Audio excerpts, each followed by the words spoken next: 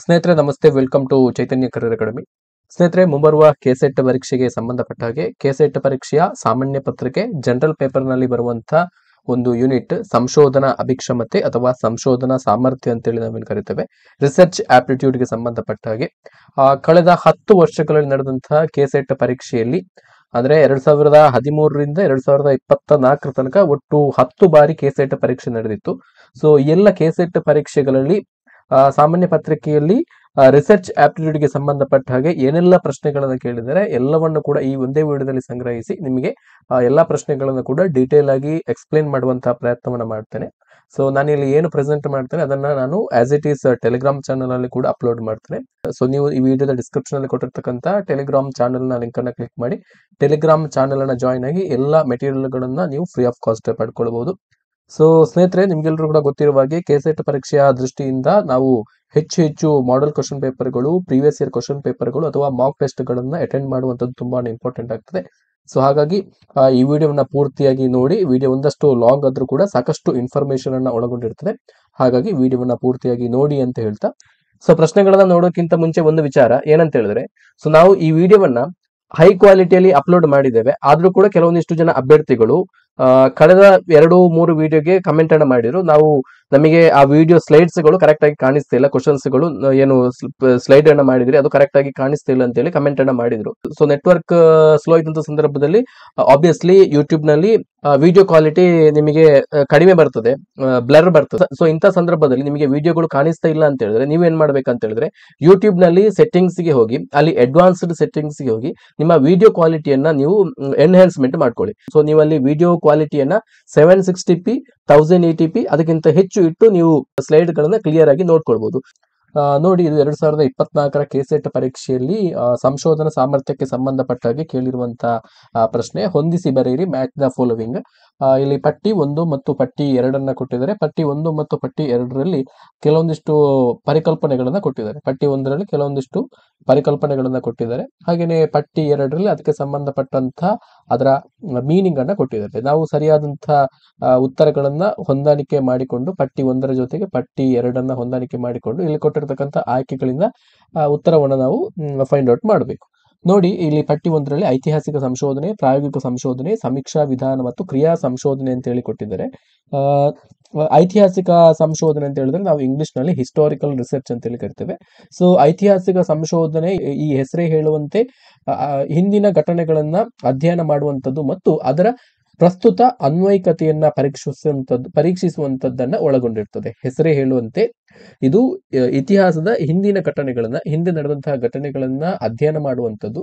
So ಅದಕ್ಕೆ ಸಂಬಂಧಪಟ್ಟಾಗೆ ಈ ಪ್ರಸ್ತುತ ಜಗತ್ತಿನಲ್ಲಿ ಏನೋ ಬೇಕು ಅದಕ್ಕೆ ಅನ್ವಯ ಮಾಡುವಂಥದ್ದು, ಅಪ್ಲೈ ಮಾಡುವಂಥದ್ದು, ಇದನ್ನ ಒಳಗೊಂಡಿರ್ತದೆ ಐತಿಹಾಸಿಕ ಸಂಶೋಧನೆ ಅನ್ನುವಂಥದ್ದು. ಹಾಗಾಗಿ ಐತಿಹಾಸಿಕ ಸಂಶೋಧನೆ ಅನ್ನುವಂಥದ್ದು ಇದು ಹಿಂದಿನ ಘಟನೆಗಳನ್ನು ಅಧ್ಯಯನ ಮಾಡುವಂಥದ್ದು ಮತ್ತು ಅದರ ಪ್ರಸ್ತುತ ಅನ್ವಯಿಕತೆಯನ್ನ ಪರೀಕ್ಷಿಸುವಂಥದ್ದು, studying the past events and examining the application to the present ಅಂತೇಳಿ A3ಗೆ ರಿಲೇಟ್ ಆಗ್ತದೆ.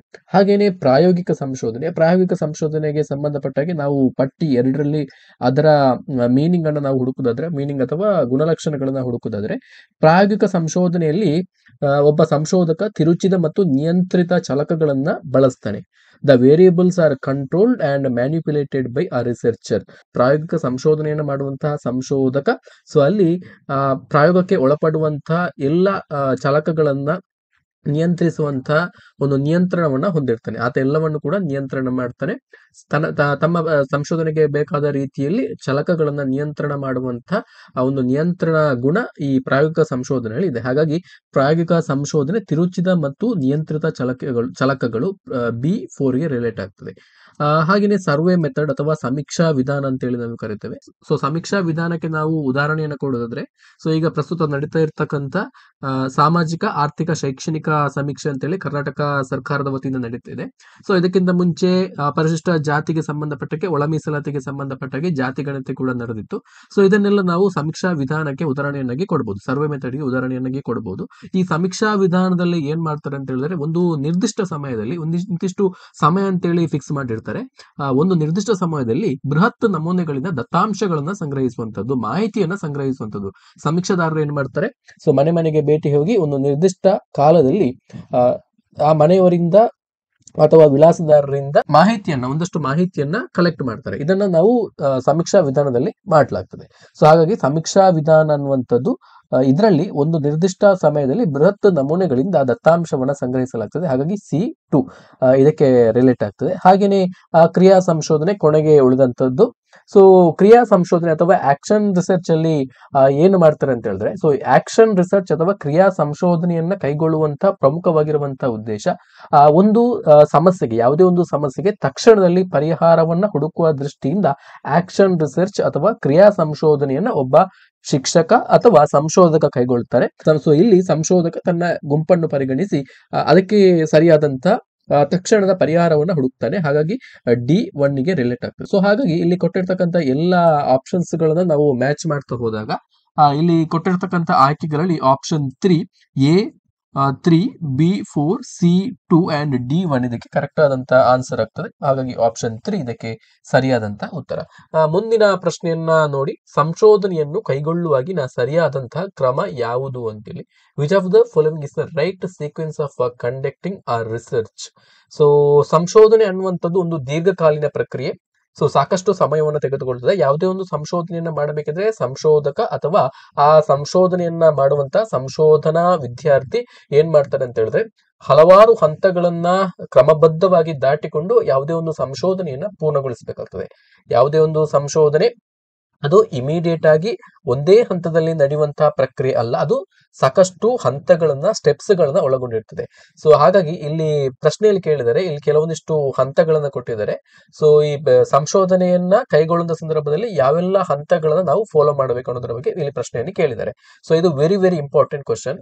ಸೊ ಯಾಕಂತ ಹೇಳಿದ್ರೆ ಪ್ರತಿ ವರ್ಷದ ಕೆಸೆಟ್ ಪರೀಕ್ಷೆಯ ಕ್ವಶನ್ ಪೇಪರ್ ಅನ್ನು ನೋಡಿದಾಗ ನಿಮಗೆ ಸ್ಟೆಪ್ಸ್ ಆಫ್ ರಿಸರ್ಚ್, ಸಂಶೋಧನೆಯ ಹಂತದ ಮೇಲೆ ಪ್ರತಿ ಬಾರಿ ಕೂಡ ಒಂದಾದ್ರೂ ಪ್ರಶ್ನೆ ಬಂದೇ ಬಂದಿದೆ.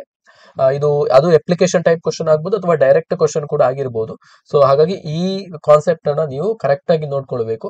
ಸೊ ಇಲ್ಲಿ ಸ್ಟೆಪ್ಸ್ ಗಳನ್ನ ಕೊಟ್ಟಿದ್ದಾರೆ. ದತ್ತಾಂಶ ಸಂಗ್ರಹಣೆ, ದತ್ತಾಂಶ ವಿಶ್ಲೇಷಣೆ, ಸಂಶೋಧನಾ ಪ್ರಶ್ನೆಗಳನ್ನ ರೂಪಿಸುವಂತದ್ದು, ಸಂಶೋಧನೆಗೆ ಸಂಬಂಧಪಟ್ಟಂತ ಸಾಹಿತ್ಯದ ಪರಾಮರ್ಶೆಯನ್ನ ಮಾಡುವಂತದ್ದು. ಸೊ ಈ ಪ್ರಶ್ನೆಗೆ ನಾವು ಉತ್ತರವನ್ನ ನೋಡೋದಕ್ಕಿಂತ ಮುಂಚೆ ನಾವು ಸಂಶೋಧನೆಯ ಪ್ರಮುಖ ಹಂತಗಳನ್ನ ನಾವು ಒಂದಷ್ಟು ನೋಡಬೇಕು. ಸೊ ಸಂಶೋಧನೆಯಲ್ಲಿ ಹಲವಾರು ಹಂತಗಳಿವೆ. ಸೊ ನಾವು ಒಟ್ಟಾರೆಯಾಗಿ ಪ್ರಮುಖವಾಗಿರುವಂತಹ ಹಂತಗಳನ್ನ ಪಟ್ಟಿ ಮಾಡಿದ್ರೆ ಒಂದು 7-8 ಹಂತಗಳನ್ನ ನಾವು ಪಟ್ಟಿ ಮಾಡಬಹುದು. ಆ research study consists of several steps. Some of the important steps are given below. The first step of research is identifying the problem. The first step is to find a research problem or question that needs to be studied. So ಈ ಪ್ರಥಮ ಹಂತದಲ್ಲಿ ಏನ್ ಮಾಡ್ತಾರೆ ಅಂತ ಹೇಳಿದ್ರೆ, identifying the problem, ಸಮಸ್ಯೆಯ ಗುರುತಿಸುವಿಕೆ ಅಂತ ಹೇಳಿ ಕರಿತೇವೆ. ನಾವು ಯಾವ ವಿಷಯದ ಮೇಲೆ ಸಂಶೋಧನೆಯನ್ನ ಕೈಗೊಳ್ತೇವೆ ಅಥವಾ ಯಾವ ಸಮಸ್ಯೆಯನ್ನ ಪರಿಹಾರ ಮಾಡೋದಕ್ಕೋಸ್ಕರ ಸಂಶೋಧನೆಯನ್ನ ಮಾಡ್ತೇವೆ ಅನ್ನೋದನ್ನ ನಾವು ಈ ಹಂತದಲ್ಲಿ ನಿರ್ಧರಿಸಬೇಕು. ಹಾಗಾಗಿ ಇದು ಸಂಶೋಧನೆಯ ಪ್ರಥಮವಾಗಿರುವಂತಹ ಹಂತ. For example, if we are going to do research on what is the effect of social media on students' academic performance, ವಿದ್ಯಾರ್ಥಿಗಳ ಶೈಕ್ಷಣಿಕ ಸಾಧನೆಯ ಮೇಲೆ ಸಾಮಾಜಿಕ ಜಾಲತಾಣಗಳು ಯಾವ ರೀತಿಯ ಪರಿಣಾಮವನ್ನ ಬೀರ್ತವೆ ಅನ್ನೋದ್ರ ಬಗ್ಗೆ ನಾವೊಂದು ಸಂಶೋಧನೆಯನ್ನ ಕೈಗೊಳ್ಳಿಕ್ಕೆ ಉದ್ದೇಶಿಸಿದ್ದೇವೆ ಅಂದ್ಕೊಳ್ಳಿ. ಇದನ್ನ ಉದಾಹರಣೆಯಾಗಿ ತೆಗೆದುಕೊಂಡಾಗ, ಸೊ ಫಸ್ಟ್ ಸ್ಟೆಪ್ ಇದರಲ್ಲಿ ಏನ್ ಮಾಡ್ಬೇಕು, ಇದು ನಮ್ಮ ಸಂಶೋಧನಾ ವಿಷಯ. ಸೊ ಇದನ್ನೇ ನಾವು ಐಡೆಂಟಿಫೈಯಿಂಗ್ ದ ಪ್ರಾಬ್ಲಮ್ ಅಂತ ಹೇಳಿ ಕರಿತೇವೆ. ವಿದ್ಯಾರ್ಥಿಗಳ ಮೇಲೆ ಅತಿಯಾದ ಸಾಮಾಜಿಕ ಜಾಲತಾಣಗಳ ಬಳಕೆ ಯಾವ ರೀತಿಯ ಪರಿಣಾಮವನ್ನು ಬೀಳುತ್ತೆ, ಇದು ನಮ್ಮ ಸಂಶೋಧನಾ ವಿಷಯ ವಸ್ತು ಆಗಿರ್ತದೆ, ಅಥವಾ ಸಂಶೋಧನೆಯ ಟಾಪಿಕ್ ಅಂತ ಹೇಳಿ ಕರಿತೇವೆ, ರಿಸರ್ಚ್ ಟಾಪಿಕ್ ಅಂತ ಹೇಳಿ ಕೊಡ್ತೇವೆ, ಅಥವಾ ರಿಸರ್ಚ್ ಕ್ವಶನ್ ಅಂತ ಕೂಡ ಪ್ರಯೋಗ ಇದೆ. ಸೊ ಇದಾದ ನಂತರ ಎರಡನೆಯ ಹಂತ, ದ್ವಿತೀಯ ಹಂತ ರಿವ್ಯೂ ಆಫ್ ಲಿಟರೇಚರ್, ಸಂಬಂಧಪಟ್ಟಂತ ಸಾಹಿತ್ಯದ ಪರಾಮರ್ಶೆ. ಸೊ ಈ ಸ್ಟೆಪ್ ಅಲ್ಲಿ ಏನು ಮಾಡಲಾಗ್ತದೆ ಅಂತ ಹೇಳಿದ್ರೆ, so in this step we are going to study previous research and existing information related to our topic. ಸೊ ನಾವು ಏನು ಟಾಪಿಕ್ ಅನ್ನ ತೆಗೆದುಕೊಂಡಿದ್ದೇವೆ, what is the effect of social media on students academic performance. So ಈ ವಿಷಯಕ್ಕೆ ಸಂಬಂಧಪಟ್ಟಾಗೆ ಈಗಾಗಲೇ ಬೇರೆ ಸಂಶೋಧಕರು ಮಾಡಿರುವಂತಹ ಒಂದಷ್ಟು ಸಾಹಿತ್ಯದ ಪರಾಮರ್ಶೆಯನ್ನ ಮಾಡುವಂಥದ್ದು. ಸೊ ಇದಕ್ಕೆ ಸಂಬಂಧಪಟ್ಟಾಗೆ ನಾವು ಜರ್ನಲ್ಸ್ ಗಳನ್ನ ರೆಫರ್ ಮಾಡಬಹುದು, ಇಂಟರ್ನ್ಯಾಷನಲ್ ಜರ್ನಲ್ಸ್ ಗಳನ್ನ ರೆಫರ್ ಮಾಡಬಹುದು, ಅಥವಾ ಇತರ ಗ್ರಂಥಗಳನ್ನ ರೆಫರ್ ಮಾಡಬಹುದು. ಸೊ ಈ ವಿಷಯಕ್ಕೆ ಸಂಬಂಧಪಟ್ಟಾಗೆ ಏನೆಲ್ಲ ಆಕಾರ ಗ್ರಂಥಗಳು ಇರ್ತವೋ ಅವೆಲ್ಲವನ್ನು ಕೂಡ ಈ ಹಂತದಲ್ಲಿ ರೆಫರ್ ಮಾಡಲಾಗ್ತದೆ. ಹಾಗಾಗಿ ಈ ಹಂತದಲ್ಲಿ ಸಾಹಿತ್ಯವನ್ನ ಪರಾಮರ್ಶೆ ಮಾಡಲಾಗ್ತದೆ. ಸೊ ನಾವು ಮುಂದಕ್ಕೆ ಯಾವ ವಿಷಯದ ಮೇಲೆ ನಾವು ಸಂಶೋಧನೆಯನ್ನ ಕೈಗೊಳ್ಳಬೇಕು. ಸೊ ಈಗಾಗಲೇ ತಿಳಿದಿರುವಂತಹ ಮಾಹಿತಿ ಎಷ್ಟು, ನಾವು ಇನ್ನು ಯಾವ ಮಾಹಿತಿಯನ್ನ ನಮ್ಮ ಈ ಸಂಶೋಧನೆಯ ಮುಖಾಂತರ ಹೊರತೆಗೆಯಬೇಕಿದೆ. ಸೊ ಇದನ್ನ ನಿರ್ಧಾರ ಮಾಡುವಂಥದ್ದು ಈ ಸಾಹಿತ್ಯದ ಪರಾಮರ್ಶೆಯ ಮೂಲಕ. ಸೊ ಮುಂದಿನ ಹಂತ, ಥರ್ಡ್ ಸ್ಟೆಪ್, ಫಾರ್ಮ್ಯುಲೇಟಿಂಗ್ ಹೈಪೋಥಿಸಿಸ್, ಸಂಭಾವ್ಯ ಊಹೆಯನ್ನ ಕೊಡುವಂಥದ್ದು. ಸೊ ನಮ್ಮ ಸಂಶೋಧನೆಗೆ ಸಂಬಂಧಪಟ್ಟ ಹಾಗೆ ನಾವು ಹಿಂದಿನ ಸಾಹಿತ್ಯವನ್ನ ಪರಾಮರ್ಶೆ ಮಾಡಿ, ಬೇರೆ ಬೇರೆ ಆಕಾರ ಗ್ರಂಥಗಳನ್ನ ರೆಫರ್ ಮಾಡಿ, ನಾವು ಈ ರೀತಿಯ ಒಂದು ಸಂಶೋಧನೆಯನ್ನ ನಾವು ಅಂತಿಮವಾಗಿ ಹೊರತೆಗೆಯಬಹುದು ಅನ್ನೋದ್ರ ಬಗ್ಗೆ ನಾವು ಒಂದು ಊಹೆಯನ್ನ ಮಾಡಿಕೊಂಡು ಟೆಸ್ಟೇಬಲ್ ಸ್ಟೇಟ್ಮೆಂಟ್ ಅನ್ನ ಅಸಂಪ್ಷನ್ ಮಾಡುವಂಥದ್ದು. So in the step you are going to develop a testable statement or assumption based on our problem. So for example, ನಾವೀಗ ತೆಗೆದುಕೊಂಡಿರುವಂತಹ ಒಂದು ರಿಸರ್ಚ್ ಟಾಪಿಕ್ ಯಾವುದು ಅಂತ ಹೇಳಿದ್ರೆ, ಸಾಮಾಜಿಕ ಜಾಲತಾಣಗಳ ಬಳಕೆ ವಿದ್ಯಾರ್ಥಿಗಳ ಶೈಕ್ಷಣಿಕ ಪ್ರಗತಿಯ ಮೇಲೆ ಯಾವ ರೀತಿಯ ಪರಿಣಾಮವನ್ನ ಬೀರ್ತದೆ ಅಂತೇಳಿ ನಾವು ಒಂದು ಕ್ವಶನ್ ಅನ್ನ, ರಿಸರ್ಚ್ ಕ್ವಶನ್ ಅನ್ನ ತೆಗೆದುಕೊಂಡಂಥದ್ದು.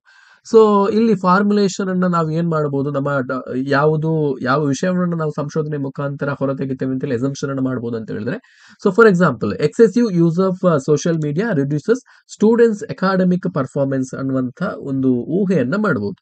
ಸೊ ಇಷ್ಟೆಲ್ಲ ಆಕಾರ ಗ್ರಂಥಗಳನ್ನ ಸ್ಟಡಿ ಮಾಡಿ, ಸೊ ನಾವು ಯಾವ ಒಂದು ವಿಚಾರವನ್ನ ಊಹೆ ಮಾಡಬಹುದು ಅಂತ ಹೇಳಿದ್ರೆ, ಅತಿಯಾದ ಸಾಮಾಜಿಕ ಜಾಲತಾಣಗಳ ಬಳಕೆ ವಿದ್ಯಾರ್ಥಿಗಳ ಶೈಕ್ಷಣಿಕ ಪ್ರಗತಿಯನ್ನ ಕುಂಠಿತಗೊಳಿಸಬಲ್ಲದು ಅನ್ನುವಂತ ಒಂದು ಊಹೆಯನ್ನ ಮಾಡಬಹುದು. ಸೊ ಈ ಊಹೆಗೆ ಸಂಬಂಧಪಟ್ಟಾಗೆ ಮುಂದಿನ ಹಂತದಲ್ಲಿ ನಾವು ಏನ್ ಮಾಡ್ತೇವೆ ಅಂತ ಹೇಳಿದ್ರೆ, ನಮ್ಮ ಸಂಶೋಧನೆಯ ವಿನ್ಯಾಸವನ್ನ ಮಾಡ್ತೇವೆ. So fourth step of the research is research design ಅಂತೇಳಿ ಕರಿತೇವೆ, ಸಂಶೋಧನೆಯ ವಿನ್ಯಾಸ ಅಂತೇಳಿ ಕರಿತೇವೆ. ಸೊ ಈ ಸಂಶೋಧನೆಯ ವಿನ್ಯಾಸ ಹಂತದಲ್ಲಿ ನಾವೇನ್ ಮಾಡ್ತೇವೆ ಅಂತ ಹೇಳಿದ್ರೆ, so we are going to plan how the research will be conducted, so what methods can be adapted, what tools we can use for our research and that techniques that we are going to use for our research. So ಈ ಹಂತದಲ್ಲಿ ನಾವು ಏನ್ ಮಾಡ್ತೇವೆ ಅಂತ ಹೇಳಿದ್ರೆ, ನಮ್ಮ ಈ ಒಂದು ಸಂಶೋಧನೆಗೆ ಸಂಬಂಧಪಟ್ಟಾಗೆ ನಮ್ಮ ಸಂಶೋಧನೆ ಯಾವ ರೀತಿಯಲ್ಲಿ ಸಾಗಬೇಕು ಅನ್ನೋದನ್ನ ನಾವಿಲ್ಲಿ ಕರೆಕ್ಟ್ ಆಗಿ ಪ್ಲಾನಿಂಗ್ ಅನ್ನ ಮಾಡುವಂಥದ್ದು. ಇದು ಪ್ಲಾನಿಂಗ್ ಸ್ಟೆಪ್ ಅಂತ ಕೂಡ ಹೇಳ್ಬೋದು. ಸೊ ನಾವು ಸಂಶೋಧನೆಗೆ ಯಾವ ರೀತಿಯ ವಿಧಾನಗಳನ್ನು ಅನುಸರಿಸಬೇಕು, ಯಾವ ರೀತಿಯ ಉಪಕರಣಗಳನ್ನ ಅಥವಾ ತಂತ್ರಗಳನ್ನ ಬಳಸಬೇಕು ಅನ್ನೋದನ್ನ ಇಲ್ಲಿ ಕರೆಕ್ಟ್ ಆಗಿ ಡಿಸೈನ್ ಮಾಡಿಕೊಂಡು ಅದಕ್ಕೆ ಸಂಬಂಧಪಟ್ಟಾಗೆ ನಾವು ಮುಂದುವರಿಯುವಂಥದ್ದು. For example, deciding between survey, experiment, observation etceteras. So ನಮ್ಮ ಈ ಒಂದು ಹೈಪೋಥಿಸಿಸ್ಗೆ ಸಂಬಂಧಪಟ್ಟ ಹಾಗೆ ನಾವು ಯಾವೆಲ್ಲ ಸಂಶೋಧನಾ ವಿಧಾನಗಳನ್ನ ಯೂಸ್ ಮಾಡಬಹುದು, ನಾವು ಸರ್ವೆಯನ್ನ ಮಾಡಬಹುದು, ಅಥವಾ ಅಂದ್ರೆ ಸಮೀಕ್ಷಾ ವಿಧಾನವನ್ನ ಉಪಯೋಗಿಸಬಹುದು, ಅಥವಾ ಎಕ್ಸ್ಪೆರಿಮೆಂಟ್ ಪ್ರಾಯೋಗಿಕತೆಗೆ ಹೆಚ್ಚಿನ ಮಹತ್ವವನ್ನು ಕೊಡಬಹುದು, ಅಥವಾ ಅಬ್ಸರ್ವೇಷನ್ ಅವಲೋಕನದ ಮುಖಾಂತರ ನಮ್ಮ ಸಂಶೋಧನೆಗೆ ಸಂಬಂಧಪಟ್ಟಂತ ವಿಚಾರವನ್ನ ಹೊರಗೆ ತೆಗಿಬಹುದು ಅಂತೇಳಿ ನಾವು ಇಲ್ಲಿ ಪ್ಲಾನಿಂಗ್ ಅನ್ನ ಮಾಡುವಂಥದ್ದು. ಯಾವ ರೀತಿಯಲ್ಲಿ ನಮ್ಮ ಸಂಶೋಧನೆ ಸಾಗಬೇಕು ಅನ್ನೋದ್ರ ಬಗ್ಗೆ ಇಲ್ಲಿ ಪ್ಲಾನಿಂಗ್ ಅನ್ನ ಮಾಡುವಂಥದ್ದು. ಸೊ ಇದಾದ ನಂತರ, ನಮ್ಮ ಪ್ಲಾನಿಂಗ್ ಎಲ್ಲ ಆದ ನಂತರ, ರಿಸರ್ಚ್ ಡಿಸೈನ್ ಕಂಪ್ಲೀಟ್ ಆದ ನಂತರ ನೆಕ್ಸ್ಟ್ ಬರುವಂತಹ ಹಂತ ಡಾಟಾ ಕಲೆಕ್ಷನ್ ಸ್ಟೆಪ್ ಅಂತೇಳಿ, ದತ್ತಾಂಶ ಸಂಗ್ರಹಣಾ ಹಂತ ಅಂತೇಳಿ ಕರಿತೇವೆ. ಸೊ ಇದು very very important step. Research design step ಅಲ್ಲಿ ನಮ್ಮ ಸಂಶೋಧನೆಗೆ ಸಂಬಂಧಪಟ್ಟಾಗೆ ಯಾವೆಲ್ಲ ಸ್ಟೆಪ್ಸ್ ಗಳನ್ನ ಫಾಲೋ ಮಾಡಬೇಕು ಅನ್ನೋದನ್ನ ನಾವು ಡಿಸೈನ್ ಮಾಡಿರ್ತೇವೆ. ಸೊ ಅದಕ್ಕೆ ಸಂಬಂಧಪಟ್ಟ ಹಾಗೆ ನಮ್ಮ ಸಂಶೋಧನೆಗೆ ಸಂಬಂಧಪಟ್ಟ ಹಾಗೆ ಅಗತ್ಯವಾಗಿರುವಂತಹ ಮಾಹಿತಿಯನ್ನ ಅಥವಾ ದತ್ತಾಂಶವನ್ನ ಸಂಗ್ರಹಣೆ ಮಾಡಿರುವಂತಹ ಹಂತವೇ ಈ ಡೇಟಾ ಕಲೆಕ್ಷನ್ ಸ್ಟೆಪ್ ಅಥವಾ ದತ್ತಾಂಶ ಸಂಗ್ರಹಣಾ ಹಂತ. So in the step we are going to gather necessary information or data using questionnaires, interviews or experiments etceteras. So ನಾವು ಇದಕ್ಕೆ ಸಂಬಂಧಪಟ್ಟ ಹಾಗೆ ಈ ಹಂತದಲ್ಲಿ ಏನ್ ಮಾಡಬಹುದು, ದತ್ತಾಂಶವನ್ನು ಸಂಗ್ರಹಿಸೋದಕ್ಕೋಸ್ಕರ ನಾವು ಕ್ವಶನರೀಸ್ ಅಂದ್ರೆ ಪ್ರಶ್ನಾವಳಿಗಳನ್ನು ಉಪಯೋಗಿಸಬಹುದು, ಅಥವಾ ಇಂಟರ್ವ್ಯೂಸ್ ಅಂದ್ರೆ ಸಂದರ್ಶನಗಳನ್ನ ಏರ್ಪಡಿಸಬಹುದು, ಅಥವಾ ಬೇರೆ ಬೇರೆ ಪ್ರಯೋಗಗಳನ್ನ ಮಾಡಿಕೊಂಡು ನಾವು ಇದಕ್ಕೆ ಸಂಬಂಧಪಟ್ಟಂತ ನಮ್ಮ ಪ್ರಯೋಗಕ್ಕೆ ಸಂಬಂಧಪಟ್ಟಂತ ಸಮೂಹವನ್ನ ಒಟ್ಟು ಮಾಡಿಕೊಂಡು ನಾವು ದತ್ತಾಂಶವನ್ನ ಸಂಗ್ರಹಿಸಬಹುದು. ಸೊ ನಾವು ವಿದ್ಯಾರ್ಥಿ ಸಮೂಹದ ಮೇಲೆ ಸಂಶೋಧನೆಯನ್ನ ಮಾಡ್ತಿರೋದ್ರಿಂದ ಒಂದಷ್ಟು ವಿದ್ಯಾರ್ಥಿ ಗುಂಪನ್ನ ಸೇರಿಸಿಕೊಂಡು ಅವರ ಸಾಮಾಜಿಕ ಜಾಲತಾಣ ಬಳಕೆಯ ಅವಧಿ ಮತ್ತು ಅವರ ಶೈಕ್ಷಣಿಕ ಪ್ರಗತಿಯ ಬಗ್ಗೆ ನಾವು ಒಂದಷ್ಟು ಸ್ಟಡಿ ಮಾಡಿಕೊಂಡು ನಾವು ಬೇರೆ ಬೇರೆ ಪ್ರಶ್ನಾವಳಿಗಳನ್ನ ಅವ್ರ ಹತ್ರ ಕೇಳಿ ನಾವು ನಮಗೆ ಬೇಕಾದಂತಹ ಡಾಟಾವನ್ನ ಸಂಗ್ರಹಣೆ ಮಾಡುವಂಥದ್ದು. ಸೊ ಇದು ಡೇಟಾ ಕಲೆಕ್ಷನ್ ಸ್ಟೆಪ್ ಆಯ್ತು. ಸೊ ನೆಕ್ಸ್ಟ್ ಮುಂದಕ್ಕೆ ಬರುವಂತದ್ದು ಡೇಟಾ ಅನಾಲಿಸಿಸ್ ಸ್ಟೆಪ್. ಸೊ ದತ್ತಾಂಶ ಸಂಗ್ರಹಣಾ ಹಂತದಲ್ಲಿ ನಾವೇನು ನಮಗೆ ಬೇಕಾದಂತಹ ನಮ್ಮ ಸಂಶೋಧನೆಗೆ ಬೇಕಾಗಿರುವಂತಹ ಮಾಹಿತಿಯನ್ನ ಸಂಗ್ರಹಣೆ ಮಾಡಿದ್ದೇವೆ. ಸೊ ಮುಂದಿನ ಹಂತದಲ್ಲಿ ದತ್ತಾಂಶ ವಿಶ್ಲೇಷಣಾ ಹಂತದಲ್ಲಿ ನಾವು ಸಂಗ್ರಹಿಸಿದಂತಹ ಮಾಹಿತಿಯನ್ನ ಕರೆಕ್ಟ್ ಆಗಿ ಅನಾಲಿಸಿಸ್ ಮಾಡುವಂಥದ್ದು using statistical or logical method. ಅದು ಲಾಜಿಕಲ್ ಮೆಥಡ್ ಆಗಿರ್ಬೋದು ಅಥವಾ ಸ್ಟ್ಯಾಟಿಸ್ಟಿಕಲ್ ಮೆಥಡ್ ಗಳನ್ನ ಯೂಸ್ ಮಾಡಿಕೊಂಡು ನಮಗೆ ಬೇಕಾದಂತಹ ರಿಸಲ್ಟ್ ಅನ್ನ ತೆಗೆದಕ್ಕೋಸ್ಕರ, ನಮಗೆ ಬೇಕಾದಂತಹ ರಿಸಲ್ಟ್ ಅನ್ನ ಹೊರಗೆ ತೆಗೆದಕ್ಕೋಸ್ಕರ ನಾವು ಡೇಟಾವನ್ನ ಅನಾಲಿಸಿಸ್ ಮಾಡಬೇಕು. ಸೊ ಈ ಎಲ್ಲ ಡೇಟಾ ಅನಾಲಿಸಿಸ್ ಎಲ್ಲ ಆದ ನಂತರ ನೆಕ್ಸ್ಟ್ ಮುಂಬರುವಂತಹ ಹಂತ ಇಂಟರ್ಪ್ರಿಟೇಷನ್ ಆಫ್ ರಿಸಲ್ಟ್ಸ್ ಅಂತ ಹೇಳಿ ಕರಿತೇವೆ. ಸೊ ಈ ಹಂತದಲ್ಲಿ ಏನ್ ಮಾಡ್ತೇವೆ ಅಂತ ಹೇಳಿದ್ರೆ, ನಮ್ಮ ಸಂಶೋಧನೆ ಎಲ್ಲ ಮುಗಿದು ನಮ್ಮ ಅಂತಿಮವಾಗಿ ಒಂದು ಕನ್ಕ್ಲೂಷನ್ಗೆ ಬರ್ತವೆ. To explain what the analysed data means and whether it supports or rejects the hypothesis.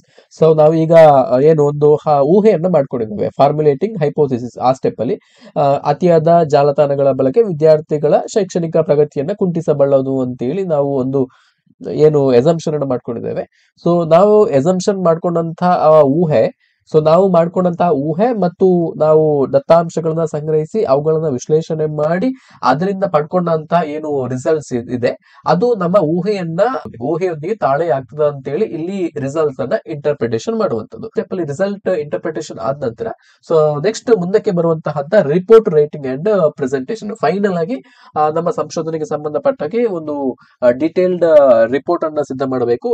In this step you are going to prepare a research report or paper summarising the entire process, findings and conclusion. ನಮ್ಮ ಸಂಶೋಧನೆಗೆ ಸಂಬಂಧಪಟ್ಟಾಗಿ ನಮ್ಮ ಸಂಶೋಧನೆಯ ಉದ್ದಕ್ಕೂ ಏನೆಲ್ಲ ವಿಧಾನಗಳನ್ನ follow ಮಾಡಿದ್ದೇವೆ, ಏನೆಲ್ಲ ಅಂಶಗಳನ್ನ ನಾವು ಕಂಡುಕೊಂಡಿದ್ದೇವೆ, ಹಾಗೇನೆ ಇದಕ್ಕೆ ಸಂಬಂಧಪಟ್ಟಾಗೆ ನಮ್ಮ ಸಂಶೋಧನೆಯ ಅಂತಿಮವಾದಂತಹ ಒಂದು ಕನ್ಕ್ಲೂಷನ್, ನಿರ್ಣಯವನ್ನ ನಾವು ಈ ಹಂತದಲ್ಲಿ ಪ್ರೆಸೆಂಟ್ ಮಾಡಬೇಕು, ಅದನ್ನ ರಿಪೋರ್ಟ್ ಮಾಡಬೇಕು, ಡೀಟೇಲ್ ಆಗಿ ರಿಪೋರ್ಟ್ ಮಾಡಬೇಕು.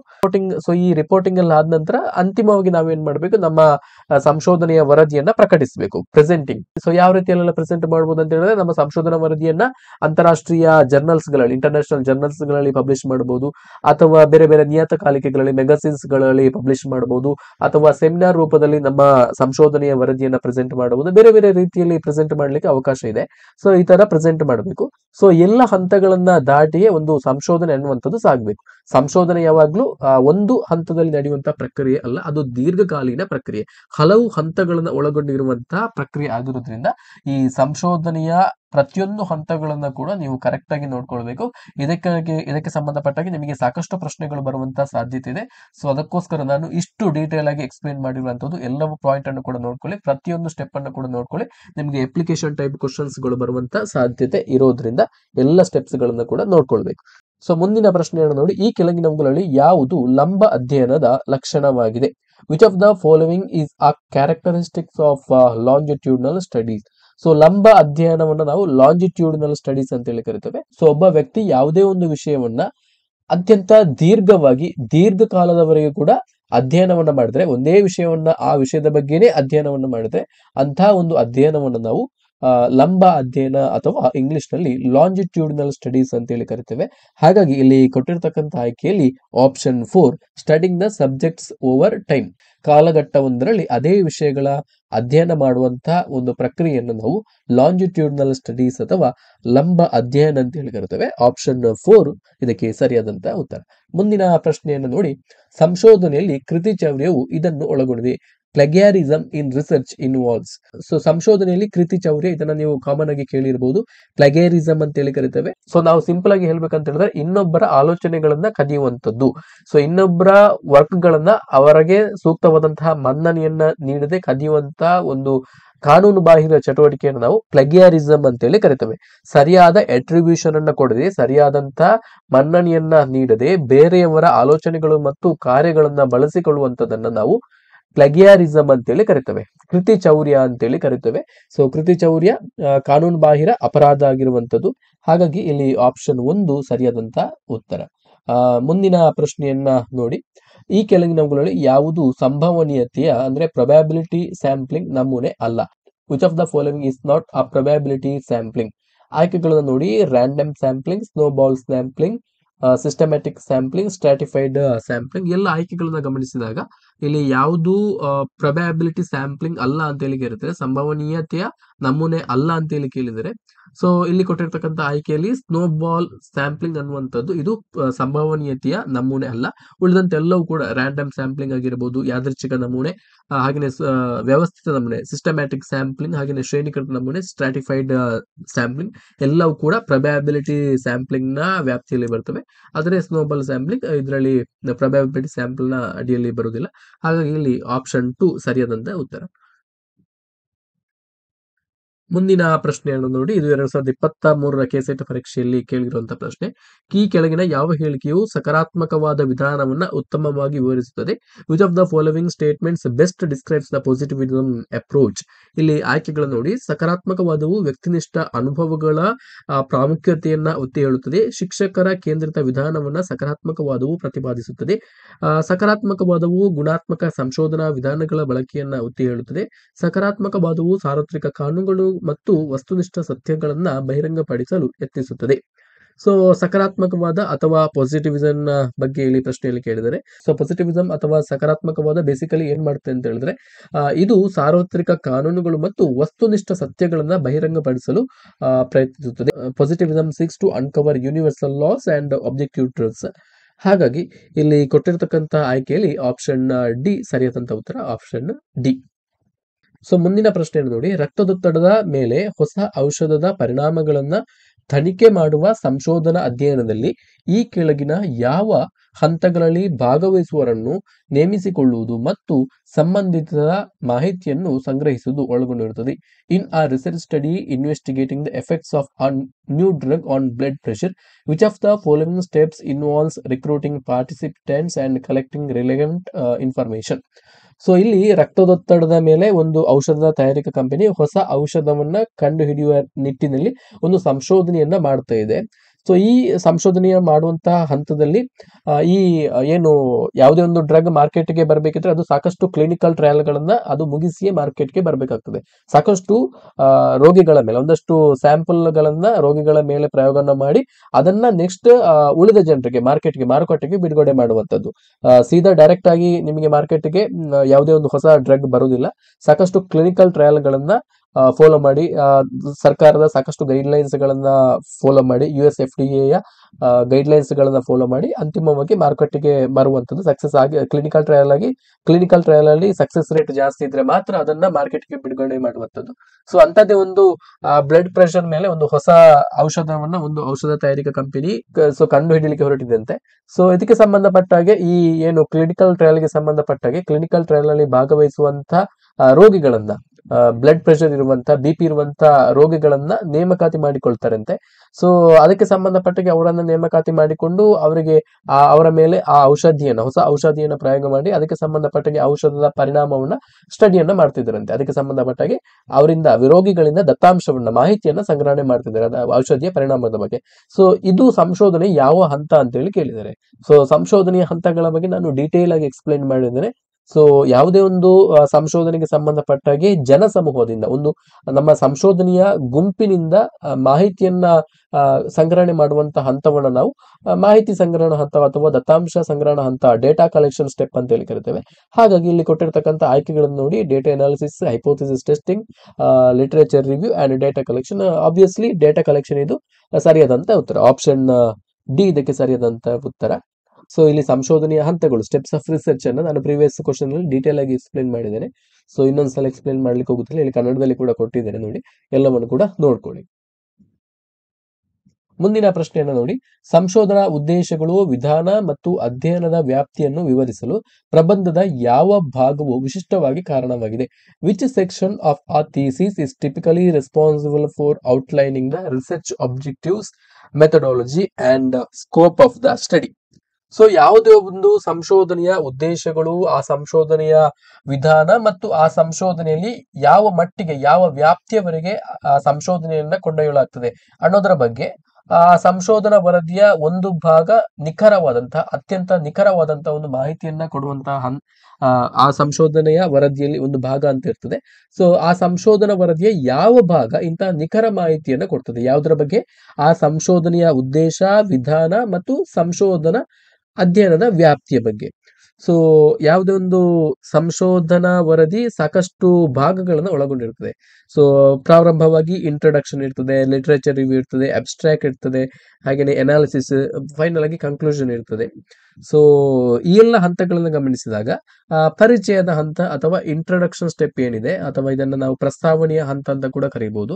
ಸೊ ನೀವು ಯಾವುದೇ ಒಂದು ಸಂಶೋಧನಾ ವರದಿಯ ಇಂಟ್ರೊಡಕ್ಷನ್ ಪಾರ್ಟ್ ಅನ್ನ ನೋಡಿದ ತಕ್ಷಣ, ಪ್ರಸ್ತಾವನೆಯ ಪಾರ್ಟ್ ಅನ್ನ ನೋಡಿದ ತಕ್ಷಣ ಈ ಸಂಶೋಧನೆ ಈ ರೀತಿಯಲ್ಲಿ ಸಾಗಬಹುದು, ಈ ಎಲ್ಲ ವಿಧಾನಗಳನ್ನ ಯೂಸ್ ಮಾಡಬಹುದು, ಈ ರೀತಿಯ ಒಂದು ಫೈನಲ್ ಔಟ್ಕಮ್ ಅನ್ನ ಹೊರಗೆ ತೆಗಿಬಹುದು ಅನ್ನೋದ್ರಲ್ಲಿ ನಿಮಗೆ ಜಸ್ಟ್ ಆ ಒಂದು ಪಾರ್ಟ್ ಅನ್ನ ನೋಡಿದ್ರೆ ಗೊತ್ತಾಗ್ತದೆ.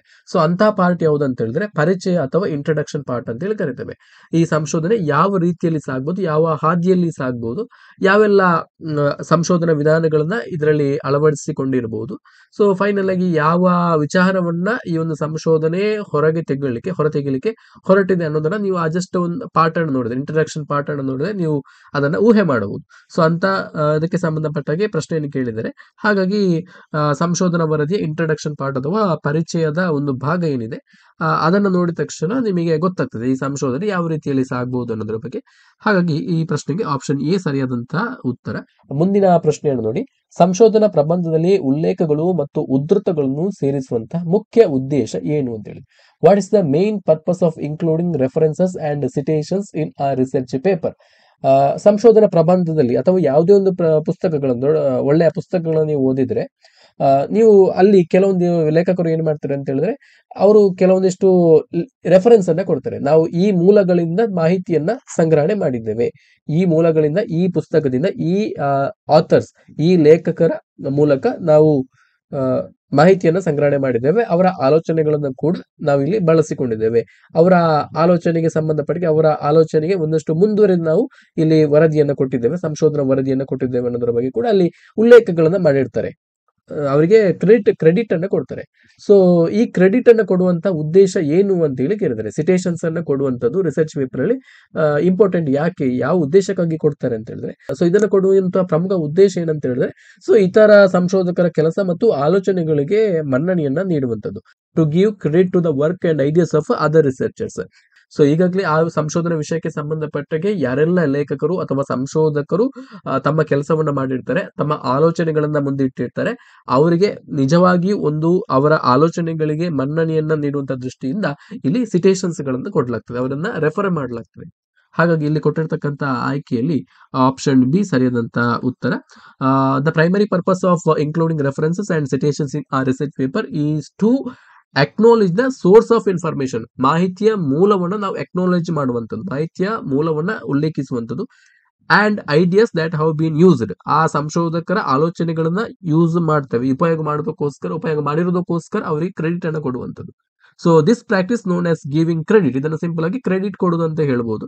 So it is crucial for maintaining academic integrity, ಇದು ಅಕಾಡೆಮಿಕ್ ಇಂಟಿಗ್ರಿಟಿಯನ್ನ ಮೇಂಟೈನ್ ಮಾಡೋದಕ್ಕೋಸ್ಕರ, ಶೈಕ್ಷಣಿಕ ಸಮಗ್ರತೆಯನ್ನು ಮೇಂಟೈನ್ ಮಾಡೋದಕ್ಕೋಸ್ಕರ ತುಂಬಾನೇ ಇಂಪಾರ್ಟೆಂಟ್ ಆಗಿರುವಂತ ಒಂದು ಪ್ರಕ್ರಿಯೆ ಆಗಿರುವಂತದ್ದು. ಅಂಡ್ ಅವಾಯ್ಡಿಂಗ್ ಪ್ಲಗಿಯರಿಸಮ್, ಕೃತಿ ಚೌರ್ಯದ ಆರೋಪವನ್ನ ನಿವಾರಿಸೋದಕ್ಕೋಸ್ಕರ ಕೂಡ ಇದು ತುಂಬಾನೇ ಇಂಪಾರ್ಟೆಂಟ್ ಆಗಿರುವಂತದ್ದು. It allows the readers to trace the original sources and verify the information presented in the paper.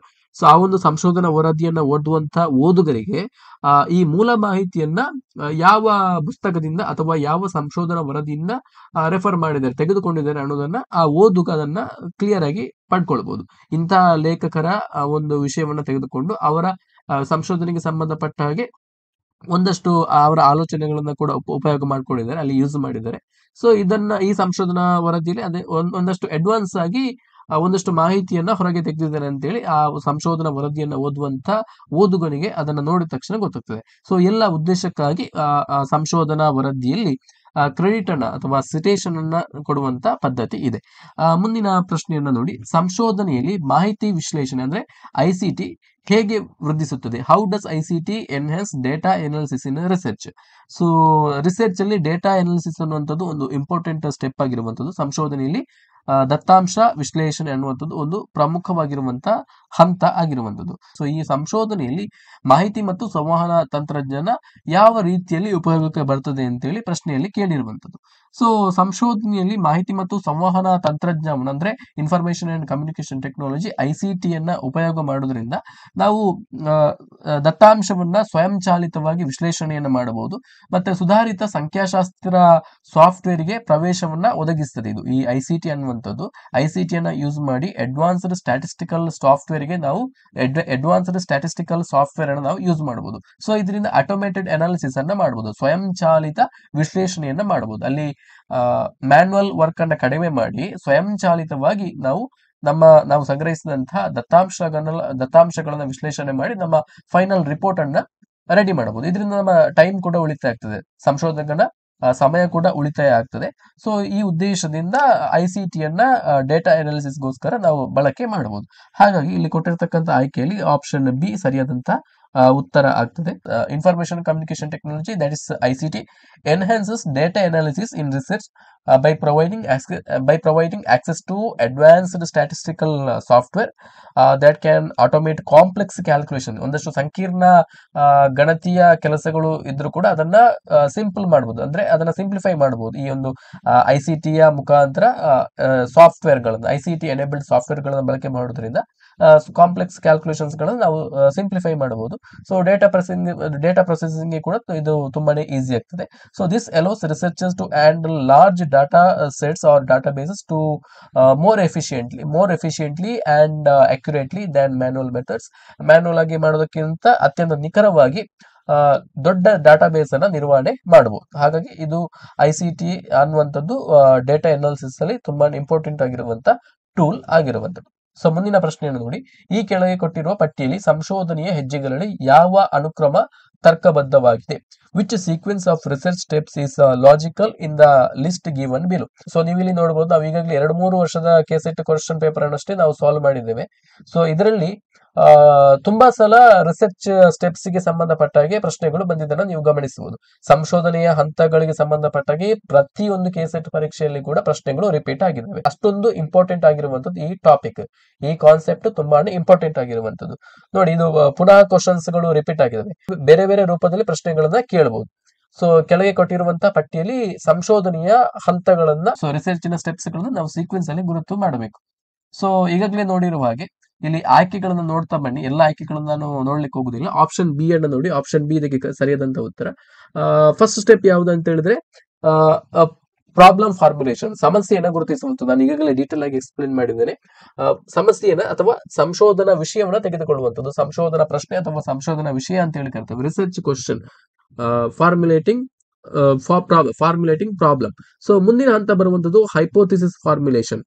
ನಮ್ಮ ಊಹೆಗೆ ಸಂಬಂಧಪಟ್ಟಾಗೆ ಇಂತಹ ಸಂಭಾವ್ಯ ಊಹೆಯನ್ನು ನಮ್ಮ ಸಂಶೋಧನೆ ಮುಖಾಂತರ ಹೊರತೆಗೆಯುವುದು ಅನ್ನೋದನ್ನ ನಾವು ಊಹೆ ಮಾಡುವಂಥದ್ದು. ಸೊ ಇದರ ಮಿಡ್ಲ್ ಇನ್ನೊಂದು ಸ್ಟೆಪ್ಸ್ ಬರ್ತದೆ, ಯಾವ್ದಂತ ಹೇಳಿದ್ರೆ ರಿವ್ಯೂ ಆಫ್ ಲಿಟರೇಚರ್, ಸಂಬಂಧಪಟ್ಟಂತ ಸಾಹಿತ್ಯದ ಪರಾಮರ್ಶೆ ಅಂತೇಳಿ ಅದೊಂದು ಸ್ಟೆಪ್ಸ್ ಬರ್ತದೆ. ಅದನ್ನ ಇಲ್ಲಿ ಕೊಟ್ಟಿಲ್ಲ, ಇಲ್ಲಿ ನಾವು ಕೊಟ್ಟದಷ್ಟನ್ನೇ ನಾವು ಸೀಕ್ವೆನ್ಸ್ ಅಲ್ಲಿ ಬರೀಬೇಕು. First step problem formulation, second step hypothesis formulation, ಸಂಭಾವ್ಯ ಊಹೆಯನ್ನು ನಾವು ಕೊಡುವಂಥದ್ದು. ಸೊ ನೆಕ್ಸ್ಟ್ ಬರುವಂತದ್ದು ಡೆವಲಪ್ಮೆಂಟ್ ಆಫ್ ರಿಸರ್ಚ್ ಡಿಸೈನ್, ನಮ್ಮ ಸಂಶೋಧನೆಯನ್ನ ವಿನ್ಯಾಸಗೊಳಿಸುವುದು, ರಿಸರ್ಚ್ ಅನ್ನ ಪ್ಲಾನಿಂಗ್ ಮಾಡುವಂತದ್ದು.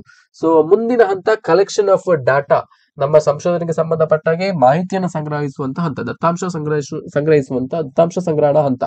ಸೊ ನೆಕ್ಸ್ಟ್ ಮುಂದಿನ ಹಂತ ಸಂಗ್ರಹಿಸಿದಂತಹ ದತ್ತಾಂಶವನ್ನು ಸಂಗ್ರಹಿಸಿದಂತಹ ಮಾಹಿತಿಯನ್ನ ವಿಶ್ಲೇಷಣೆ ಮಾಡುವುದು, ಅನಾಲಿಸಿಸ್ ಮಾಡುವಂಥದ್ದು, ಡೇಟಾ ಅನಾಲಿಸಿಸ್ ಸ್ಟೆಪ್ಸ್, ದತ್ತಾಂಶ ವಿಶ್ಲೇಷಣೆಯ ಹಂತ. ಸೊ ಮುಂದಿನ ಹಂತ arriving at ಜನರಲೈಸೇಷನ್ಸ್, interpretation of results ಅಂತೇಳಿ ಕೂಡ ಕರಿತೇವೆ. ಫೈನಲ್ ಆಗಿ ಒಂದು ತೀರ್ಮಾನಕ್ಕೆ ಬರುವಂತದ್ದು, ಸಾಮಾನ್ಯೀಕರಣವನ್ನು ಮಾಡುವುದು, ಸಂಶೋಧನೆಯನ್ನು ಸಾಮಾನ್ಯೀಕರಣಗೊಳಿಸುವಂತದ್ದು. ಅಂಡ್ ಫೈನಲಿ ಕನ್ಕ್ಲೂಷನ್ಸ್, ಮುಕ್ತಾಯಗೊಳಿಸುವುದು, ನಮ್ಮ ಸಂಶೋಧನಾ ವರದಿಯನ್ನ ಮುಕ್ತಾಯಗೊಳಿಸುವುದು. ಈ ರೀತಿ ಸಾಕಷ್ಟು ಸ್ಟೆಪ್ಸ್ ಗಳನ್ನ ಒಳಗೊಂಡಿರ್ತದೆ. ಪ್ರಮುಖವಾಗಿ 8 ಸ್ಟೆಪ್ಸ್ ಗಳು ನಾವು ಫಾಲೋ ಮಾಡಬಹುದು. ಅದರ ಮಿಡ್ಲ್ ಅಲ್ಲಿ ಸಾಕಷ್ಟು ಸಣ್ಣ ಸಣ್ಣ ಹಂತಗಳನ್ನು ಕೂಡ ನಾವು ಪಟ್ಟಿ ಮಾಡಬಹುದು, ಸಪರೇಟ್ ಆಗಿ ಪಟ್ಟಿ ಮಾಡಬಹುದು. ಎಲ್ಲವನ್ನು ಕೂಡ ನೋಡ್ಕೊಳ್ಳಿ. ಮುಂದಿನ ಪ್ರಶ್ನೆಯನ್ನ ನೋಡಿ. ನೆಟ್ನೋಗ್ರಫಿ ಎಂದರೇನು? What is the ನೆಟ್ನೋಗ್ರಫಿ? ಸೊ ನೆಟ್ನೋಗ್ರಫಿ ಅಂತ ಹೇಳಿದ್ರೆ ಆನ್ಲೈನ್ ಎಥ್ನೋಗ್ರಫಿ ರಿಸರ್ಚ್ ಅಂತ ಹೇಳಿ ನಾವು ಡೆಫಿನೇಷನ್ ಅನ್ನು ಕೊಡಬಹುದು. ಆನ್ಲೈನ್ ಜನಾಂಗ ಶಾಸ್ತ್ರದ ಸಂಶೋಧನೆ. So netnography is a qualitative research methodology adapted from ethnography to study online communities and cultures. Online ಕಮ್ಯುನಿಟಿಯನ್ನ ಸ್ಟಡಿ ಮಾಡೋದಕ್ಕೋಸ್ಕರ, ಆನ್ಲೈನ್ ಕಮ್ಯುನಿಟಿ ಅಂತ ಹೇಳಿದ್ರೆ ಆನ್ಲೈನ್ ಸಮುದಾಯ, ಅದು ಸಾಮಾಜಿಕ ಜಾಲತಾಣವನ್ನ ಉಪಯೋಗಿಸುವಂತ ಕಮ್ಯುನಿಟಿ ಆಗಿರ್ಬೋದು, ಸೋಷಿಯಲ್ ಮೀಡಿಯಾ ಕಮ್ಯುನಿಟಿ ಆಗಿರ್ಬೋದು, ಅದರ ಆ ಒಂದು ಸಮುದಾಯವನ್ನ ಸ್ಟಡಿ ಮಾಡೋದು, ಅವರ ಸಂಸ್ಕೃತಿಯನ್ನ ಸ್ಟಡಿ ಮಾಡುವಂತದ್ದು. It involves observing and analysing the behaviour, ಅವರ ವರ್ತನೆಗಳನ್ನ ಅಧ್ಯಯನ ಮಾಡುವಂಥದ್ದು, ಅವರ ಇಂಟರಾಕ್ಷನ್ಸ್, ಅವರ ಕ್ರಿಯೆಗಳನ್ನ, ಪರಸ್ಪರ ಅಂತಕ್ರಿಯೆಗಳನ್ನ ಅಧ್ಯಯನ ಮಾಡುವಂಥದ್ದು. And content created by individuals in digital spaces, ಆ ಸಾಮಾಜಿಕ ಜಾಲತಾಣದಲ್ಲಿ ಅಂದ್ರೆ ಸಾಮಾಜಿಕ ಸಮುದಾಯದಲ್ಲಿ ಏನೆಲ್ಲ ಕಂಟೆಂಟ್ ಗಳನ್ನ ಕ್ರಿಯೇಟ್ ಮಾಡ್ತಾರೆ, ಅವರಿಂದ ಕ್ರಿಯೇಟ್ ಮಾಡಲ್ಪಟ್ಟಂತ ಕಂಟೆಂಟ್ ಗಳನ್ನ ಅನಾಲಿಸಿಸ್ ಮಾಡುವಂತದ್ದು, ಡಿಜಿಟಲ್ ರೂಪದಲ್ಲಿ ಡಿಜಿಟಲ್ ಕಂಟೆಂಟ್ ಕ್ರಿಯೇಷನ್ ಅಂತ ಹೇಳಿ ಕರಿತೇವೆ, ಅದನ್ನ ಅಧ್ಯಯನ ಮಾಡುವಂತದ್ದು. ಆನ್ಲೈನ್ ಕಮ್ಯುನಿಟಿಯನ್ನ ಅಧ್ಯಯನ ಮಾಡುವಂತಹ ಶಾಸ್ತ್ರವೇ ನೆಟ್ನೋಗ್ರಫಿ, ಆನ್ಲೈನ್ ಎಥ್ನೋಗ್ರಫಿ ರಿಸರ್ಚ್ ಅಂತ ಹೇಳಿ ಕರಿತೇವೆ. ಹಾಗಾಗಿ ಆಪ್ಷನ್ ಡಿ ಇದಕ್ಕೆ ಸರಿಯಾದಂತ ಉತ್ತರ.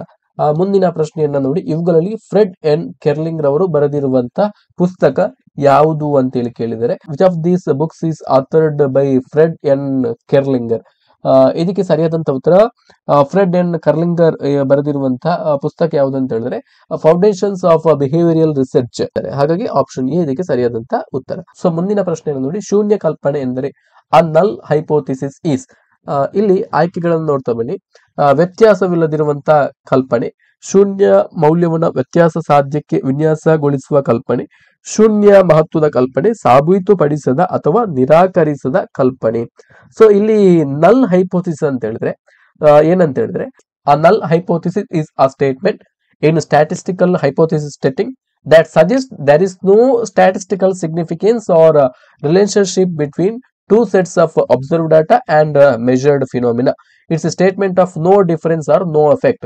ಸೊ ನಲ್ ಹೈಪೋಥಿಸಿಸ್ ಅಂತ ಹೇಳಿದ್ರೆ ನಾವು ಒಬ್ಸರ್ವ್ ಮಾಡಿದಂತಹ ಡೇಟಾ ಮತ್ತು ಮೆಷರ್ ಮಾಡಿದಂತಹ ಡೇಟಾದ ನಡುವೆ ಯಾವುದೇ ರೀತಿಯಲ್ಲಿ ಕೂಡ ವ್ಯತ್ಯಾಸ ಇಲ್ಲದಿರುವಂತಹ ಪರಿಕಲ್ಪನೆಯನ್ನು ನಾವು ನಲ್ ಹೈಪೋಥಿಸಿಸ್ ಅಂತೇಳಿ ಕರಿತೇವೆ ಅಥವಾ ಶೂನ್ಯ ಕಲ್ಪನೆ ಅಂತೇಳಿ ಕರಿತೇವೆ. ಹಾಗಾಗಿ ಇಲ್ಲಿ ಕೊಟ್ಟಿರ್ತಕ್ಕಂಥ ಆಯ್ಕೆಯಲ್ಲಿ ಹೈಪೋಥಿಸಿಸ್ ಆಫ್ ನೋ ಡಿಫರೆನ್ಸ್, ವ್ಯತ್ಯಾಸವಿಲ್ಲದಿರುವಂತ ಪರಿಕಲ್ಪನೆ ಅಥವಾ ಕಲ್ಪನೆ ಅಂತೇಳಿ ಕರಿತೇವೆ. ಆಪ್ಷನ್ ಎ ಇದಕ್ಕೆ ಸರಿಯಾದಂತ ಉತ್ತರ.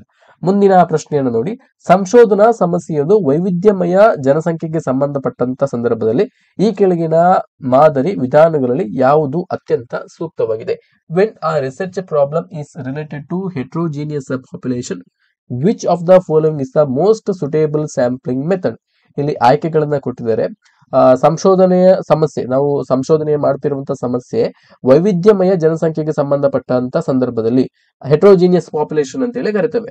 ಸೊ ನಾವು ಸಂಶೋಧನೆ ಕೈಗೊಳ್ಳಬೇಕಾಗಿರುವಂತಹ ಸಮಸ್ಯೆ ಡೈವರ್ಸಿಫೈ ಆದಂತ ಸಂದರ್ಭದಲ್ಲಿ, ಡೈವರ್ಸಿಫೈಡ್ ಪಾಪ್ಯುಲೇಷನ್ ಗೆ ಸಂಬಂಧಪಟ್ಟಂತ ಸಂದರ್ಭದಲ್ಲಿ, ಅಂದ್ರೆ ಬೇರೆ ಬೇರೆ ಭಾಷೆ, ಲಿಂಗ, ಸಂಸ್ಕೃತಿ, ಆಚಾರ ವಿಚಾರಗಳ ಜನರಿಗೆ ಸಂಬಂಧಪಟ್ಟಂತ ಸಂದರ್ಭದಲ್ಲಿ which of the following is the most suitable sampling method. So ಇಂತಹ ಸಂದರ್ಭದಲ್ಲಿ ಸ್ಟ್ರಾಟಿಫೈಡ್ ಸ್ಯಾಂಪ್ಲಿಂಗ್ ಮೆಥಡ್ ಅನ್ನ ಯೂಸ್ ಮಾಡಬಹುದು. ಏನಿದು ಸ್ಟ್ರಾಟಿಫೈಡ್ ಸ್ಯಾಂಪ್ಲಿಂಗ್ ಮೆಥಡ್ ಅಂತ ಹೇಳಿದ್ರೆ, stratified sampling is the most suitable method for a heterogeneous population because it involves dividing the population into homogeneous groups and then taking a random sample from each group. So ಇಲ್ಲಿ stratified sampling ಅಥವಾ ಶ್ರೇಣೀಕೃತ ಮಾದರಿಯಲ್ಲಿ ಏನ್ ಮಾಡ್ತಾರೆ ಅಂತ ಹೇಳಿದ್ರೆ, so ನಮ್ಮ ಸಂಶೋಧನಾ ವಿಷಯ ಅಥವಾ ಸಂಶೋಧನಾ ಪ್ರಶ್ನೆ ಬೇರೆ ಬೇರೆ ರೀತಿಯ ವೈವಿಧ್ಯಮಯ ಸಂಸ್ಕೃತಿಯನ್ನು ಒಳಗೊಂಡಿರುವಂತ ವೈವಿಧ್ಯಮಯ ಜನರ ಗುಂಪನ್ನ ಒಳಗೊಂಡಿದ್ದ ಸಂದರ್ಭದಲ್ಲಿ ನಾವು ಸ್ಟ್ರಾಟಿಫೈಡ್ ಸ್ಯಾಂಪ್ಲಿಂಗ್ ಮೆಥಡ್ ಅನ್ನು ಯೂಸ್ ಮಾಡೋದ್ರಿಂದ ಈ ಸ್ಟ್ರಾಟಿಫೈಡ್ ಸ್ಯಾಂಪ್ಲಿಂಗ್ ಮೆಥಡ್ ಅಲ್ಲಿ ಏನ್ ಮಾಡ್ತಾರೆ ಅಂತ ಹೇಳಿದ್ರೆ, ಈ ಬೇರೆ ಬೇರೆ ಏನು ವೈವಿಧ್ಯಮಯ ಜನರಿದ್ದಾರೆ ಅವರಲ್ಲಿ ಕಾಮನ್ ಆಗಿರುವಂತ, ಫಾರ್ ಎಕ್ಸಾಂಪಲ್ ಒಂದೇ ಭಾಷೆಯನ್ನ ಮಾತನಾಡುವಂತಹ ಜನರ ಗುಂಪು, ಒಂದೇ ಭಾಷೆಯನ್ನ ಮಾತನಾಡುವಂತಹ ಜನರ ಗುಂಪು. ಫಾರ್ ಎಕ್ಸಾಂಪಲ್ ನಮ್ಮ ಕರ್ನಾಟಕದಲ್ಲಿ ಇಟ್ಕೊಳ್ಳಿ, ನಮ್ಮ ಕರ್ನಾಟಕದಲ್ಲಿ 5-6 ಭಾಷೆಯನ್ನ ಮಾತಾಡುವಂತ ಜನಸಮೂಹವನ್ನು ನಾವು ಗುರುತಿಸಬಹುದು. ಸೊ ಮೋಸ್ಟ್ ಕಾಮನ್ ಕನ್ನಡ ಮಾತನಾಡುವರ ಒಂದು ಗುಂಪು, ಹಾಗೇನೆ ತುಳು ಮಾತನಾಡುವರ ಒಂದು ಗುಂಪು, ಕೊಂಕಣಿ ಮಾತನಾಡುವರ ಒಂದು ಗುಂಪು, ಕೊಡವ ಭಾಷೆ ಮಾತನಾಡುವರ ಒಂದು ಗುಂಪು. ಈ ರೀತಿ ಬೇರೆ ಬೇರೆ ನಮೂನೆಗಳಿಂದ ಬೇರೆ ಬೇರೆ ವೈವಿಧ್ಯಮಯ ಜನರ ಗುಂಪಿನಿಂದ ನಾವು ನಮ್ಮ ಸಂಶೋಧನೆಯನ್ನು ಕೈಗೊಳ್ಳಬೇಕಾಗಿದೆ. ಇಂಥ ಸಂದರ್ಭದಲ್ಲಿ ಈ ಸ್ಟ್ರಾಟಿಫೈಡ್ ಸ್ಯಾಂಪ್ಲಿಂಗ್ ಮೆಥಡ್ ಅನ್ನ ಯೂಸ್ ಮಾಡಿ ಏನ್ ಮಾಡ್ತಾರೆ ಅಂತ ಹೇಳಿ, ಈ ಮೆಥಡ್ ಅಲ್ಲಿ ಏನ್ ಮಾಡ್ತಾರೆ ಅಂತ ಹೇಳಿದ್ರೆ, ಸೊ ಇಲ್ಲಿ ಕನ್ನಡ ಮಾತನಾಡುವ ಜನರ ಒಂದು ಗುಂಪನ್ನ ಮಾಡ್ತಾರೆ, ಸಬ್ ಗ್ರೂಪ್ ಅನ್ನ ಮಾಡ್ತಾರೆ. ಹಾಗೆಯೇ ಕೊಂಕಣಿ ಮಾತನಾಡುವವರ ಒಂದಷ್ಟು ಜನರು ಯಾರೆಲ್ಲ ಇದ್ದಾರೆ ಅವರೆಲ್ಲರೂ ಕೂಡ ಒಂದು ಗುಂಪನ್ನ ಮಾಡ್ತಾರೆ. ಹಾಗೆಯೇ ತುಳು ಮಾತನಾಡುವಂತಹ ಜನರ ಗುಂಪನ್ನ ಮಾಡ್ತಾರೆ. ಸೊ ಈ ರೀತಿ ಈ ವೈವಿಧ್ಯಮಯ ಜನರ ಗುಂಪಿನ ನಡುವೆ ಸಬ್ ಗ್ರೂಪ್ ಗಳನ್ನ ಮಾಡಿ, ಉಪ ಗುಂಪುಗಳನ್ನ ಮಾಡಿ, ಪ್ರತಿಯೊಂದು ಗುಂಪಿನಿಂದ, ಪ್ರತಿಯೊಂದು ಸಬ್ ಗ್ರೂಪಿನಿಂದ, ಏನು ಕನ್ನಡ ಮಾತನಾಡುವ ಜನರ ಗುಂಪು, ತುಳು ಮಾತನಾಡುವ ಗುಂಪು, ಕೊಂಕಣಿ ಮಾತನಾಡುವ ಗುಂಪು, ಮರಾಠಿ ಮಾತನಾಡುವ ಗುಂಪು, ಎಲ್ಲ ಪ್ರತಿಯೊಂದು ಗುಂಪಿನಿಂದ ಕೂಡ ರ್ಯಾಂಡಮ್ ಆಗಿ, ಯಾದೃಚ್ಛಿಕವಾಗಿ ಸ್ಯಾಂಪಲ್ ಅನ್ನು ತಗೊಳ್ತಾರೆ. ಸೊ ಈ ಒಂದು ವಿಧಾನವನ್ನ ಈ ಸ್ಟ್ರಾಟಿಫೈಡ್ ಸ್ಯಾಂಪ್ಲಿಂಗ್ ಅಲ್ಲಿ ಬಳಕೆ ಮಾಡಲಾಗ್ತದೆ. So this ensures that the sample accurately represents the different characteristics of over all population. So ಈ ರೀತಿ ಮಾಡೋದ್ರಿಂದ ಎಲ್ಲಾ ಗುಂಪುಗಳಿಗೆ ಸಂಬಂಧಪಟ್ಟ ಹಾಗೆ ಒಂದೇ ರೀತಿಯ ಪ್ರಾತಿನಿಧ್ಯ ದೊರಕ್ತದೆ ಅಂತೇಳಿ ಇಲ್ಲಿ ನಂಬಲಾಗ್ತದೆ. Which is crucial when the population is not uniform. ಒಂದು ನಿರ್ದಿಷ್ಟ ಸಂಶೋಧನೆ ಕೈಗೊಳ್ಳುವಂತಹ ಹಂತದಲ್ಲಿ ವೈವಿಧ್ಯಮಯವಾಗಿರುವಂತಹ ಗುಂಪನ್ನ ನಾವು ಎದುರಿಸಬೇಕಾಗಿರುವಂತಹ ಸಂದರ್ಭದಲ್ಲಿ ಈ ರೀತಿಯ ವಿಧಾನವನ್ನು, ಈ ರೀತಿಯ ತಂತ್ರಗಳನ್ನು ಉಪಯೋಗಿಸಬಹುದು. So simple random sampling might not capture the diversity of heterogeneous population. ಇಲ್ಲಿ ಕೊಟ್ಟಿರ್ತಕ್ಕಂಥ ಇನ್ನೊಂದು ಆಯ್ಕೆ ನೋಡಿ, ಸಿಂಪಲ್ ರ್ಯಾಂಡಮ್ ಸ್ಯಾಂಪ್ಲಿಂಗ್. ಈ ಸಿಂಪಲ್ ರ್ಯಾಂಡಮ್ ಸ್ಯಾಂಪ್ಲಿಂಗ್ ಅನ್ನು ಮಾಡೋದ್ರಿಂದ ನಾವು ನಮಗೆ ನಮ್ಮ ಸಂಶೋಧನೆಗೆ ಬೇಕಾಗಿರುವಂತ ಅತ್ಯಂತ ನಿಖರವಾಗಿರುವಂತಹ ಮಾಹಿತಿಯನ್ನ ಪಡೀಲಿಕ್ಕೆ ಸಾಧ್ಯ ಇಲ್ಲ. ಹಾಗಾಗಿ ನಾವು ಇಲ್ಲಿ ಏನನ್ನ ಯೂಸ್ ಮಾಡಬೇಕಂತಂದ್ರೆ ಸ್ಟ್ರಾಟಿಫೈಡ್ ಸ್ಯಾಂಪ್ಲಿಂಗ್ ಅಥವಾ ಶ್ರೇಣೀಕೃತ ಮಾದರಿ ವಿಧಾನವನ್ನು ಅಳವಡಿಸಿಕೊಂಡು ವೈವಿಧ್ಯಮಯ ಗುಂಪಿಗೆ ನಾವು ಸಂಶೋಧನೆಯನ್ನ ಮಾಡುವಂತ ಸಂದರ್ಭದಲ್ಲಿ ಈ ವಿಧಾನವನ್ನ ಬಳಸಿಕೊಳ್ಬೇಕು. ಸೊ ಹಾಗಾಗಿ ಆಪ್ಷನ್ ಬಿ ಸರಿಯಾದಂತ ಉತ್ತರ. ಮುಂದಿನ ಪ್ರಶ್ನೆಯನ್ನು ನೋಡಿ, ಇದು 2020ರ ಕ್ವಶನ್ ಪೇಪರ್. ಇದು ಜನಗಣತಿಯು ಯಾವ ರೀತಿಯ ಸಮೀಕ್ಷೆ? What type of survey is census? So ಜನಗಣತಿ ನಿಮಗೆಲ್ಲರೂ ಕೂಡ ಗೊತ್ತಿರುವಾಗ ಅದೊಂದು ಎಣಿಕೆ ಸಮೀಕ್ಷೆ. ಸೊ ಜನಗಣತಿಗೆ ಬಂದಂತ ಸಮೀಕ್ಷೆದಾರರು ಏನ್ ಮಾಡ್ತಾರೆ, ಗಣತಿದಾರರು ಏನ್ ಮಾಡ್ತಾರೆ ಅಂತ ಹೇಳಿದ್ರೆ ಪ್ರತಿ ಮನೆಗೆ ಭೇಟಿ ನೀಡಿ ಪಾಪ್ಯುಲೇಷನ್ ಅನ್ನ ಕೌಂಟ್ ಮಾಡ್ತಾರೆ. ಪಾಪ್ಯುಲೇಷನ್ ಅನ್ನ ಕೌಂಟ್ ಮಾಡಿ ಪ್ರತಿಯೊಂದು ಚದರ ಕಿಲೋಮೀಟರ್ ವ್ಯಾಪ್ತಿಯಲ್ಲಿ ಅಂತಿಮವಾಗಿ ಸರ್ವೆ ರಿಪೋರ್ಟ್ ಅನ್ನ, ಸೆನ್ಸಸ್ ರಿಪೋರ್ಟ್ ಅನ್ನ ಸರ್ಕಾರಕ್ಕೆ ಸಬ್ಮಿಟ್ ಮಾಡಿದ ನಂತರ ಸರ್ಕಾರ ಒಂದು ವರದಿಯನ್ನ ರಿಲೀಸ್ ಮಾಡ್ತದೆ, ಜನಗಣತಿ ವರದಿಯನ್ನ ರಿಲೀಸ್ ಮಾಡ್ತದೆ. ಸೊ ಈ ವರದಿಯಲ್ಲಿ ಏನ್ ಹೇಳಿರ್ತಾರೆ ಅಂತ ಹೇಳಿದ್ರೆ, ಸೊ ನಮ್ಮ ದೇಶದ ಜನಸಂಖ್ಯೆ ಎಷ್ಟು, ಅದರಲ್ಲಿ ಪುರುಷರೆಷ್ಟು ಮಹಿಳೆಯರೆಷ್ಟು, ಲಿಂಗಾನುಪಾತ ಪುರುಷ ಮತ್ತು ಮಹಿಳೆಯರ ಲಿಂಗಾನುಪಾತ ಎಷ್ಟಿದೆ, ಸೊ ಹಾಗೇನೆ ಯಾವ ರಾಜ್ಯ ಹೈಯೆಸ್ಟ್ ಪಾಪ್ಯುಲೇಷನ್ ಅನ್ನ ಹೊಂದಿದೆ, ಯಾವ ರಾಜ್ಯ ಹೈಯೆಸ್ಟ್ ಪಾಪ್ಯುಲೇಷನ್ ಡೆನ್ಸಿಟಿಯನ್ನ ಹೊಂದಿದೆ, ಜನಸಂಖ್ಯಾ ಸಾಂದ್ರತೆಯನ್ನ ಹೊಂದಿದೆ, ಅದನ್ನೆಲ್ಲ ಕೂಡ ಈ ಒಂದು ಸೆನ್ಸಸ್ ನ ಮುಖಾಂತರ ಕಂಡುಕೊಳ್ಳಲಾಗ್ತದೆ. ಹಾಗಾಗಿ ಈ ಜನಗಣತಿ ಅಥವಾ ಸೆನ್ಸಸ್ ಅನ್ನುವಂಥದ್ದು ಒಂದು ಸಮೀಕ್ಷೆ, ಎಣಿಕೆ ಸಮೀಕ್ಷೆ ಆಗಿರುವಂತದ್ದು, ಎನ್ಯುಮರೇಷನ್ ಸರ್ವೆ ಅಂತೇಳಿ ಕರೀತೇವೆ. ಮುಂದಿನ ಪ್ರಶ್ನೆಯನ್ನ ನೋಡಿ, ಪ್ರಾತಿನಿಧಿಕ ನಮೂನೆಯನ್ನು ಏನೆಂದು ಕರೆಯುತ್ತಾರೆ? What is also known as representative sample? ಆಯ್ಕೆಗಳನ್ನು ನೋಡಿ, ಅಸಂಭವನೀಯ ನಮೂನೆ ನಾನ್ ಪ್ರೊಬ್ಯಾಬಿಲಿಟಿ ಸ್ಯಾಂಪ್ಲಿಂಗ್, ಸಂಭವನೀಯ ನಮೂನೆ ಪ್ರೊಬ್ಯಾಬಿಲಿಟಿ ಸ್ಯಾಂಪ್ಲಿಂಗ್, ಕೋಟಾ ನಮೂನೆ ಕೋಟಾ ಸ್ಯಾಂಪ್ಲಿಂಗ್, ಸ್ನೋಬಾಲ್ ನಮೂನೆ ಅಥವಾ ಸ್ನೋಬಾಲ್ ಸ್ಯಾಂಪ್ಲಿಂಗ್. ಇಲ್ಲಿ ಪ್ರಾತಿನಿಧಿಕ ನಮೂನೆ ಅಥವಾ ರೆಪ್ರೆಸೆಂಟೇಟಿವ್ ಸ್ಯಾಂಪಲ್ ಅಂತೇಳಿ ನಾವು ಪ್ರೊಬ್ಯಾಬಿಲಿಟಿ ಸ್ಯಾಂಪಲ್ ಅನ್ನ ಕರಿತೇವೆ. ರೆಪ್ರೆಸೆಂಟೇಟಿವ್ ಸ್ಯಾಂಪಲ್ ಅಂತೇಳಿ ಪ್ರೊಬ್ಯಾಬಿಲಿಟಿ ಸ್ಯಾಂಪ್ಲಿಂಗ್ ಅನ್ನ ಕರಿತೇವೆ. ಹಾಗಾಗಿ ಆಪ್ಷನ್ ಬಿ ಸರಿಯಾದಂತ ಉತ್ತರ. Probability sampling is a method of sampling that involves the random selection of a sample from a population.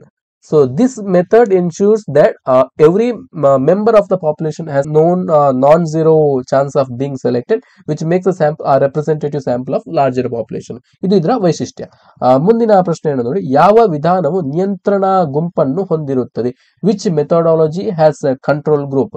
ಇಲ್ಲಿ ಆಯ್ಕೆಗಳು ನೋಡಿ, ಸಮೀಕ್ಷಾ ವಿಧಾನ, ಪ್ರಯೋಗಾತ್ಮಕ ಸಂಶೋಧನೆ, ಪ್ರಕರಣ ಅಧ್ಯಯನ ಸಮೀಕ್ಷೆ, ಕ್ಷೇತ್ರ ಸಂಶೋಧನೆ, survey research, experimental research, case study method, field research. ಯಾವ ವಿಧಾನ ನಿಯಂತ್ರಣ ಗುಂಪನ್ನು ಹೊಂದಿರುತ್ತದೆ? Which methodology has control group? ಇಲ್ಲಿ ಆಯ್ಕೆಗಳನ್ನು ನೋಡಿ, survey research, experimental research, case study, field study. So ನಾವು ಪ್ರೀವಿಯಸ್ ಕ್ವಶನ್ ಈಗಾಗಲೇ ನೋಡಿದ್ದೇವೆ. ಎಕ್ಸ್ಪೆರಿಮೆಂಟಲ್ ರಿಸರ್ಚ್ ಅಥವಾ ಪ್ರಯೋಗಾತ್ಮಕ ಸಂಶೋಧನೆಯಲ್ಲಿ ಸಂಶೋಧಕ ಅಲ್ಲಿ ಚಲಕಗಳನ್ನ ನಿಯಂತ್ರಣ ಮಾಡ್ತಾನೆ. ಬೇರೆ ಬೇರೆ ಚಲಕಗಳನ್ನ ನಿಯಂತ್ರಣ ಮಾಡುವಂತ ನಿಯಂತ್ರಣವನ್ನ ಇಟ್ಟುಕೊಂಡಿರುವಂತದ್ದು ಈ ಎಕ್ಸ್ಪೆರಿಮೆಂಟಲ್ ರಿಸರ್ಚ್ ಅಥವಾ ಪ್ರಯೋಗಾತ್ಮಕ ಸಂಶೋಧನೆಯಲ್ಲಿ. Experimental research is a type of study that uses a scientific research design to test a hypothesis. ಇಲ್ಲಿ ಎಕ್ಸ್ಪೆರಿಮೆಂಟಲ್ ರಿಸರ್ಚ್ ಅಥವಾ ಪ್ರಯೋಗಾತ್ಮಕ ಸಂಶೋಧನೆಯಲ್ಲಿ ವೈಜ್ಞಾನಿಕ ವಿಧಾನಗಳು ವಿನ್ಯಾಸಗಳನ್ನ ಅಳವಡಿಸಿಕೊಳ್ಳಲಾಗ್ತದೆ. ಯಾವುದೇ ಒಂದು ಊಹೆಯನ್ನ ನಾವು ಸಾಬೀತು ಮಾಡೋದಕ್ಕೋಸ್ಕರ ವೈಜ್ಞಾನಿಕ ಕ್ರಮಗಳನ್ನ ಕ್ರಮಬದ್ಧವಾಗಿ ನಾವು ಮಾಡ್ತೇವೆ. So it involves manipulating one or more variables to determine if changes in one variable causes changes in another. ಸಂಶೋಧಕನಾಗಿರುವಂತವನು ಚಲಕಗಳನ್ನ ನಿಯಂತ್ರಣ ಮಾಡುವಂತ ನಿಯಂತ್ರಣ ಅಧಿಕಾರವನ್ನ ಹೊಂದಿರ್ತಾನೆ. A key component of this methodology is the use of a control group. ಈ ಮೆಥಡಾಲಜಿಯ ಒಂದು ಕ್ಯಾರೆಕ್ಟರಿಸ್ಟಿಕ್ಸ್ ಏನಂತ ಹೇಳಿದ್ರೆ ಕಂಟ್ರೋಲ್ ಗ್ರೂಪ್ ಅನ್ನ ಹೊಂದಿರ್ತಾರೆ. The main characteristics of this group is control group. A researcher can control and manipulate the variable, so which does not receive the treatment or manipulation, allowing researchers to compare its results with the experimental group to see the effect of the variable being tested. So ಹಾಗಾಗಿ ನಿಯಂತ್ರಣ ಗುಂಪನ್ನು ಹೊಂದಿರುವಂತದ್ದು ಪ್ರಯೋಗಾತ್ಮಕ ಸಂಶೋಧನೆ ಅಥವಾ experimental research ಅಲ್ಲಿ ಮಾತ್ರ. Option B ಸರಿಯಾದಂತ ಉತ್ತರ. ಹಾಗೇನೆ ಇಲ್ಲಿ ಕೊಟ್ಟಿರ್ತಕ್ಕಂತ ಇತರ ಆಯ್ಕೆಗಳನ್ನು ನೋಡಿ, survey research, case study method and field research. ಅದರ ಬಗ್ಗೆ ನಾವು ಒಂದಷ್ಟು ನೋಡೋದಾದ್ರೆ, so survey research, what is survey research? So a quantitative method to gather data from a sample of individuals by asking questions through surveys or questionnaires. So survey method ಅಥವಾ ಸಮೀಕ್ಷಾ ವಿಧಾನದಲ್ಲಿ ಏನ್ ಮಾಡಲಾಗ್ತದೆ ಅಂತ ಹೇಳಿದ್ರೆ, ಸೊ ಇದೊಂದು ಕ್ವಾಂಟಿಟೇಟಿವ್ ಮೆಥಡ್, ಪರಿಮಾಣಾತ್ಮಕ ವಿಧಾನ ಅಂತ ಹೇಳ್ಬೋದು. ಸೊ ಇದರಲ್ಲಿ ಏನ್ ಮಾಡ್ತಾರೆ ಅಂತ ಹೇಳಿದ್ರೆ, ಸೊ ಸಮೀಕ್ಷೆಯನ್ನು ನಡೆಸುವಂತ ವ್ಯಕ್ತಿ ಅಥವಾ ಸಮೀಕ್ಷಾದಾರ ಸಮೀಕ್ಷೆಗೆ ಒಳಪಡುವಂತಹ ವ್ಯಕ್ತಿಗಳ ಬಗ್ಗೆ ಬೇರೆ ಬೇರೆ ಮಾಹಿತಿಯನ್ನ ಸಂಗ್ರಹಣೆ ಮಾಡ್ತಾರೆ. ಅದು ಬೇರೆ ಬೇರೆ ಸಂದರ್ಶನಗಳ ಮುಖಾಂತರ ಆಗಿರ್ಬೋದು, ಸಮೀಕ್ಷೆಗಳ ಮುಖಾಂತರ ಆಗಿರ್ಬೋದು, ಕ್ವಶನರೀಸ್ ಅಥವಾ ಪ್ರಶ್ನಾವಳಿಗಳು, ಕೆಲವೊಂದಿಷ್ಟು ಪ್ರಶ್ನೆಗಳನ್ನ ಲಿಸ್ಟ್ ಔಟ್ ಮಾಡಿ ಅದನ್ನ ಪ್ರಶ್ನಾವಳಿಗಳು ಅಂತ ಕರೀತೇವೆ, ಕ್ವಶನರೀಸ್ ಅಂತೇಳಿ. ಅದನ್ನ ಲಿಸ್ಟ್ ಮಾಡಿ ಅವರ ಸಂಶೋಧನೆಗೆ ಸಂಬಂಧಪಟ್ಟ ಹಾಗೆ ಅವರಿಗೆ ಬೇಕಾದಂತಹ ದತ್ತಾಂಶವನ್ನ, ಮಾಹಿತಿಯನ್ನ ಸಂಗ್ರಹಣೆ ಮಾಡುವಂಥದ್ದು. ಈ ರೀತಿ ಸಂಗ್ರಹಣೆ ಮಾಡುವುದು, ಇದನ್ನ ನಾವು ಸರ್ವೆ ರಿಸರ್ಚ್ ಅಂತೇಳಿ ಕರೀತೇವೆ. ಸೊ ಇದರ ಮೇನ್ ಉದ್ದೇಶ, the main purpose of this survey research is to understand opinions, behaviours or trends within a large population. ಹಾಗೆ ಇನ್ನೊಂದು ಆಯ್ಕೆಯನ್ನ ಪ್ರಶ್ನೆಯಲ್ಲಿ ಕೊಟ್ಟಿದ್ದಾರೆ, ಕೇಸ್ ಸ್ಟಡಿ ಮೆಥಡ್ ಅಂತೇಳಿ. ಸೊ ಈ ಕೇಸ್ ಸ್ಟಡಿ ಮೆಥಡ್ ಅಥವಾ ಪ್ರಕರಣ ಅಧ್ಯಯನ ವಿಧಾನ ಅಂತೇಳಿ ನಾವು ಕನ್ನಡದಲ್ಲಿ ಕರಿತೇವೆ. ಇದರ ಪ್ರಮುಖವಾಗಿರುವ ಒಂದು ಉದ್ದೇಶ, ಇಲ್ಲಿ ಏನ್ ಮಾಡ್ಲಾಗ್ತದೆ ಅಂತ ಹೇಳಿ ಪ್ರಮುಖವಾಗಿ ನೋಡ್ತಿದ್ರೆ, so in case study method and in depth qualitative study of a specific individual, group, event or organisation takes place. So ಇಲ್ಲಿ ಪ್ರಕರಣ ಅಧ್ಯಯನ ವಿಧಾನದಲ್ಲಿ ಇದು ಕ್ವಾಲಿಟೇಟಿವ್ ಮೆಥಡ್ ಆಫ್ ರಿಸರ್ಚ್ ಅಂತೇಳಿ ಕರಿಬಹುದು. ಸೊ ಇದನ್ನು ನಾವು ಗುಣಾತ್ಮಕ ಸಂಶೋಧನಾ ವಿಧಾನ ಅಂತೇಳಿ ಕರೀಬಹುದು. ಸೊ ಯಾಕಂತ ಹೇಳಿದ್ರೆ, ಸೊ ಇಲ್ಲಿ ಈ ಸಮೀಕ್ಷೆಗೆ ಒಳಪಡುವಂತ, ಈ ಕೇಸ್ ಸ್ಟಡಿಯನ್ನ ಮಾಡುವಂತ ವ್ಯಕ್ತಿ, ಅದನ್ನು ನಡೆಸುವಂತಹ ವ್ಯಕ್ತಿ, ಈ ಸಮೀಕ್ಷೆಗೆ ಅಥವಾ ಈ ಸಂಶೋಧನೆಗೆ ಒಳಪಡುವಂತ ವ್ಯಕ್ತಿ, ಆತನನ್ನ ಡೀಪ್ ಆಗಿ, ಇನ್ ಡೆಪ್ತ್ ಅವನ ಬಗ್ಗೆ ಅಧ್ಯಯನವನ್ನ ಮಾಡುವಂತದ್ದು. In depth study of specific individual, ಒಬ್ಬ ನಿರ್ದಿಷ್ಟ ವ್ಯಕ್ತಿಯ ಬಗ್ಗೆ ಆಗಿರ್ಬೋದು, ಗುಂಪಿನ ಬಗ್ಗೆ ಆಗಿರ್ಬೋದು, ಅಥವಾ ಯಾವುದೇ ಸಂಸ್ಥೆಯ ಬಗ್ಗೆ ಆಗಿರ್ಬೋದು, ನಿರ್ದಿಷ್ಟ ವಿಷಯದ ಬಗ್ಗೆ, ಇವುಗಳ ಬಗ್ಗೆ ಅತ್ಯಂತ ನಿಖರವಾಗಿ ಅಧ್ಯಯನ ಮಾಡುವಂತದನ್ನ ನಾವು ಕೇಸ್ ಸ್ಟಡಿ ಮೆಥಡ್ ಅಂತೇಳಿ ಕರಿತೇವೆ. ಹಾಗೆಯೇ ಫೀಲ್ಡ್ ರಿಸರ್ಚ್, ಇದನ್ನ ಕ್ಷೇತ್ರ ಅಧ್ಯಯನ ಅಂತೇಳಿ ನಾವು ಕನ್ನಡದಲ್ಲಿ ಕರಿತೇವೆ. So field research is a qualitative method where data is collected outside of a laboratory or workplace in a natural setting. So ಇಲ್ಲಿ ಫೀಲ್ಡ್ ರಿಸರ್ಚ್ ಅಲ್ಲಿ ಏನ್ ಮಾಡ್ಲಾಗ್ತದೆ ಅಂತ ಹೇಳಿದ್ರೆ, ಕ್ಷೇತ್ರ ಅಧ್ಯಯನದಲ್ಲಿ ಏನ್ ಮಾಡ್ಲಾಗ್ತದೆ ಅಂತ ಹೇಳಿದ್ರೆ, ಇಲ್ಲಿ ಪ್ರಯೋಗಾತ್ಮಕ ಅಧ್ಯಯನದಲ್ಲಿ ಲ್ಯಾಬೊರೇಟರಿಯನ್ನ ಯೂಸ್ ಮಾಡ್ತಾರೆ, ಕಂಟ್ರೋಲ್ಡ್ ಗ್ರೂಪ್ ಅನ್ನ ಹೊಂದಿರ್ತಾರೆ. ಅದನ್ನ ಯೂಸ್ ಮಾಡಿಕೊಂಡು ಬೇರೆ ಬೇರೆ ವೇರಿಯೇಬಲ್ಸ್ ಗಳನ್ನ ಮ್ಯಾನಿಪುಲೇಟ್ ಮಾಡಿ ತಮಗೆ ಬೇಕಾದಂತ ವಾತಾವರಣದಲ್ಲಿ ಸಮೀಕ್ಷೆಯನ್ನು ನಡೆಸಿ ಸಂಶೋಧನಾ ವರದಿಯನ್ನ ಮಂಡಿಸುವಂತದ್ದು. ಇಲ್ಲಿ ಫೀಲ್ಡ್ ರಿಸರ್ಚ್ ಅಲ್ಲಿ, ಕ್ಷೇತ್ರ ಅಧ್ಯಯನದಲ್ಲಿ ಲ್ಯಾಬೊರೇಟರಿಯನ್ನ ಬಿಟ್ಟು, ಅದಕ್ಕೆ ಸಂಬಂಧಪಟ್ಟಂತ ಕಾರ್ಯಕ್ಷೇತ್ರವನ್ನ ಬಿಟ್ಟು ಆ ಕ್ಷೇತ್ರಕ್ಕೆ ಇಳಿದು ಸಮೀಕ್ಷೆಯನ್ನ ಮಾಡುವಂತದ್ದು. ಫಾರ್ ಎಕ್ಸಾಂಪಲ್, ಇದಕ್ಕೆ ನಾವು ಉದಾಹರಣೆಯನ್ನ ಕೊಡೋದಾದ್ರೆ, ಸೊ ನಮ್ಮ ಕೋಲಾರ ಭಾಗದಲ್ಲಿ ಫ್ಲೋರೈಡ್ ಯುಕ್ತ ನೀರಿನ ಆ ಒಂದು ಸಮಸ್ಯೆ ಬಗ್ಗೆ ಅಧ್ಯಯನವನ್ನ ಮಾಡುವಂತ ಒಂದು ಸಂಸ್ಥೆ ಇದೆ ಅಂತ ಅನ್ಕೊಳ್ಳಿ. ಸೊ ಅವ್ರು ಏನ್ ಮಾಡ್ತಾರೆ ಅಂತ ಹೇಳಿದ್ರೆ, ಪ್ರತಿಯೊಂದು ಮನೆಗೆ ಹೋಗಿ ಅಲ್ಲಿ ನೀರಿನ ಸ್ಯಾಂಪಲ್ಗಳು, ನೀರಿನ ಮಾದರಿಗಳನ್ನ ಸಂಗ್ರಹಣೆ ಮಾಡ್ತಾರೆ. ಪ್ರತಿಯೊಂದು ಮನೆಯಿಂದ ಕೂಡ ಫೀಲ್ಡ್ ಗೆ ಇಳಿದು ಅವರು ನಮೂನೆಯನ್ನ, ಸ್ಯಾಂಪಲ್ ಅನ್ನ ಕಲೆಕ್ಟ್ ಮಾಡ್ತಾರೆ. ಇದನ್ನ ನಾವು ಫೀಲ್ಡ್ ರಿಸರ್ಚ್ ಗೆ ಎಕ್ಸಾಂಪಲ್ ಆಗಿ ಕೊಡಬಹುದು. ಸೊ ಫ್ಲೋರೈಡ್ ಯುಕ್ತ ನೀರನ್ನ ಕುಡಿಯೋದ್ರಿಂದ ಆಗುವಂತ ಸಮಸ್ಯೆಗಳನ್ನ, ಆರೋಗ್ಯದ ಸಮಸ್ಯೆಗಳನ್ನ ಅವರು ಅವರ ಸಂಶೋಧನೆಯ ಮುಖಾಂತರ ಕಂಡುಕೊಳ್ತಾರೆ. ಸೊ ಇದನ್ನ ಉದಾಹರಣೆಯಾಗಿ ಕೊಡಬಹುದು. ಸೊ ನಾವು ಸಿಂಪಲ್ ಆಗಿ ಹೇಳ್ಬೇಕಂತ ಹೇಳಿದ್ರೆ, ಸಮಸ್ಯೆ ಇರುವಂತಹ ಜಾಗಕ್ಕೆ ಹೋಗಿ ನಮ್ಮ ಸಂಶೋಧನೆಯನ್ನ ಮಾಡುವಂಥದ್ದು, ಇದನ್ನ ನಾವು ಫೀಲ್ಡ್ ರಿಸರ್ಚ್ ಅಂತ ಹೇಳಿ ಕರಿತೇವೆ. The main purpose of this field research is to observe and understand people or phenomena in their natural environment. ಇದರಲ್ಲಿ ಡೇಟಾ ಕಲೆಕ್ಷನ್ ಅನ್ನ ಮಾಡುತ್ತೆ. Methods include direct observation, interviews and participant observation. ಈಗಾಗಲೇ ನಾನು ಉದಾಹರಣೆಯನ್ನು ಕೊಟ್ಟಿದ್ದೇನೆ.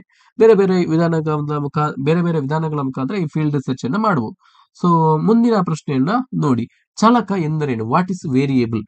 ಸೊ ವೇರಿಯೇಬಲ್ ಅಂತ ಹೇಳಿದ್ರೆ ಏನಂತ ಹೇಳಿದ್ರೆ, ಅಳೆಯಬಹುದಾದಂತಹ ಗುಣ.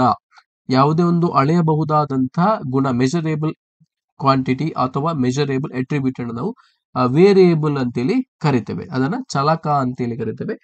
ಮೆಜರೇಬಲ್ ಅಟ್ರಿಬ್ಯೂಟ್, ಆಪ್ಷನ್ ಡಿ ಸರಿಯಾದ. ಆ variable is any characteristic, it may be number R quantity that can be measured. Everything that can be measured is considered as variable. So option D is the right answer. So ಮುಂದಿನ ಪ್ರಶ್ನೆ ನೋಡಿ, ಈ ಕೆಳಗಿನವುಗಳನ್ನ ಹೋಲಿಕೆ ಮಾಡಿ, match the following. ಪಟ್ಟಿ 1 ಮತ್ತು ಪಟ್ಟಿ 2 ಕೊಟ್ಟಿದ್ದಾರೆ. ಪಟ್ಟಿ 1ರಲ್ಲಿ ಚುನಾವಣೆ, BARC, ABC ಜನಸಂಖ್ಯೆ ಅಂತೇಳಿ ಕೊಟ್ಟಿದ್ದಾರೆ. ಪಟ್ಟಿ 2ರಲ್ಲಿ ವೆನ್ ಚಿತ್ರ ಪ್ರಸರಣ, ಚುನಾವಣೋತ್ತರ ಸಮೀಕ್ಷೆ, ಟಿವಿ ರೇಟಿಂಗ್ಸ್. ಇದನ್ನ ನಾವು ಮ್ಯಾಚ್ ಮಾಡಿ ಬರಿಬೇಕು. ಇಲ್ಲಿ ಆಯ್ಕೆಗಳನ್ನ ಗಮನಿಸ್ತಾ ಬನ್ನಿ.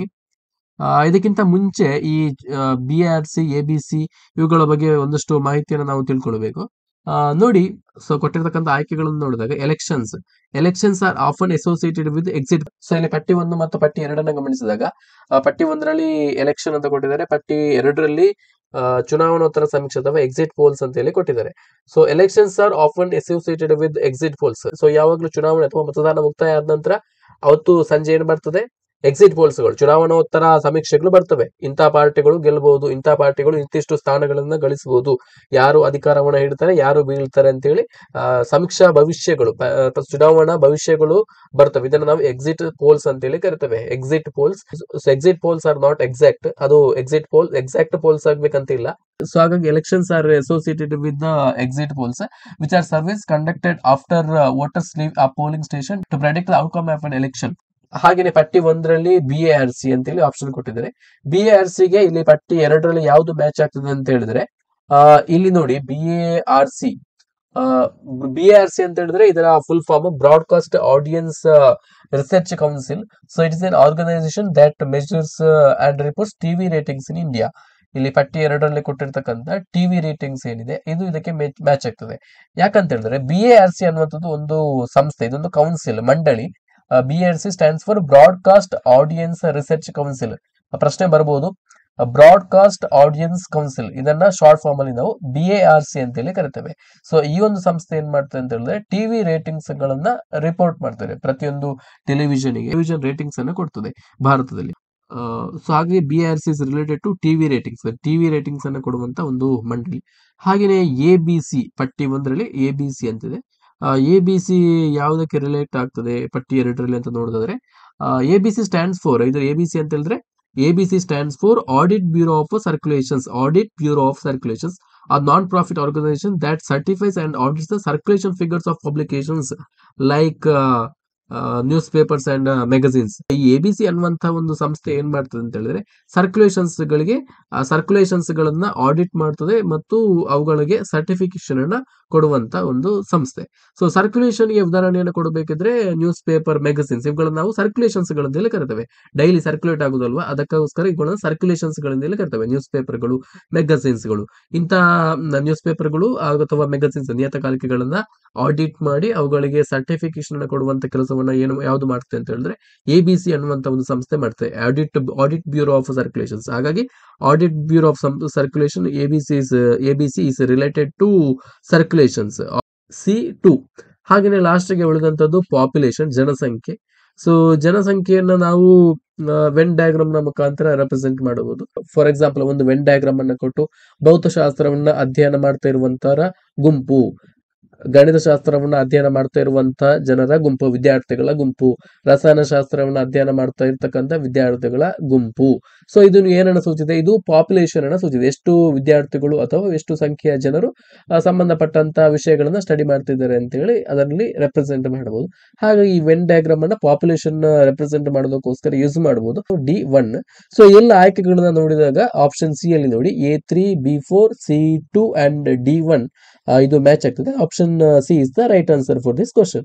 ಸೊ ಮುಂದಿನ ಪ್ರಶ್ನೆಯನ್ನು ನೋಡಿ, ನೆಕ್ಸ್ಟ್ ಕ್ವಶನ್. ಸಂಶೋಧನಾ ಪ್ರಕಲ್ಪನೆಯು ಒಂದು ರಿಸರ್ಚ್ ಹೈಪೋಥಿಸಿಸ್ ಈಸ್ ಇಲ್ಲಿ ಆಯ್ಕೆಗಳು ನೋಡಿ: ಸಿದ್ಧಾಂತ, ತತ್ವ, ತಾತ್ಕಾಲಿಕ ಪ್ರಮೇಯ, ಸ್ವಯಂ ಸಿದ್ಧಾಂತ. Theory, principle, tentative, proposition, postulate.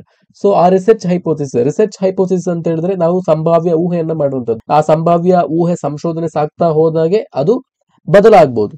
So ಹಾಗಾಗಿ ಅದು ಒಂದು ಕ್ಷಣಕ್ಕೆ ಮಾತ್ರ ಇರುವಂತದ್ದು, ನಮ್ಮ ಆರಂಭದ ಹಂತದಲ್ಲಿ, ಸಂಶೋಧನೆ ಆರಂಭ ಹಂತದಲ್ಲಿ ಇರುವಂತಹ ಊಹೆ ಮಾತ್ರ ಆಗಿರುವಂತದ್ದು. ಹಾಗಾಗಿ ಇದನ್ನು ನಾವು ಟೆಂಟೇಟಿವ್ ಪ್ರಪೋಸಿಷನ್ ಅಥವಾ ತಾತ್ಕಾಲಿಕ ಪ್ರಮೇಯ ಅಂತೇಳಿ ಕರೆಯಬಹುದು. ಹಾಗಾಗಿ ಇಲ್ಲಿ ಕೊಟ್ಟಿರ್ತಕ್ಕಂಥ ಆಯ್ಕೆಯಲ್ಲಿ ಆಪ್ಷನ್ C ಸರಿಯಾದಂತ ಉತ್ತರ, ಟೆಂಟೇಟಿವ್ ಪ್ರಪೋಸಿಷನ್. ಅದನ್ನ ನಾವು ಆ ಸಂಶೋಧನೆ ಸಾಗ್ತಾ ಹೋದಾಗೆ ಆ ಏನು ಹೈಪೋಥಿಸಿಸ್ ಏನಿದೆ ನಾವು ಅಸಂಪ್ಷನ್ ಮಾಡ್ಕೊಂಡು ಅದು ಚೇಂಜ್ ಆಗ್ಬಹುದು, ಅಥವಾ ಮಾಡಿಫೈ ಆಗ್ಬಹುದು. ಹಾಗಾಗಿ ಆಪ್ಷನ್ C ಇದಕ್ಕೆ ಸರಿಯಾದಂತ ಉತ್ತರ, ಅದೊಂದು ತಾತ್ಕಾಲಿಕ ಪ್ರಮೇಯ. ಮುಂದಿನ ಪ್ರಶ್ನೆ, ವಿಶ್ವಕೋಶದಲ್ಲಿ ಸಂಪಾದಿಸಿರುವಂತಹ ವಿಷಯವನ್ನ ಏನೆಂದು ಕರೆಯುತ್ತಾರೆ? What is encyclopedia edited content called as? So ವಿಶ್ವಕೋಶ ಅಥವಾ ಎನ್ಸೈಕ್ಲೋಪೀಡಿಯಾ ಅಂತೇಳಿ ನೀವು ಕೇಳಿರಬಹುದು. ಸೊ ವಿಶ್ವದ ಎಲ್ಲಾ ವಿಷಯಕ್ಕೆ ಸಂಬಂಧಪಟ್ಟ ಹಾಗೆ ಕೂಡ ಉತ್ತರವನ್ನ ಕೊಡುವಂತ ಒಂದು ಬುಕ್ ಯಾವ್ದಾದ್ರು ಇದೆ ಅಂತ ಹೇಳಿದ್ರೆ ಅದು ಎನ್ಸೈಕ್ಲೋಪೀಡಿಯಾ. ಸೈನ್ಸ್ ಎನ್ಸೈಕ್ಲೋಪೀಡಿಯಾ ಅಂತೇಳಿ ಬೇರೆ ಬೇರೆ ವಿಷಯಗಳಿಗೆ ಸಂಬಂಧಪಟ್ಟಾಗೆ, ಹಿಸ್ಟ್ರಿಗೆ ಸಂಬಂಧಪಟ್ಟಾಗೆ ಬೇರೆ ಎನ್ಸೈಕ್ಲೋಪೀಡಿಯಾ ಇದೆ.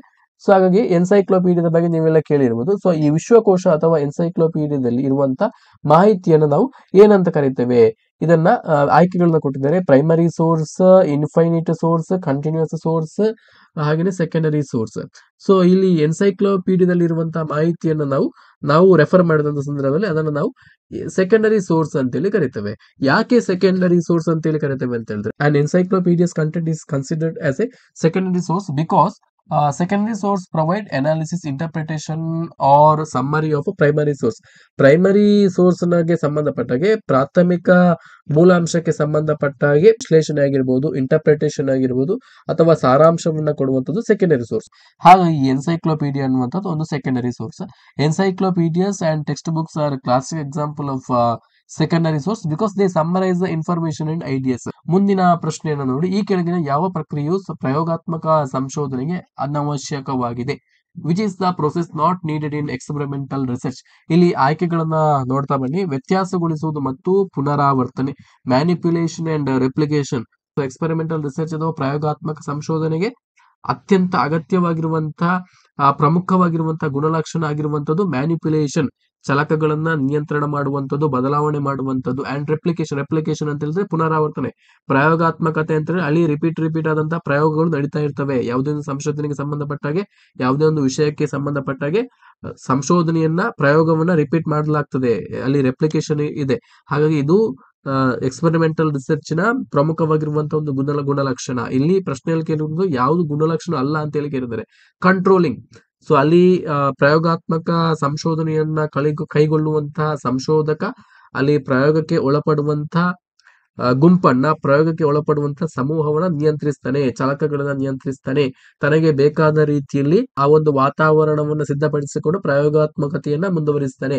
ಹಾಗಾಗಿ controlling is the essential characteristics of experimental research.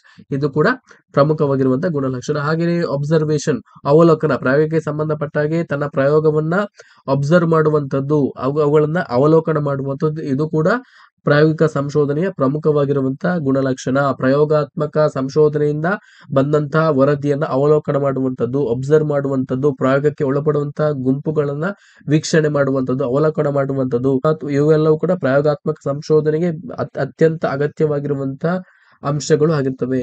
ಆದ್ರೆ ಇಲ್ಲಿ ಆಪ್ಷನ್ ಡಿ ಅಲ್ಲಿ ಕೊಟ್ಟಿರುವಂತದ್ದು ಪ್ರಯೋಗಾತ್ಮಕ ಗುಂಪು ಇಲ್ಲದ, absence of treatment group. So ಯಾವ ಸಮೂಹದ ಮೇಲೆ ಆ ಪ್ರಯೋಗವನ್ನ ಪ್ರಯೋಗಿಸ್ತೇವೋ ಅಂತಹ ಗುಂಪನ್ನ ಪ್ರಯೋಗಾತ್ಮಕ ಗುಂಪು ಅಂತೇಳಿ ಕರಿತೇವೆ. ಸೊ ಟ್ರೀಟ್ಮೆಂಟ್ ಗ್ರೂಪ್ ಬೇಕೇ ಬೇಕು, ಇದು ಮೇನ್ ಕಾಂಪೋನೆಂಟ್ ಆಗಿರುವಂತದ್ದು. ಹಾಗಾಗಿ ಇಲ್ಲಿ ಕೊಟ್ಟಿರ್ತಕ್ಕಂಥ ಆಯ್ಕೆಯಲ್ಲಿ manipulating and replication, controlling, observation ಇವೆಲ್ಲವೂ ಕೂಡ, ಈ ಮೂರೂ ಕೂಡ ಅತ್ಯಂತ ಪ್ರಮುಖವಾಗಿರುವಂತಹ ಕಾಂಪೋನೆಂಟ್ಸ್ ಗಳು ಆಗಿರುವಂತದ್ದು. ಆದ್ರೆ ಇಲ್ಲಿ ಆಪ್ಷನ್ ಡಿ ಅಲ್ಲಿ ಕೊಟ್ಟಿರುವಂತದ್ದು ಇದು ಅಲ್ಲ, ಇದು ಬೇಕು. ಅಲ್ಲಿ ಆಬ್ಸೆನ್ಸ್ ಆಫ್ ಟ್ರೀಟ್ಮೆಂಟ್ ಗ್ರೂಪ್ ಆಗ್ಬಾರ್ದು, ಅಲ್ಲಿ ಪ್ರೆಸೆನ್ಸ್ ಆಫ್ ಟ್ರೀಟ್ಮೆಂಟ್ ಗ್ರೂಪ್ ಬೇಕು. ಪ್ರೆಸೆನ್ಸ್ ಆಫ್ ಟ್ರೀಟ್ಮೆಂಟ್ ಗ್ರೂಪ್ ಬೇಕು, ಪ್ರಯೋಗಾತ್ಮಕ ಗುಂಪು ನಮಗೆ ಬೇಕು. ಹಾಗಾಗಿ ಇಲ್ಲಿ ಆಪ್ಷನ್ ಡಿ ಸರಿಯಾದಂತ ಉತ್ತರ. ಮುಂದಿನ ಪ್ರಶ್ನೆಯನ್ನು ನೋಡಿ, ಒಂದೇ ಮೂಲ ಗ್ರಂಥಕ್ಕೆ ಸಂಬಂಧಿಸಿದ 2 ಅಥವಾ ಹೆಚ್ಚು ಅನುಕ್ರಮ ಅಡಿ ಟಿಪ್ಪಣಿಗಳನ್ನು ಕೊಡುವಾಗ ಈ ಕೆಳಗಿನವುಗಳಲ್ಲಿ ಯಾವುದನ್ನು ಬಳಸಲಾಗುತ್ತದೆ? When 2 or more successive footnotes refers to the same work, which one of the following is used? So ಇಲ್ಲಿ ಗ್ರಂಥಗಳಲ್ಲಿ ಲೇಖಕರು ಬಳಸುವಂತ ವಿವಿಧ ಅಟ್ರಿಬ್ಯೂಷನ್ಸ್ ಗಳನ್ನ ಕೊಟ್ಟಿದ್ದಾರೆ, ರೆಫರೆನ್ಸ್ ಶಾರ್ಟ್ ಫಾರ್ಮ್ ಗಳನ್ನ ಕೊಟ್ಟಿದ್ದಾರೆ. ಇಲ್ಲಿ ಕೇಳಿರುವಂತಹ ಪ್ರಶ್ನೆ, ಒಂದೇ ಮೂಲ ಗ್ರಂಥಕ್ಕೆ ಸಂಬಂಧಪಟ್ಟಂತ 2 ಅಥವಾ ಹೆಚ್ಚು ಅನುಕ್ರಮ ಅಡಿ ಟಿಪ್ಪಣಿಗಳನ್ನ ಕೊಡುವ ಸಂದರ್ಭದಲ್ಲಿ IBID ಅನ್ನುವಂತ ಒಂದು ರೆಫರೆನ್ಸ್ ಅನ್ನ ಬಳಕೆ ಮಾಡಲಾಗ್ತದೆ, ಲೇಖಕರು ಬಳಕೆ ಮಾಡ್ತಾರೆ. ಹಾಗಾಗಿ ಇಲ್ಲಿ ಕೊಟ್ಟಿರ್ತಕ್ಕಂಥ ಆಯ್ಕೆಯಲ್ಲಿ ಆಪ್ಷನ್ ಎ ಸರಿಯಾದಂತ ಉತ್ತರ. So when 2 or more successive footnotes refer to the same source, the Latin term IBID is used. So IBID ಅನ್ನುವಂಥ ಒಂದು ಲ್ಯಾಟಿನ್ ಟರ್ಮ್, ಅದನ್ನ ಯೂಸ್ ಮಾಡ್ತಾರೆ. ಶಾರ್ಟ್ ಫಾರ್ IBDEM, ಇದರ IBDEM ನ short form IBID. In the same place, ಇದರ meaning ಏನಂತ ಹೇಳಿದ್ರೆ ಇನ್ the same, ಅದೇ ಇದರ ಸೇಮ್ ವರ್ಕ್ ಅಂತ ಹೇಳಿ. ET.AL ಅಂತ ಹೇಳಿದ್ರೆ it is used when are work has more than 2 or more authors.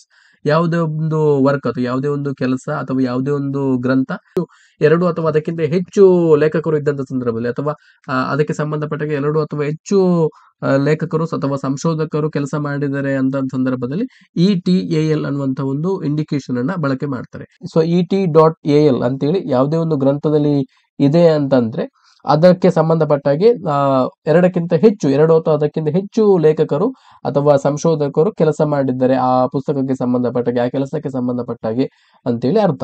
ಈ OP.CIT ಅನ್ನು ಯಾವಾಗ ಯೂಸ್ ಮಾಡ್ತಾರೆ ಅಂತ ಹೇಳಿದ್ರೆ, it is use to previously cited work, previous ಆದಂತಹ work, but not the one immediately presenting. ಈ ಮುಂಚೆ, ತಕ್ಷಣದಲ್ಲಿ ಈ ಮುಂಚೆ ಆದಂತದಲ್ಲ, ಅದಕ್ಕಿಂತ ಮುಂಚೆ ಆದಂತ ಯಾವುದೇ ಒಂದು ಕೆಲಸವನ್ನ ಉಲ್ಲೇಖ ಮಾಡೋದಕ್ಕೋಸ್ಕರ OP.CIT ಅಂತೇಳಿ ಅದನ್ನ ಯೂಸ್ ಮಾಡ್ತಾರೆ. ಸೊ ಹಾಗೇನೆ LOC.CIT, so it is use to refer to the exact same page of a previously cited work. So ಈ ಮುಂಚೆ ಯಾವುದೇ ಒಬ್ಬ ಲೇಖಕ ಬರೆದಂತ ಪುಸ್ತಕದ ಎಕ್ಸಾಕ್ಟ್ ಪೇಜ್ ಅನ್ನ ತನ್ನ ಈ ಪುಸ್ತಕದಲ್ಲಿ ನಮೂದು ಮಾಡೋದಕ್ಕೋಸ್ಕರ ಆ ಎಕ್ಸಾಕ್ಟ್ ಪೇಜ್ ಅನ್ನು ನಮೂದು ಮಾಡೋದಕ್ಕೋಸ್ಕರ ಇಲ್ಲಿ LOC.CIT ಅನ್ನುವಂತ ಒಂದು ಶಾರ್ಟ್ ಫಾರ್ಮ್ ಅನ್ನ ಇಂಡಿಕೇಶನ್ ಅನ್ನ ಉಲ್ಲೇಖವನ್ನ ಮಾಡಲಾಗ್ತದೆ. ಹಾಗಾಗಿ ಇವೆಲ್ಲವನ್ನು ಕೂಡ ನೀವು ಒಂದಷ್ಟು ನೋಡ್ಕೊಳ್ಬೇಕು, ಯಾವುದನ್ನ ಯಾವ ಸಂದರ್ಭದಲ್ಲಿ ಉಪಯೋಗ ಮಾಡಲಾಗ್ತದೆ ಅಂತ. ಮುಂದಿನ ಪ್ರಶ್ನೆ ನೋಡಿ, ತತ್ಕ್ಷಣ ಅನುಷ್ಠಾನಗೊಳಿಸುವ ಉದ್ದೇಶದಿಂದ ಕೈಗೆತ್ತಿಕೊಳ್ಳಲಾದಂತ ಸಂಶೋಧನೆಯನ್ನ ಹೀಗೆಂದು ಗುರುತಿಸಲಾಗುತ್ತದೆ. What is the research that aims at immediate application. So ಈಗಾಗಲೇ ನಾವು ಡಿಸ್ಕಸ್ ಮಾಡಿದ್ದೇವೆ ಪ್ರೀವಿಯಸ್ ಕ್ವಶನ್ ಅಲ್ಲಿ. ಸೊ ಇಮಿಡಿಯೇಟ್ ಪ್ರಾಬ್ಲಮ್ಗೆ, ತಕ್ಷಣದ ಸಮಸ್ಯೆಗೆ ಅತ್ಯಂತ ಶೀಘ್ರವಾಗಿ ಪರಿಹಾರವನ್ನ ಕಂಡುಕೊಳ್ಳುವಂತಹ ದೃಷ್ಟಿಯಿಂದ ನಡೆಸುವಂತಹ ಸಮೀಕ್ಷೆಯನ್ನು ನಾವು ಕ್ರಿಯಾ ಸಂಶೋಧನೆ ಅಂತೇಳಿ ಕರಿತೇವೆ. ಅದು ಶಾರ್ಟ್ ಟರ್ಮ್ ರಿಸರ್ಚ್ ಅಂತ ಕೂಡ ಇದನ್ನ ಆಡು ಭಾಷೆಯಲ್ಲಿ ಕರೀತಾರೆ. ಶಾರ್ಟ್ ಟರ್ಮ್ ರಿಸರ್ಚ್, ಇಮಿಡಿಯೇಟ್ ತಕ್ಷಣದ ಸಮಸ್ಯೆಗೆ ಅತ್ಯಂತ ತುರ್ತಾಗಿ ಪರಿಹಾರವನ್ನು ಕಂಡುಕೊಳ್ಳುವಂತ ಸಂಶೋಧನಾ ವಿಧಾನವನ್ನು ನಾವು ಆಕ್ಷನ್ ರಿಸರ್ಚ್ ಅಂತೇಳಿ ಕರಿತೇವೆ. For example, class room situation ಅಲ್ಲಿ ಒಬ್ಬ ವಿಜ್ಞಾನ ಶಿಕ್ಷಕ ತಾನು ಪಾಠ ಮಾಡುವಂತ ವಿಜ್ಞಾನ ವಿಷಯ ವಿದ್ಯಾರ್ಥಿಗಳಿಗೆ ಸಾಂಪ್ರದಾಯಿಕ ವಿಧಾನಗಳನ್ನ ಉಪಯೋಗಿಸಿಕೊಂಡು, ಅಂದ್ರೆ ಬ್ಲಾಕ್ ಬೋರ್ಡ್ ಅನ್ನ ಯೂಸ್ ಮಾಡಿಕೊಂಡು, ಸಾಂಪ್ರದಾಯಿಕ ಮೆಥಡ್ ಏನಿದೆ ಫಾರ್ಮಲ್ ಮೆಥಡ್ ಅದನ್ನ ಯೂಸ್ ಮಾಡಿಕೊಂಡು ವಿದ್ಯಾರ್ಥಿಗಳಿಗೆ ಪಾಠ ಮಾಡ್ತಾ ಇದ್ದಾನೆ. ಆತ ಮಾಡಿದಂತಹ ಪಾಠ ವಿದ್ಯಾರ್ಥಿಗಳಿಗೆ ಅಷ್ಟೊಂದು ಪರಿಣಾಮಕಾರಿಯಾಗಿ ಅರ್ಥ ಆಗುವಂತಿಲ್ಲ. ಪರಿಣಾಮಕಾರಿಯಾಗಿ ಅವರು ಮಾಡಿದಂತಹ ಪಾಠವನ್ನ ವಿದ್ಯಾರ್ಥಿಗಳು ಗ್ರಹಿಸಿಕೊಳ್ಳುತ್ತಾರೆ. ವಿದ್ಯಾರ್ಥಿಗಳಿಗೆ ಶಿಕ್ಷಕ ಮಾಡಿದಂತಹ ಪಾಠ ಅರ್ಥವಾಗದಂತಹ ಹಿನ್ನೆಲೆಯಲ್ಲಿ ವಿದ್ಯಾರ್ಥಿಗಳು ಪರೀಕ್ಷೆಯಲ್ಲಿ ಕೂಡ ಅಷ್ಟೊಂದು ಒಳ್ಳೆಯ ಸಾಧನೆಯನ್ನ ಮಾಡುವುದಿಲ್ಲ, ಕಳಪೆ ಸಾಧನೆಯನ್ನ ಮಾಡ್ತಾರೆ. ಸೊ ಇದನ್ನ ಮನಗೊಂಡಂತಹ ಆ ವಿಜ್ಞಾನ ಶಿಕ್ಷಕ ಏನ್ ಮಾಡ್ತಾನೆ ಅಂತ ಹೇಳಿದ್ರೆ, ತನ್ನ ಬೋಧನೆಯಲ್ಲಿ ಆಧುನಿಕ ವಿಧಾನಗಳನ್ನ ಅಳವಡಿಸಿಕೊಳ್ತಾನೆ. ಫಾರ್ ಎಕ್ಸಾಂಪಲ್, ಪ್ರಾಯೋಗಿಕತೆಗೆ ಹೆಚ್ಚಿನ ಒತ್ತನ್ನು ಕೊಡ್ತಾನೆ, ಪ್ರಾಕ್ಟಿಕಲ್ಗೆ ಹೆಚ್ಚಿನ ಒತ್ತನ್ನು ಕೊಡ್ತಾನೆ, ಹಾಗೆಯೇ ಬೇರೆ ಬೇರೆ ಅಡ್ವಾನ್ಸ್ಡ್ ಟೀಚಿಂಗ್ ಸ್ಕಿಲ್ಸ್ ಗಳನ್ನ ಉಪಯೋಗ ಮಾಡ್ತಾನೆ, ಬೇರೆ ಬೇರೆ ಆಧುನಿಕ ಉಪಕರಣಗಳನ್ನು ಉಪಯೋಗಿಸ್ತಾನೆ, ಆಧುನಿಕ ತಂತ್ರಜ್ಞಾನಗಳನ್ನು ಉಪಯೋಗಿಸ್ತಾರೆ, ICT ಅನ್ನು ಉಪಯೋಗ ಮಾಡಿಕೊಂಡು ಆ ಶಿಕ್ಷಕ ವಿದ್ಯಾರ್ಥಿಗಳಿಗೆ ಪಾಠವನ್ನ ಮಾಡ್ತಾನೆ, ಅಥವಾ ಪ್ರಾಜೆಕ್ಟ್ ಮೆಥಡ್ ಅನ್ನ ಯೂಸ್ ಮಾಡಿಕೊಂಡು ಪಾಠವನ್ನ ಮಾಡ್ತಾನೆ. ಸೊ ಈ ಎಲ್ಲ ಬೇರೆ ಬೇರೆ ಆಧುನಿಕ ವಿಧಾನಗಳನ್ನ, ವಿದ್ಯಾರ್ಥಿ ಕೇಂದ್ರಿತ ವಿಧಾನಗಳನ್ನ ಬಳಸಿಕೊಳ್ಳುವುದರಿಂದ ವಿದ್ಯಾರ್ಥಿಗಳು ಕ್ರಮೇಣವಾಗಿ ಪರೀಕ್ಷೆಯಲ್ಲಿ ಆ ವಿಜ್ಞಾನ ವಿಷಯದಲ್ಲಿ ಉತ್ತಮ ಸಾಧನೆಯನ್ನ ಮಾಡ್ತಾರೆ. ಸೊ ಇದು ಒಂದು ಆಕ್ಷನ್ ರಿಸರ್ಚ್ ಗೆ ಉದಾಹರಣೆ. ಶಿಕ್ಷಕ ಏನ್ ಮಾಡಿದ, ಆ ಒಂದು ಸಮಸ್ಯೆಗೆ ವಿದ್ಯಾರ್ಥಿಗಳ ಸಮಸ್ಯೆಗೆ ತಕ್ಷಣಕ್ಕೆ ಪರಿಹಾರವನ್ನ ಕಂಡುಕೊಳ್ಳುವಂತ ಉದ್ದೇಶದಿಂದ ತನ್ನ ಟೀಚಿಂಗ್ ಟೆಕ್ನಿಕ್ ಅನ್ನ ಆತ ಬದಲಾವಣೆ ಮಾಡಿದ. ಒಂದು ವಿಧಾನವನ್ನು ನಾವು ಆಕ್ಷನ್ ರಿಸರ್ಚ್ ಅಂತ ಹೇಳಿ ಕರೆದು, ವಿದ್ಯಾರ್ಥಿಗಳ ಸಮಸ್ಯೆಗೆ ತಕ್ಷಣದ ಪರಿಹಾರವನ್ನ ಕಂಡುಕೊಂಡಂತದ್ದು. ಸೊ ಇದಕ್ಕೆ ದೊಡ್ಡ ರಿಸರ್ಚ್ ಏನು ಮಾಡ್ಬೇಕಂತಿಲ್ಲ, ದೀರ್ಘಕಾಲೀನ ಲಾಂಗ್ ರಿಸರ್ಚ್ ಏನು ಮಾಡ್ಬೇಕಂತ ಏನಿಲ್ಲ. ಸೊ ತಕ್ಷಣ ಸಮಸ್ಯೆಗೆ ತನ್ನ ಪಾಠದ ಬೋಧನಾ ವಿಧಾನದಲ್ಲಿ ಜಸ್ಟ್ ಮಾರ್ಪಾಡನ್ನ ಮಾಡ್ಕೊಂಡಿರುವಂತದ್ದು, ಇದನ್ನ ನಾವು ಆಕ್ಷನ್ ರಿಸರ್ಚ್, ಕ್ರಿಯಾ ಸಂಶೋಧನೆ ಅಂತೇಳಿ ಕರಿಬಹುದು. ಸೊ ಹಾಗಾಗಿ ಯಾವಾಗ್ಲೂ ಒಂದು ಸಮಸ್ಯೆಗೆ ಇಮಿಡಿಯೇಟ್ ಆಗಿ ತಕ್ಷಣದಲ್ಲಿ ಪರಿಹಾರವನ್ನ ಕಂಡುಕೊಳ್ಳಿಕ್ಕೆ ಶಿಕ್ಷಕರು ಉಪಯೋಗ ಮಾಡಬಹುದಾದಂತ ಸಂಶೋಧನೆಯ ವಿಧಾನ ಯಾವುದು ಅಂತ ಹೇಳಿದ್ರೆ ಅದು ಕ್ರಿಯಾ ಸಂಶೋಧನೆ. ಸೊ ಮುಂದಿನ ಪ್ರಶ್ನೆಯನ್ನು ನೋಡಿ, ಇವುಗಳಲ್ಲಿ ಸಂಶೋಧನಾ ನೀತಿಯು ಒಳಗೊಂಡಿಲ್ಲದಿರುವುದು. Research ethics does not include. ಆಯ್ಕೆಗಳನ್ನ ಕೊಟ್ಟಿದ್ದಾರೆ: ಪ್ರಾಮಾಣಿಕತೆ, ಸಮಗ್ರತೆ, ವಿಷಯನಿಷ್ಠತೆ, ವಸ್ತುನಿಷ್ಠತೆ, honesty, integrity, subjectivity and objectivity. So ಯಾವುದೇ ಒಂದು ಸಂಶೋಧನೆಯನ್ನ ಕೈಗೊಳ್ಳಬೇಕಿದ್ರೆ ಆ ಸಂಶೋಧನೆಯನ್ನ ಮಾಡುವಂತ ವ್ಯಕ್ತಿ ಅಥವಾ ಸಂಶೋಧಕ ಪ್ರಾಮಾಣಿಕನಾಗಿರಬೇಕು. He should be honest. ಸಮಗ್ರತೆ ಇರಬೇಕು, ಹಾಗೆ ಆ ಒಂದು ರಿಸರ್ಚ್ ನ ಟಾಪಿಕ್ ಗೆ ಕೂಡ ಸಮಗ್ರತೆ ಇರಬೇಕು, ಇಂಟೆಗ್ರಿಟಿ ಇರಲೇಬೇಕು. ಇಷ್ಟತೆ, ಆಬ್ಜೆಕ್ಟಿವಿಟಿ, ಸ್ಪೆಸಿಫಿಕ್ ಆಗಿ ಇಂತಹ ವಿಷಯದ ಮೇಲೆಯೇ ಆತ ರಿಸರ್ಚ್ ಮಾಡ್ತೇನೆ ಅಂತೇಳಿ ಅನ್ಕೊಂಡ್ರೆ ಅದೇ ವಿಷಯದ ಮೇಲೆ ವಸ್ತುನಿಷ್ಠವಾಗಿ, objectivity is very very important in conducting a research study. Objectivity ತುಂಬಾನೇ ಇಂಪಾರ್ಟೆಂಟ್ ಆಗಿರ್ತದೆ, ವಸ್ತುನಿಷ್ಠತೆ ಇರಲೇಬೇಕು. ಸೊ ಹಾಗಾಗಿ ಇಲ್ಲಿ ಪ್ರಾಮಾಣಿಕತೆ, ಸಮಗ್ರತೆ, ಹಾಗೇನೆ ವಸ್ತುನಿಷ್ಠತೆ, ಆನೆಸ್ಟಿ, ಇಂಟಿಗ್ರಿಟಿ ಅಂಡ್ ಆಬ್ಜೆಕ್ಟಿವಿಟಿ ಇವೆಲ್ಲವೂ ಕೂಡ ಒಬ್ಬ ಸಂಶೋಧನೆಗೆ ಇರಲೇಬೇಕಾಗಿರುವಂತ ಪ್ರಮುಖ ಗುಣಲಕ್ಷಣಗಳು ಇರಲೇಬೇಕು. ಸೊ ಇಲ್ಲಿ ಯಾವುದು ಇರಬೇಕಾಗಿಲ್ಲ ಅಂತ ಹೇಳಿ ಕೇಳಿರೋದ್ರಿಂದ ವಿಷಯನಿಷ್ಠತೆ ಇರಬೇಕಾಗಿರುವಂತ ಅವಶ್ಯಕತೆ ಇಲ್ಲ. ವಿಷಯನಿಷ್ಠತೆ ಅಂದ್ರೆ ಏನಂತ ಹೇಳಿದ್ರೆ, so subjectivity in simple words, it involves personal feelings and opinions. ವೈಯಕ್ತಿಕ ಅನುಭವಗಳು, ವೈಯಕ್ತಿಕ ಅಭಿಪ್ರಾಯಗಳನ್ನ ಒಳಗೊಂಡಿರ್ತದೆ. ಸೊ ಇದು ಇರಬಾರ್ದು. ಸಂಶೋಧನೆಯಲ್ಲಿ ವೈಯಕ್ತಿಕ ಅಭಿಪ್ರಾಯಗಳಿಗೆ ಏನಿದೆ, ಸಂಶೋಧನೆಯಲ್ಲಿ ಏನು ಬರ್ತದೆ ಅದನ್ನೇ ಫೈನಲ್ ಆಗಿ ಪ್ರಾಮಾಣಿಕವಾಗಿ ಸಮಗ್ರವಾಗಿ ಮಂಡಿಸಬೇಕು. ಅದು ಇರಬೇಕು. ಬಟ್ ತನ್ನ ಅನುಭವಗಳಿಗೆ ತನ್ನ ಒಂದು ಬಯಾಸ್ಡ್ ಥಿಂಕಿಂಗ್ ಏನಿದೆ ಅದಕ್ಕೆ ಮನ್ನಣೆಯನ್ನ ಕೊಡಬಾರ್ದು. ಸೊ ಹಾಗಾಗಿ ಪರ್ಸನಲ್ ಫೀಲಿಂಗ್ಸ್ ಅಂಡ್ ಒಪಿನಿಯನ್ಸ್ ಗಳಿಗೆ ಇಲ್ಲಿ ಅವಕಾಶ ಕೊಡಬಾರ್ದು. ಹಾಗಾಗಿ ಇಲ್ಲಿ ಸಬ್ಜೆಕ್ಟಿವಿಟಿಗೆ ಅವಕಾಶ ಕೊಡಬಾರ್ದು. ಹಾಗಾಗಿ ಇಲ್ಲಿ ಈ ಪ್ರಶ್ನೆಗೆ ಆಪ್ಷನ್ ಸಿ ಸರಿಯಾದಂತ ಉತ್ತರ ಆಗ್ತದೆ. ಮುಂದಿನ ಪ್ರಶ್ನೆಯನ್ನ ನೋಡಿ. ನ್ಯೂಟನ್ನ ಅನ್ವೇಷಣೀಯದ ಗುರುತ್ವಾಕರ್ಷಣೆಯ ನಿಯಮವು ಸಂಬಂಧಪಟ್ಟಿರುವುದು. Newton's discovery of the law of gravity belongs to. So ಇಲ್ಲಿ ಆಯ್ಕೆಗಳನ್ನ ಕೊಟ್ಟಿದ್ದಾರೆ. ಮೂಲಭೂತ ಸಂಶೋಧನೆಗೆ, ಅನ್ವಯಿಕ ಸಂಶೋಧನೆಗೆ, ಕ್ರಿಯಾ ಸಂಶೋಧನೆಗೆ, ಪರಿಮಾಣಾತ್ಮಕ ಸಂಶೋಧನೆಗೆ. So Newton's discovery of law of gravity ನಿಮಗೆ ಗೊತ್ತಿರಬಹುದು. ಸೊ ನ್ಯೂಟನ್ ಒಂದು ಆಪಲ್ ಮರದ ಕೆಳಗಡೆ ಕುಂತಿರುವಂತ ಸಂದರ್ಭದಲ್ಲಿ ಒಂದು ಆಪಲ್ ಆತನ ತಲೆಯ ಮೇಲೆ ಬೀಳ್ತದೆ. ಸೊ ಇದನ್ನ ಗಮನಿಸಿದಂತ ನ್ಯೂಟನ್ ಏನ್ ಮಾಡ್ತಾನೆ, ಇದನ್ನ ಆಲೋಚಿಸ್ತಾನೆ. ಸೊ ಯಾತಕ್ಕೋಸ್ಕರ ಮರದಿಂದ ಆಪಲ್ ತನ್ನ ತಲೆಗೆ ಬಿತ್ತು, ಸೊ ಯಾವುದೋ ಒಂದು ಕಾರಣ ಇರಬೇಕು ಅನ್ನೋದನ್ನ ಆತ ಮನಸ್ಸಿನಲ್ಲಿ ಯೋಚಿಸ್ತಾನೆ. ಯೋಚಿಸ್ತಾ ಇರುವಂತಹ ಸಂದರ್ಭದಲ್ಲಿ ಈ ಯೋಚನೆ ಅಗಾಧವಾಗಿ ಬೆಳೆದು ಆತ ಅದಕ್ಕೆ ಸಂಬಂಧಪಟ್ಟಾಗೆ ಒಂದು ಸಂಶೋಧನೆಯನ್ನ ಕೈಗೊಂಡು ಒಂದು ಸಿದ್ಧಾಂತವನ್ನ ಮಂಡಿಸ್ತಾನೆ. ಆ ಸಿದ್ಧಾಂತವನ್ನು ನಾವು ಲಾ ಆಫ್ ಗ್ರಾವಿಟಿ ಅಂತೇಳಿ ಕರಿತೇವೆ, ಗುರುತ್ವಾಕರ್ಷಣೆಯ ನಿಯಮ ಅಂತೇಳಿ ಕರಿತೇವೆ. ನ್ಯೂಟನ್ ಏನ್ ಮಾಡ್ತಾನೆ, ತನ್ನ ವಿವಿಧ ಪ್ರಯೋಗಗಳ ಮುಖಾಂತರ ಇದೇ ವಿಚಾರವನ್ನ ಇಟ್ಕೊಂಡು ಪ್ರಯೋಗವನ್ನ ನಡೆಸಿ ಭೂಮಿಗೆ ಗುರುತ್ವಾಕರ್ಷಣ ಶಕ್ತಿ ಇದೆ ಅನ್ನೋದನ್ನ ಕಂಡುಕೊಳ್ತಾನೆ. ಭೂಮಿಗೆ ಎಲ್ಲಾ ವಸ್ತುಗಳನ್ನ ತನ್ನ ಕಡೆಗೆ ಸೆಳೆದುಕೊಳ್ಳುವಂತ, ತನ್ನ ಕಡೆಗೆ ಅಟ್ರಾಕ್ಟ್ ಮಾಡುವಂತ ಒಂದು ಆಕರ್ಷಣಾ ಶಕ್ತಿ ಇದೆ ಅಂತೇಳಿ ಕಂಡುಕೊಳ್ತಾನೆ. ಈ ಆಕರ್ಷಣಾ ಶಕ್ತಿಯನ್ನ ಗ್ರಾವಿಟೇಷನಲ್ ಫೋರ್ಸ್ ಅಂತೇಳಿ ಕರೀತಾನೆ, ಗುರುತ್ವಾಕರ್ಷಣ ಬಲ ಅಂತೇಳಿ ಕರೀತಾನೆ. ಇದಕ್ಕೆ ಸಂಬಂಧಪಟ್ಟಾಗೆ ಲಾ ಆಫ್ ಗ್ರಾವಿಟಿ, ಗುರುತ್ವಾಕರ್ಷಣ ನಿಯಮವನ್ನು ಕೂಡ ಆತ ರೂಪಿಸ್ತಾನೆ. ಸೊ ಇದೇನು, ಇದು ಮೂಲಭೂತವಾದಂತಹ ಸಂಶೋಧನೆ. ಇದು ಮೂಲಭೂತವಾದಂತಹ ಸಂಶೋಧನೆಗೆ ಉದಾಹರಣೆ. ಅಲ್ಲಿ ತನಕ ಯಾರಿಗೂ ಗೊತ್ತಿರ್ಲಿಲ್ಲ ಭೂಮಿಗೆ ಗುರುತ್ವಾಕರ್ಷಣ ಬಲ ಇದೆ, ಭೂಮಿಗೆ ಯಾವುದೇ ವಸ್ತುವನ್ನ ತನ್ನ ಕಡೆಗೆ ಸೆಳೆದುಕೊಳ್ಳುವಂತಹ ಗುಣ ಇದೆ ಅಂತೇಳಿ ಯಾರಿಗೂ ಕೂಡ ಗೊತ್ತಿರ್ಲಿಲ್ಲ. ನ್ಯೂಟನ್ ಹೇಳೋದಕ್ಕಿಂತ ಮುಂಚೆ ಯಾರಿಗೂ ಕೂಡ ಗೊತ್ತಿರ್ಲಿಲ್ಲ. ಮೇಲೆ ಹೋದ ವಸ್ತು ಕೆಳಗೆ ಬೀಳ್ತಾ ಇತ್ತು, ಯಾರಿಗೆ ಕೂಡ ಗೊತ್ತಿರಲಿಲ್ಲ. ಇದಕ್ಕೆ ಕಾರಣ ಏನು ಅಂತೇಳಿ ಯಾರಿಗೂ ಕೂಡ ಗೊತ್ತಿರಲಿಲ್ಲ. ನ್ಯೂಟನ್ ಅದನ್ನ ಏನ್ ಮಾಡ್ತಾನೆ, ಅದನ್ನ ಎಕ್ಸ್ಪ್ಲೋರ್ ಮಾಡ್ತಾನೆ. ಇದಕ್ಕೆ ಕಾರಣ ಫಂಡಮೆಂಟಲ್ ಆದಂತಹ ರಿಸರ್ಚ್ ಅನ್ನ ಮಾಡ್ತಾನೆ. ಸೊ ಹಾಗಾಗಿ ಇದು ಮೂಲಭೂತ ಸಂಶೋಧನೆ, ಮೂಲಭೂತವಾದಂತಹ ವಿಚಾರವನ್ನ ಆತ ಕಂಡುಕೊಂಡಂತದ್ದು. ಹಾಗಾಗಿ ಇದು ಮೂಲಭೂತ ಸಂಶೋಧನೆಗೆ ಉದಾಹರಣೆ. ಹಾಗಾಗಿ ಆಪ್ಷನ್ ಎ ಇದಕ್ಕೆ ಸರಿಯಾದಂತ ಉತ್ತರ. ಈ ಮೂಲಭೂತ ಸಂಶೋಧನೆಗೆ ಸಂಬಂಧಪಟ್ಟಾಗೆ ಅದರ ಅನ್ವಯಗಳನ್ನ ಮಾಡುವಂತದ್ದು, ಅದರ ಅಪ್ಲಿಕೇಶನ್ಸ್ ಗಳನ್ನ ಮಾಡುವಂತದ್ದು ಯಾವುದು, ಅಪ್ಲೈಡ್ ರಿಸರ್ಚ್. ಮುಂದಿನ ಪ್ರಶ್ನೆ ಏನಂದ್ರೆ, ಸಂಶೋಧಕನು ಪ್ರತಿ ದರ್ಶದ ಪಟ್ಟಿಯಲ್ಲಿರುವ ಪ್ರತಿ 15ನೇ ಹೆಸರಿನವರನ್ನ ಸಂದರ್ಶಿಸಲು ತೀರ್ಮಾನಿಸಿದರೆ ಆ ಪ್ರತಿದರ್ಶವು ಇವುಗಳಲ್ಲಿ ಯಾವುದಕ್ಕೆ ಉದಾಹರಣೆಯಾಗುವುದು. While sampling, if a researcher decides to interview every 15th name on a list, it is an example of. So ಒಬ್ಬ ಸಂಶೋಧಕ ತನ್ನ ಸಂಶೋಧನೆಗೆ ಸಂಬಂಧಪಟ್ಟ ಹಾಗೆ ವಿವಿಧ ಮೂಲಗಳಿಂದ, ಜನಸಮೂಹಗಳಿಂದ ಮಾಹಿತಿಯನ್ನು ಸಂಗ್ರಹಣೆ ಮಾಡಿರ್ತಾನೆ, ಡೇಟಾವನ್ನ ಕಲೆಕ್ಟ್ ಮಾಡಿರ್ತಾನೆ. ಸೊ ಆ ಒಂದು ಕಲೆಕ್ಟ್ ಮಾಡಿದಂತಹ ಡೇಟಾದ ಪ್ರಕಾರ ಅದನ್ನ ನೋಡ್ಕೊಂಡು ಅದನ್ನ ಲಿಸ್ಟ್ ಔಟ್ ಮಾಡಿ, ಸೊ ಅಲ್ಲಿ ಪ್ರತಿ 15ನೇ ಹೆಸರಿನ ಆ ವ್ಯಕ್ತಿಯನ್ನ ಆತ ಸಂದರ್ಶನ ಮಾಡ್ಲಿಕ್ಕೆ ಬಯಸ್ತಾನೆ. ಆ ಒಂದು ಲಿಸ್ಟ್ ಇಂದ, ಪ್ರತಿಯೊಂದು ಲಿಸ್ಟ್ ಇಂದ ಕೂಡ 15 serial number, 15th serial number ಇರುವಂತಹ ವ್ಯಕ್ತಿಯನ್ನ ಆತ ಸಂದರ್ಶನ ಮಾಡ್ಲಿಕ್ಕೆ ಬಯಸ್ತಾನೆ ಅಂತ ಹೇಳಿದ್ರೆ, ಸೊ ಇದು ಯಾವ ರೀತಿಯ ಸಂಶೋಧನಾ ವಿಧಾನ, ಇದು ಯಾವುದಕ್ಕೆ ಉದಾಹರಣೆ ಅಂತೇಳಿ ಕೇಳಿದ್ದಾರೆ, ವಿಚ್ ಸ್ಯಾಂಪ್ಲಿಂಗ್ ಅಂತೇಳಿ ಕೇಳಿದ್ದಾರೆ. ಸೊ ಇದು ಸಿಸ್ಟಮ್ಯಾಟಿಕ್ ಸ್ಯಾಂಪ್ಲಿಂಗ್ ಅಥವಾ ಕ್ರಮಬದ್ಧ ಪ್ರತಿದರ್ಶಕ್ಕೆ ಉದಾಹರಣೆ ಆಗ್ತದೆ. ಯಾಕಂತ ಹೇಳಿದ್ರೆ ಆ ಒಂದು ಲಿಸ್ಟ್, ಆ ಒಂದು ಪಟ್ಟಿಯ ಪ್ರತಿ 15ನೇ ವ್ಯಕ್ತಿಯನ್ನ, 15th ಸೀರಿಯಲ್ ನಂಬರ್ ವ್ಯಕ್ತಿಯನ್ನ ಆತ ಸಂದರ್ಶನ ಮಾಡುವಂಥದ್ದು. ಹಾಗಾಗಿ ಸಿಸ್ಟಮ್ಯಾಟಿಕ್ ಆಗಿ ಮಾಡೋದ್ರಿಂದ ಇದು ಸಿಸ್ಟಮ್ಯಾಟಿಕ್ ಸ್ಯಾಂಪ್ಲಿಂಗ್ ಗೆ ಉದಾಹರಣೆ. ಹಾಗಾಗಿ ಆಪ್ಷನ್ ಬಿ ಇದಕ್ಕೆ ಸರಿಯಾದಂತ ಉತ್ತರ. ಸೊ ಮುಂದಿನ ಪ್ರಶ್ನೆಯನ್ನ ನೋಡಿ.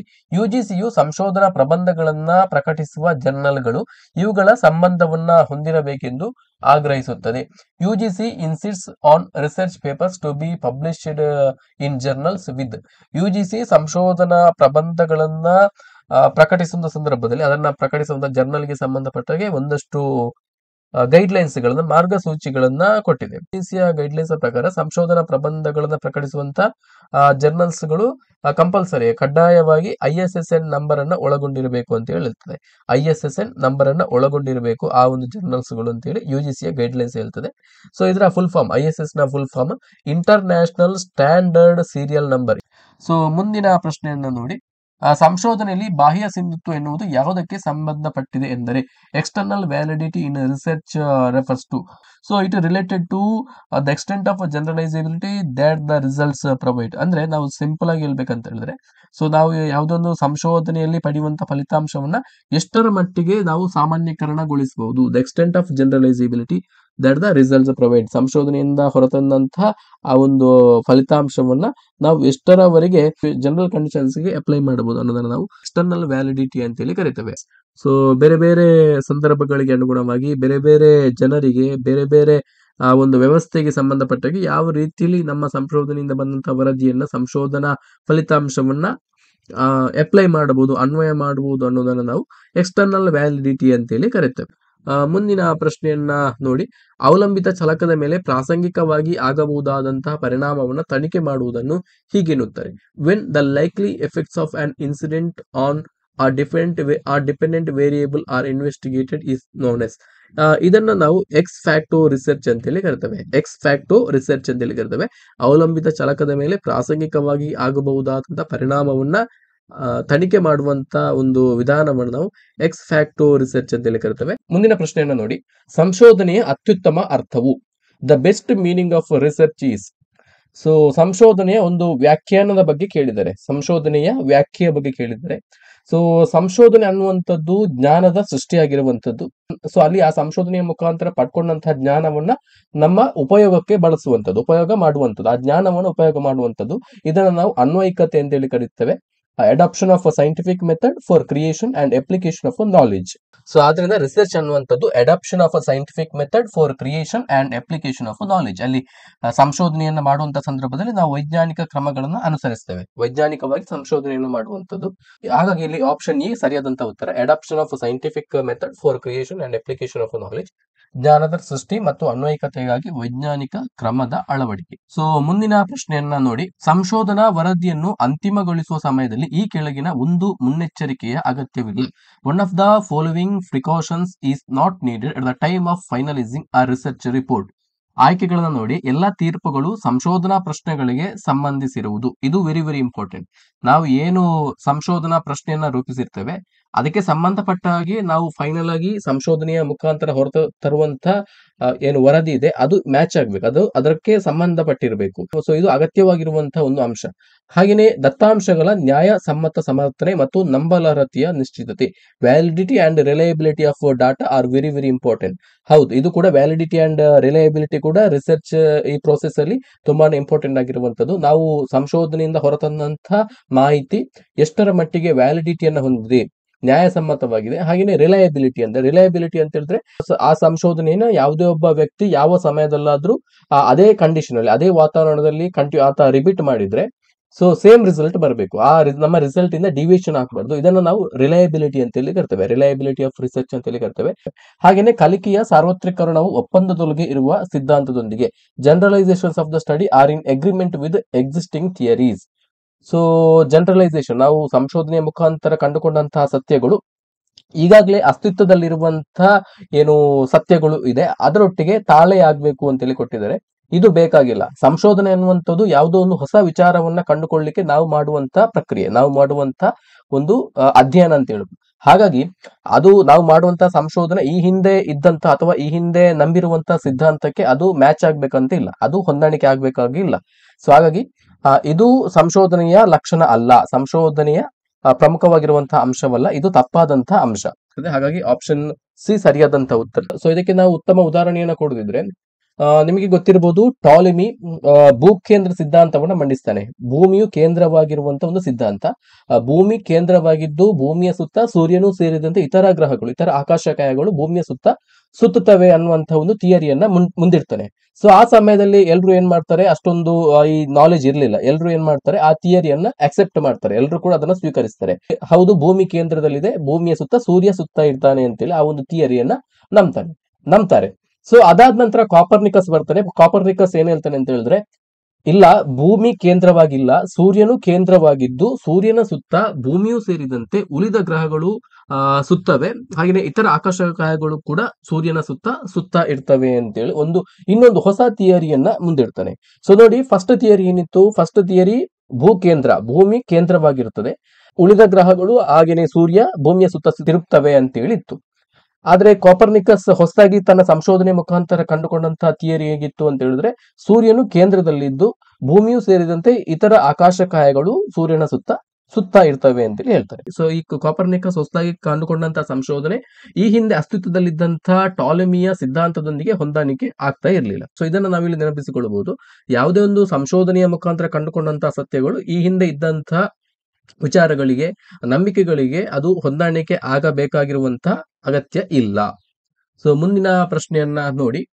ಈ ಕೆಳಗಿನವುಗಳಲ್ಲಿ ಸರಿಯಲ್ಲದ ಹೇಳಿಕೆಯು the incorrect statement in this state set is. ಇಲ್ಲಿ ಆಯ್ಕೆಗಳು ನೋಡಿ. Evaluation studies are based on objectives of a project. ಹೌದು. Research is examination of conditions under which a phenomenon exist. ಇದು ಕೂಡ ಹೌದು. Evaluation exercise are spread across different stages of project. ಇದು ಕೂಡ ಕರೆಕ್ಟೇ. ಹಾಗೆ ಆಪ್ಷನ್ ಡಿ ಅನ್ನು ನೋಡಿ. There is no difference between evaluation and research studies. ಇದು ಅಲ್ಲ, ಇದು ತಪ್ಪಾದಂತ ಹೇಳಿಕೆ. ರಿಸರ್ಚ್ ಮತ್ತು ಸಂಶೋಧನೆ ಮತ್ತು ಮೌಲ್ಯಮಾಪನ ನಡುವೆ ಯಾವುದೇ ವ್ಯತ್ಯಾಸ ಇಲ್ಲ ಅಂತ ಹೇಳಿದ್ದಾರೆ. ವ್ಯತ್ಯಾಸ ಇದೆ. ಸೊ ಮೌಲ್ಯಮಾಪನದ ಉದ್ದೇಶವೇ ಬೇರೆ, ಸಂಶೋಧನೆಯ ಉದ್ದೇಶವೇ ಬೇರೆ. ಎರಡೂ ಬೇರೆ ಬೇರೆಯಾದಂತಹ ಕಾನ್ಸೆಪ್ಟ್ಗಳು. ಸಂಶೋಧನೆ ಬೇರೆ, ಮೌಲ್ಯಮಾಪನವೇ ಬೇರೆ. ಹಾಗಾಗಿ ಇಲ್ಲಿ ಆಪ್ಷನ್ ಡಿ ಸರಿಯಾದಂತ ಉತ್ತರ. ಸೊ ಮೌಲ್ಯಮಾಪನದಲ್ಲಿ ನಾವೇನ್ ಮಾಡ್ತೇವೆ ಅಂತ ಹೇಳಿದ್ರೆ ಸಾಧನೆಯನ್ನ ಮಾಪನ ಮಾಡ್ತೇವೆ, ಅಳತೆ ಮಾಡ್ತೇವೆ. ಸೊ ಆದ್ರೆ ಸಂಶೋಧನೆಯಲ್ಲಿ ನಾವು ಹೊಸದೊಂದು ವಿಚಾರವನ್ನ ಕಂಡುಕೊಳ್ತೇವೆ ಅಥವಾ ಹೊಸ ಸಮಸ್ಯೆ ಅಥವಾ ಸಮಸ್ಯೆಗಳಿಗೆ ಪರಿಹಾರವನ್ನ ಕಂಡುಕೊಳ್ತೇವೆ. ಸೊ ಇದು ಮೇಜರ್ ಡಿಫರೆನ್ಸ್ ಆಗಿರುವಂತದ್ದು. ಹಾಗಾಗಿ ಆಪ್ಷನ್ ಡಿ ಇಲ್ಲಿ ಸರಿಯಾದಂತ ಉತ್ತರ ಆಗುತ್ತೆ. ಮುಂದಿನ ಪ್ರಶ್ನೆಯನ್ನು ನೋಡಿ. ಸಂಶೋಧನೆಯ ಗುಣಮಟ್ಟ ಇರುವುದು ಇದರ. The good quality of a research is it's. ಆಯ್ಕೆಗಳು ನೋಡಿ. ವಸ್ತುನಿಷ್ಠತೆಯಲ್ಲಿ ಆಬ್ಜೆಕ್ಟಿವಿಟಿ, ವಿಶ್ವಸನೀಯತೆಯಲ್ಲಿ ರಿಲಯಬಿಲಿಟಿ, ಉಪಯುಕ್ತತೆಯಲ್ಲಿ ಯೂಸಬಿಲಿಟಿ, ಯಥಾಪ್ರತಿಯಲ್ಲಿ ರೆಪ್ಲಿಕೇಬಿಲಿಟಿ. ಸೊ ಒಂದು ಸಂಶೋಧನೆಯನ್ನ ಉತ್ತಮ ಗುಣಮಟ್ಟ ಇರುವಂತಹ ಸಂಶೋಧನೆ ಅಂತ ಹೇಳ್ಬೇಕಿದ್ರೆ ಸೊ ಅದು ಈ ಎಲ್ಲ ಗುಣಗಳನ್ನ ಹೊಂದಿರಬೇಕು. ಆಬ್ಜೆಕ್ಟಿವಿಟಿ ಇರಬೇಕು, ಅಂದ್ರೆ ಅದು ವಸ್ತುನಿಷ್ಠ ಆಗಿರಬೇಕು. ರಿಲಯಬಿಲಿಟಿ ಇರಬೇಕು, ಅದು ವಿಶ್ವಸನೀಯ ಆಗಿರಬೇಕು. ಹಾಗೇನೆ ಯೂಸಬಿಲಿಟಿ, ಅದನ್ನ ನಾವು ಬೇರೆ ಸಂದರ್ಭದಲ್ಲಿ ಆ ಸಂಶೋಧನೆಯ ವಿಚಾರಗಳನ್ನ ಬಳಸಿಕೊಳ್ಳುವಂತಿರಬೇಕು. ಹಾಗೇನೆ ರೆಪ್ಲಿಕೇಬಿಲಿಟಿ. ಸೊ ಇಲ್ಲಿ ರೆಪ್ಲಿಕೇಬಿಲಿಟಿ ಅಗತ್ಯ ಇಲ್ಲ. ಯಾಕಂತ ಹೇಳಿದ್ರೆ ಸೊ ರೆಪ್ಲಿಕೇಬಿಲಿಟಿ ಅಂತ ಹೇಳಿದ್ರೆ ಈ ಹಿಂದೆ ಇದ್ದಂತಹ ಸಿದ್ಧಾಂತದೊಂದಿಗೆ ನಾವು ಹೊಸದಾಗಿ ಸಂಶೋಧನೆ ಮುಖಾಂತರ ಕಂಡುಕೊಂಡ ಸತ್ಯಗಳು ಮ್ಯಾಚ್ ಆಗ್ಬೇಕು, ಹೊಂದಾಣಿಕೆ ಆಗ್ಬೇಕು ಅಂತ ಹೇಳಿ ಆ ತರ ಇರ್ಬೇಕಂತೇನಿಲ್ಲ. ಸೊ ಇಲ್ಲಿ ವಸ್ತುನಿಷ್ಠತೆ ಬೇಕು, ವಿಶ್ವಸನೀಯತೆ ಬೇಕು, ಉಪಯುಕ್ತತೆ ಬೇಕು, ಯಥಾಪ್ರತಿ ಬೇಕಿಲ್ಲ.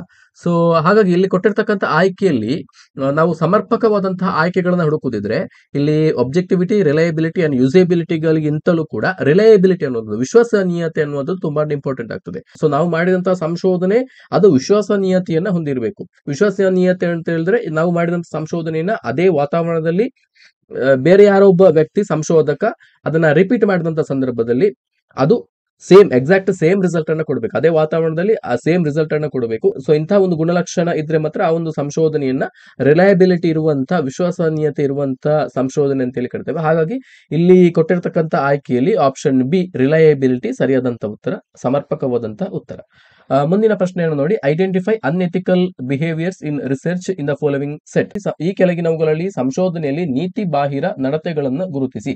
ಕಾಪಿಂಗ್ ಫ್ರಮ್ ಅದರ್ ರಿಸರ್ಚರ್ಸ್, ಇತರ ಸಂಶೋಧನೆಗಳಿಂದ ನಕಲು ಮಾಡುವಂಥದ್ದು. ಸೊ ಇದು ಕಾನೂನು ಬಾಹಿರ ಅಪರಾಧ. ಯಾವುದೇ ಒಬ್ಬ ಸಂಶೋಧಕ ಈ ಹಿಂದೆ ಯಾರೊಬ್ರು ಒಂದು ಸಂಶೋಧನೆಯನ್ನ ಮಾಡಿರ್ತಾರೆ, ಆ ಒಂದು ವರದಿಯಿಂದ ಅಲ್ಲಿರ್ತಕ್ಕಂಥ ಡೀಟೇಲ್ಸ್ ಗಳನ್ನ ಯಥಾಪ್ರತಿಯಾಗಿ ನಕಲು ಮಾಡುವಂಥದ್ದು, ಯಾವುದೇ ಚೇಂಜಸ್ ಗಳನ್ನ ಮಾಡುವುದಿಲ್ಲ, ಅದನ್ನು ತಾನು ಮಾಡಿದಂತೇಳಿ ಹೇಳಿಕೊಳ್ಳುವಂಥದ್ದು.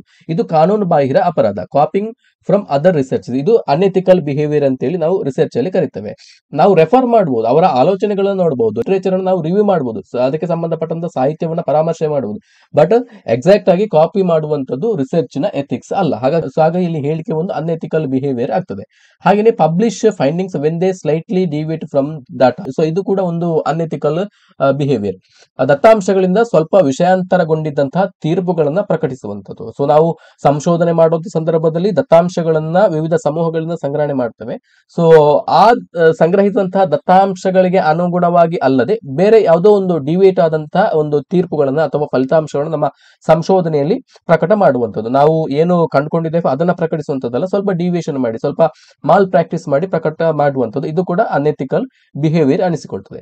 ಹಾಗೆಯೇ share data base after research is completed. ನಮ್ಮ ಸಂಶೋಧನೆ ಪೂರ್ಣಗೊಂಡ ನಂತರ ನಮ್ಮ ದತ್ತಾಂಶಗಳ ಆಧಾರದಲ್ಲಿ ನಾವು ಫಲಿತಾಂಶವನ್ನು ಪ್ರಕಟ ಮಾಡುವಂಥದ್ದು, ಆ ಸಂಶೋಧನೆಯನ್ನು ನಾವು ಇತರರೊಂದಿಗೆ ಹಂಚಿಕೊಳ್ಳುವಂಥದ್ದು. ಇದು ಎಥಿಕಲ್ ಬಿಹೇವಿಯರ್, ಇದು ಮಾಡಲೇಬೇಕಾಗಿರುವಂಥದ್ದು. ಒಬ್ಬ ಸಂಶೋಧಕ ತನ್ನ ಸಂಶೋಧನೆ ಮುಗಿದ ನಂತರ ತನ್ನ ಸಂಶೋಧನೆ ಇರುವಂತಹ ವಿಚಾರಗಳನ್ನ ಇನ್ನೊಬ್ಬರ ಜೊತೆ ಹಂಚಿಕೊಳ್ಳುವಂಥದ್ದು, ಶೇರ್ ಮಾಡುವಂಥದ್ದು, ಇದು ಬೇಕಾಗಿರುವಂತಹ ಒಂದು ಬಿಹೇವಿಯರ್ ಅಂತ ಹೇಳುವುದು, ವರ್ತನೆ ಅಂತ ಹೇಳುವುದು. ಹಾಗೆಯೇ ಇಲ್ಲಿ ಸ್ಟೇಟ್ಮೆಂಟ್ 4 ಅನ್ನು ನೋಡಿ, give importance to language over ideas. ಊಹೆಗಳ ಮೇಲೆ ಭಾಷೆಗೆ ಪ್ರಾಮುಖ್ಯತೆಯನ್ನ ಕೊಡುವಂಥದ್ದು. ಸೊ ನಾವು ಸಂಶೋಧನೆ ಮಾಡ್ತಾ ಇರ್ತಕ್ಕಂಥ ವಿಷಯದ ಮೇಲೆ ಅಲ್ಲದೆ ನಮ್ಮ ಆ ಒಂದು ಸಂಶೋಧನೆಯಲ್ಲಿ ಬಳಸುವಂತ ರಿಪೋರ್ಟ್ ರೈಟಿಂಗ್ ಬಳಸುವಂತ ಭಾಷೆಯ ಮೇಲೆ ನಾವು ಹೆಚ್ಚಿನ ಗಮನವನ್ನು ಕೊಡುವಂಥದ್ದು. ಸೊ ಇದು ಅನ್ಎಥಿಕಲ್ ಬಿಹೇವಿಯರ್. ಸೊ ಮೇನ್ ಆಗಿ ನಮ್ಮ ಸಂಶೋಧನೆಗೆ ಸಂಬಂಧಪಟ್ಟಂತ ಆ ಸಂಶೋಧನೆಯ ವಿಷಯಕ್ಕೆ ನಾವು ಗಮನವನ್ನು ಕೊಡಬೇಕು. ಸೊ ಅಲ್ಲಿ ಭಾಷೆಯ ಬಗ್ಗೆ ಹೆಚ್ಚಾಗಿ ಓವರ್ ಆಗಿ ಗಮನ ಕೊಡಬೇಕಾದಂತ ಅವಶ್ಯಕತೆ ಇಲ್ಲ. ಭಾಷೆ ಕೂಡ ಕರೆಕ್ಟ್ ಬೇಕು, ನಾವು ಕರೆಕ್ಟ್ ಆದಂತ ಗ್ರಾಮರ್ ಅನ್ನ ಯೂಸ್ ಮಾಡಬೇಕು. ಹೆಚ್ಚಾಗಿ ಈ ವಿಷಯ ಸಂಶೋಧನೆಯ ವಿಷಯ ವಸ್ತುಗಿಂತ ಭಾಷೆಗೆ ನಾವು ಆದ್ಯತೆಯನ್ನ ಕೊಡಬೇಕಾದಂತ ಅವಶ್ಯಕತೆ ಇಲ್ಲ. ಹಾಗಾಗಿ ಇದು ಕೂಡ ಒಂದು ಅನ್ಎಥಿಕಲ್ ಬಿಹೇವಿಯರ್ ಅಂತೇಳಿ ಅನಿಸಿಕೊಳ್ಳುತ್ತೆ. ಹಾಗಾಗಿ ಇಲ್ಲಿ ಕೊಟ್ಟಿರ್ತಕ್ಕಂಥ ಆಯ್ಕೆಯಲ್ಲಿ 1, 3 and 4 ಇದು ಸರಿಯಾದಂತಹ ಆಯ್ಕೆ ಆಗ್ತದೆ. ಇದು ಅನ್ಎಥಿಕಲ್ ಬಿಹೇವಿಯರ್ ಆಗ್ತದೆ. ಹಾಗಾಗಿ ಆಪ್ಷನ್ ಸಿ ಇದಕ್ಕೆ ಸರಿಯಾದಂತ ಉತ್ತರ. ಆಪ್ಷನ್ ಸಿ ಸರಿಯಾದಂತ ಉತ್ತರ. ಮುಂದಿನ ಪ್ರಶ್ನೆಯನ್ನು ನೋಡಿ, ಗುಂಪುಗಳ ಹೊಂದಾಣಿಕೆಯು ಇಲ್ಲಿ matching of groups is adapted in. ಇಲ್ಲಿ ನೋಡಿ ಆಯ್ಕೆಗಳು: ಕೇಸ್ ಸ್ಟಡೀಸ್, ವಿಷಯ ಅಧ್ಯಯನ, ಪ್ರಯೋಗಾತ್ಮಕ ಅಧ್ಯಯನ, ಎಕ್ಸ್ಪೆರಿಮೆಂಟಲ್ ಸ್ಟಡೀಸ್, ಅನುಲಂಬೀಯ ಆಂದೋಲನಾತ್ಮಕ ಅಧ್ಯಯನ, ಲಾಂಜಿಟ್ಯೂಡಿನಲ್ ಸ್ಟಡೀಸ್ ಅಥವಾ ಲಂಬ ಅಧ್ಯಯನ ಅಂತ ಹೇಳಿ ಕರಿತೇವೆ. ವರ್ಣನಾತ್ಮಕ ಅಧ್ಯಯನ, ಡಿಸ್ಕ್ರಿಪ್ಟಿವ್ ಸ್ಟಡೀಸ್.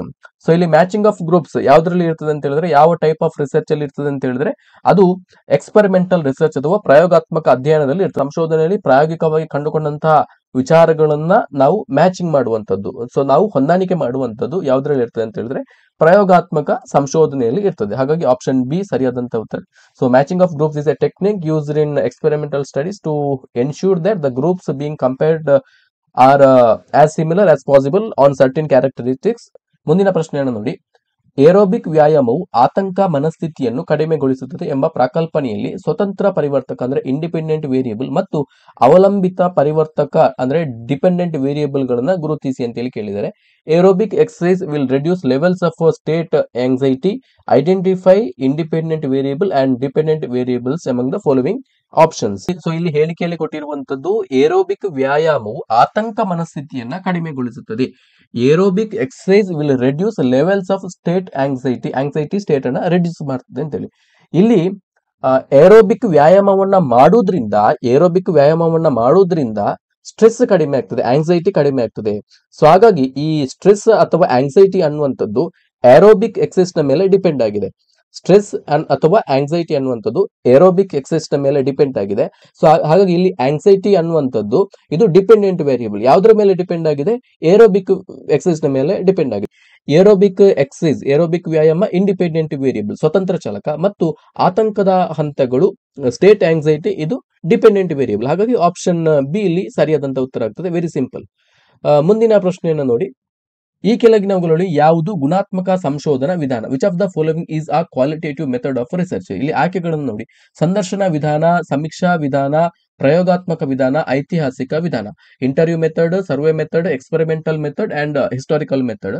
ಗುಣಾತ್ಮಕ ಸಂಶೋಧನಾ ವಿಧಾನ ಯಾವುದು ಅಂತ ಹೇಳಿದ್ರೆ ಇಲ್ಲಿ ಕೊಟ್ಟಿರ್ತಕ್ಕಂಥ ಆಯ್ಕೆಯಲ್ಲಿ ಸಂದರ್ಶನ ವಿಧಾನ ಒಂದು ಗುಣಾತ್ಮಕ ಸಂಶೋಧನೆಗೆ ಉದಾಹರಣೆ. ಯಾಕಂತ ಹೇಳಿದ್ರೆ qualitative research methods are used to understand people's belief, experience, attitudes, behaviours and interactions. ಇಲ್ಲಿ ಕ್ವಾಲಿಟೇಟಿವ್ ಗುಣಾತ್ಮಕ ಸಂಶೋಧನೆ ಅಂತ ಹೇಳಿದ್ರೆ ಗುಣಾತ್ಮಕ ಸಂಶೋಧನೆಯಲ್ಲಿ ಸಂಶೋಧನೆಗೆ ಒಳಪಡುವಂತಹ ವ್ಯಕ್ತಿಗಳ ನಂಬಿಕೆ, ಅನುಭವ, ಅವರ ಚಿಂತನೆಗಳನ್ನ, ಅವರ ವರ್ತನೆಗಳನ್ನ ನಾವು 1 to 1 face to face identify ಮಾಡ್ತೇವೆ. ಇಂಟರ್ವ್ಯೂ ಮಾಡೋದು ಅಂತ ಹೇಳಿದ್ರೆ ಫೇಸ್ ಟು ಫೇಸ್ ಕೂತ್ಕೊಂಡು ಮಾತಾಡೋದಲ್ವಾ. ಸೊ ಹಾಗಾಗಿ ಸಂದರ್ಶಕನಿಗೆ ಎದುರು ಕೂತಿರುವಂತಹ ವ್ಯಕ್ತಿಗಳ ಕ್ವಾಲಿಟಿಯನ್ನ, ಗುಣಲಕ್ಷಣಗಳನ್ನ ಅಧ್ಯಯನ ಮಾಡ್ಕೊಳ್ಳಿಕ್ಕೆ, ಆತರ ಕಂಡುಕೊಳ್ಳಿಕ್ಕೆ ಸಹಾಯಕ್ಕೆ ಬರ್ತದೆ. ಹಾಗಾಗಿ ಇಂಟರ್ವ್ಯೂ ಅಥವಾ ಸಂದರ್ಶನ ಅನ್ನುವಂಥದ್ದು ಕ್ವಾಲಿಟೇಟಿವ್ ರಿಸರ್ಚ್ ಗುಣಾತ್ಮಕ ಸಂಶೋಧನೆಗೆ ಒಂದು ಉದಾಹರಣೆ.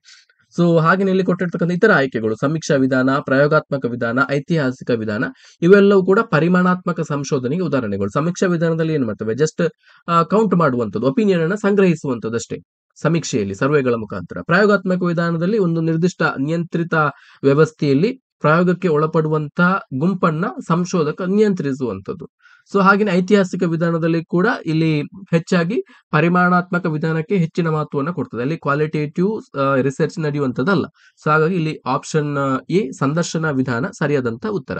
ಸೊ ಮುಂದಿನ ಪ್ರಶ್ನೆಯನ್ನು ನೋಡಿ, ಸಂಶೋಧನೆಯಲ್ಲಿ ಗ್ರಂಥ ಋಣವನ್ನು ಬಳಸಲು ಇರುವ ವಿಧಾನ ಈ ಕೆಳಗಿನವುಗಳಲ್ಲಿ ಯಾವುದು? The following is a format of citing ಬಿಬ್ಲಿಯೋಗ್ರಫಿ in research. So ಬಿಬ್ಲಿಯೋಗ್ರಫಿ ಅಂತೇಳಿ ನೀವು ಪುಸ್ತಕದಲ್ಲಿ ಅಥವಾ ರಿಸರ್ಚ್ ಪೇಪರ್ಸ್ ಅಲ್ಲಿ ಗಮನಿಸಿರಬಹುದು. ಸೊ ಈ ರಿಸರ್ಚ್ ಪೇಪರ್ ಅಲ್ಲಿ ಈ ಬಿಬ್ಲಿಯೋಗ್ರಫಿಯನ್ನ ನಾವು ಇಂಡಿಕೇಟ್ ಮಾಡ್ಕೊಳ್ಳಿಕ್ಕೆ ಯಾವುದನ್ನ ಬಳಸ್ತಾರೆ ಅಂತೇಳಿ, ಬಳಸುವ ವಿಧಾನ ಯಾವುದು ಅಂತೇಳಿ ಕೇಳಿದ್ದಾರೆ.